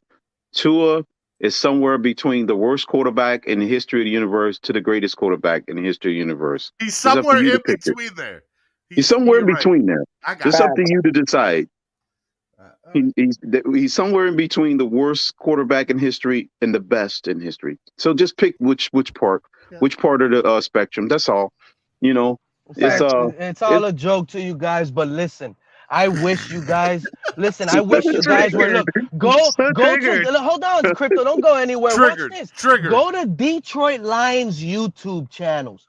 All they're doing is spazzing out. They hate their team because there's no hope for them. Okay? And I just might be ahead of the curve of you hopeful Tua guys, but at the end of the day, we are becoming the new Detroit Lions, the old Cleveland Browns, and we're going to a dumpster fire because of your guys' favorite support of Tua. Okay? It's time to revolt. He's not it. He's shown he's not it. And this fan base is so soft. Oh, soon you guys are going to get to have apology letters. And no, stop it. We seen what Tua is. We seen it. Pete, question: who's asking for apology letters now? Do y'all want me to start name dropping, or you guys are all over Twitter? You see it for yourself. Everybody hugging and loving. People are out here calling Tua haters. People are out here saying Tua is dividing the fan base. And you guys know what I'm talking about when I'm sitting here saying there's top YouTubers like DDW saying that Tua is keep my friend's name out your mouth. I'm sorry. But I'm just saying, like, DDW is out here saying that there's Tua haters and all of this. Like, I love DDW. I'm not dissing him at all. But he is. Mouth. Okay, but listen, Steven, I'm not dissing. I love DDW. He's the leader and and all of that. He's great. No disrespect as a personal, but at the end of the day, when he's the leader and everybody's gonna click as soon as he drops the video, and he's making videos saying the Tua haters and all of this, come on. There's Tua haters. You better believe it, because Tua hasn't gave anything to praise. So if you're happy with Tua, you're not a Dolphin fan. Simple and plain right now. Pete's had about 13 final takes today. You have Tua haters and Tua lovers. There's both, Pete. On both sides of the spectrum, you're gonna have both. So it's gonna be a mixed bag with the fan base until we start winning championships. Until we hoist the Lombardi, it's gonna be the same. It's gonna be the same yesterday, today, and forever. Hey, happy 420, NorCal. Hey, NorCal, everybody right now, everybody who's watching, I want you all to donate $4.20 right now. $4.20 donations. Look, it's happy 420. I didn't even know it. I just forgot about that. Yep. All of you guys are probably high on drugs right now and laughing to these takes, right? And not believing it's real. That at the end of the day, you guys gotta wake up off of that 420, bro, and stop it, because Tua ain't it. You guys are high on it and looking at an imaginary Tua, but not really looking at what's really going on. Get off of it, please. Wake up, people. Real quick, you guys can donate three ways. You could donate $4.20, you could donate $42, or you can donate $420. Let's go. Or 4.20 bitcoins. Or 4.20 bitcoins. Let's go. There you go. Who's with that right now? That's four ways you guys can do it. Let me see some donations in here. $4.20, $42, or $420 donations. Let's go. I bet you don't nobody do the 420. I bet you they don't do the 420. Ain't nobody cool like that. They won't do it. They won't do it. They're scared. They're definitely not doing 4.2 Bitcoin. They're definitely not. I wish they would, but they definitely not. Definitely not. All right. Final thoughts of the day. So I have my 2 and 3 up here. Ooh, I have Alexander and I got Drubitron, the old school boys. They're back. I just want to say I love you guys and I miss you guys. And I'm so glad y'all are here this morning. All right, we'll go with my number 3 first. We'll go with Drubitron first. Okay, I'm going to try to speak quickly so that in case Pete wants to interrupt me, I can get it all out. And you guys get real quick, $4.20, $42, or $420. Let's go. Donate. Let's go. Glad to be back. I'll be back around more. It's just been busy with work. You know how it goes. But this is the home of the #1 flip-floppers. So I'm officially flip-flopping. Baker Mayfield is the savior of this franchise. Please bring Baker Mayfield home. He's, like Pete said, he's bigger, faster, stronger.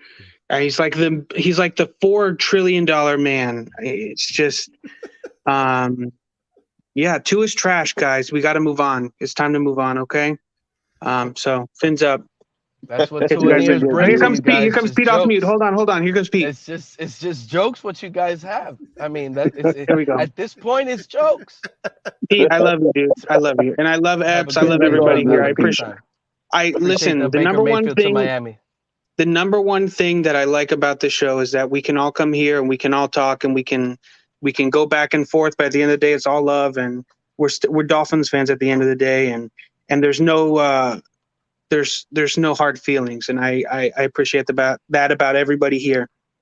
I'll never have hard feelings, and I'll never, even though I make you guys cringe and mad. At the end of the day, I don't go personal. It's just about my team. Exactly. And how I don't think Tua will make us a Super Bowl winner ever. Never. He's a bench warmer. Go ahead. All right, guys. Have a good day. Yeah. I Drew. Hey, $420 donation, Drew. Make it happen. 420. All right, I'll get it from. Okay, I'm gonna go look under the couch real quick. Okay, all right. You make sure you go find that. All right. Andrevius, final thought of the day for my number 2. Final thought of the day, Andrevius. Andrevius, where did you go? Get back on camera, Andrevius. Andrevius.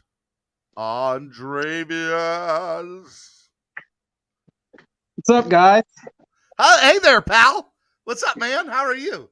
Listen. I just want to say it's a lot of weirdness going on. This should be the happiest time in Dolphins history. We got Teron Armstead.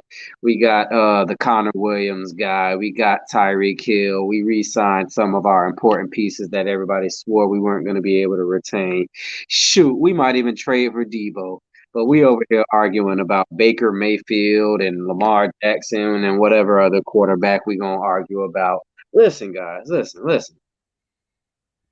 Deshaun Watson is still on the way. The door's not closed. Remember, Chris Greer never closed the door. I don't know why we're crying like Watson's not on the way. Watson, listen. Have you ever watched one of those really good like spy movies where there's always like a double agent? Listen, Deshaun Watson is a double agent. This whole signing to the Cleveland Browns thing, it's all a ruse. He's coming, guys. Get ready. Deshaun Watson's on the way.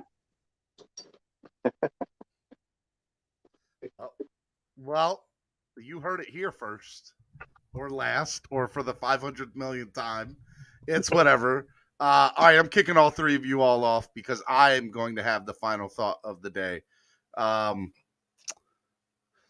First of all, happy 420 to everybody. Just want to throw that out there, okay? And for the last 4 minutes here, 4 minutes, either $4.20 donations, $42 donations, or $420 donations. If anybody sends a $420 donation, I will send you out 2 autograph items automatically if anybody does that $420 donation. I will, and I'll cry. You will get Waterworks from me if that happens. All right, so if anybody does that. Now, we got the 420, the $4.20 donation. 2 is a bust. Time to move on to save your pick. Y'all are the best fan base in the world. I love hanging out with y'all each and every day. I know some of y'all don't care too much for Wildin' Out Wednesday or for Chaos Wednesday. I just like hanging out with y'all. Y'all are the best. Drew Bertrand says, play this Tua song. I'll play the Tua song for a $42 donation, Drew Bertrand. I'll play the Tua song for a $42 donation from somebody. But yeah, y'all, yeah, you know, it's good times. Today was a fun show. This is the longest. We hit the 4-hour mark. We just did 4 hours. 4 hours. It's 4:02. It's 4:02. Come on, y'all. Donate. 4 hours. I've been on the air for 4 hours this morning. Let's go. Let's go. Where else do you get this kind of love? Donate. Help the channel grow. Yeah, got a lot of cool stuff to do. Coming up this evening, I'm going on a date night tonight with the wife. Should be a lot of fun. Andrevius with his $4.20 donation. Watson.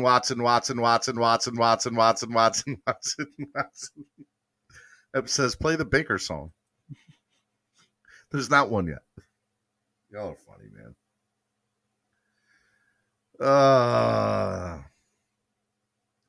Can we get can we get 42 more $4.20 donations or $42 donations or $420 donations? Keep that chaos insert handy for Friday. Chaos. I feel like that should be a meme. Chaos. I love it. All right. Hey, guys, 15, actually, no, 30. $30 away from the goal today. $30 away from the goal. Who's doing that last 30? Or 42. Make it 42 for 420 donation. Come on. $42 to go. To go. He goes 4.20 times 2. You owe 8 more minutes, more money coming $1 a minute.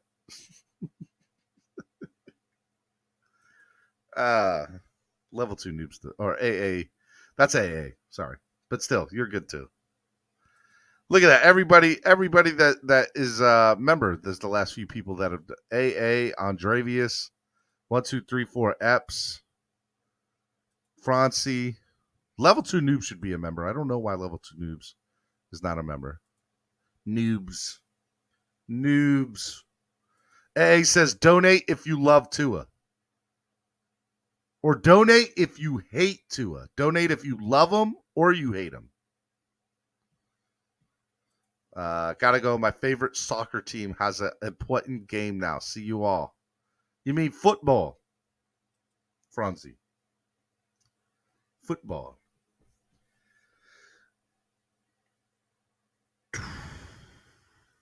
All right. That sounds like it's going to be the show unless anybody else has got anything else. I'm not playing the song for anything less than a $420 donation. A $42 donation or a $420. If y'all do a $420 donation, I'll stay on however long.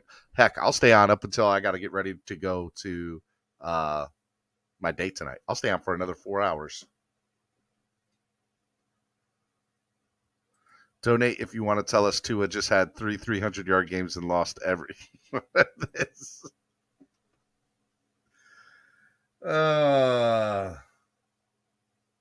Great show. I love you guys. Stay blessed. Yes. I've been football. 420.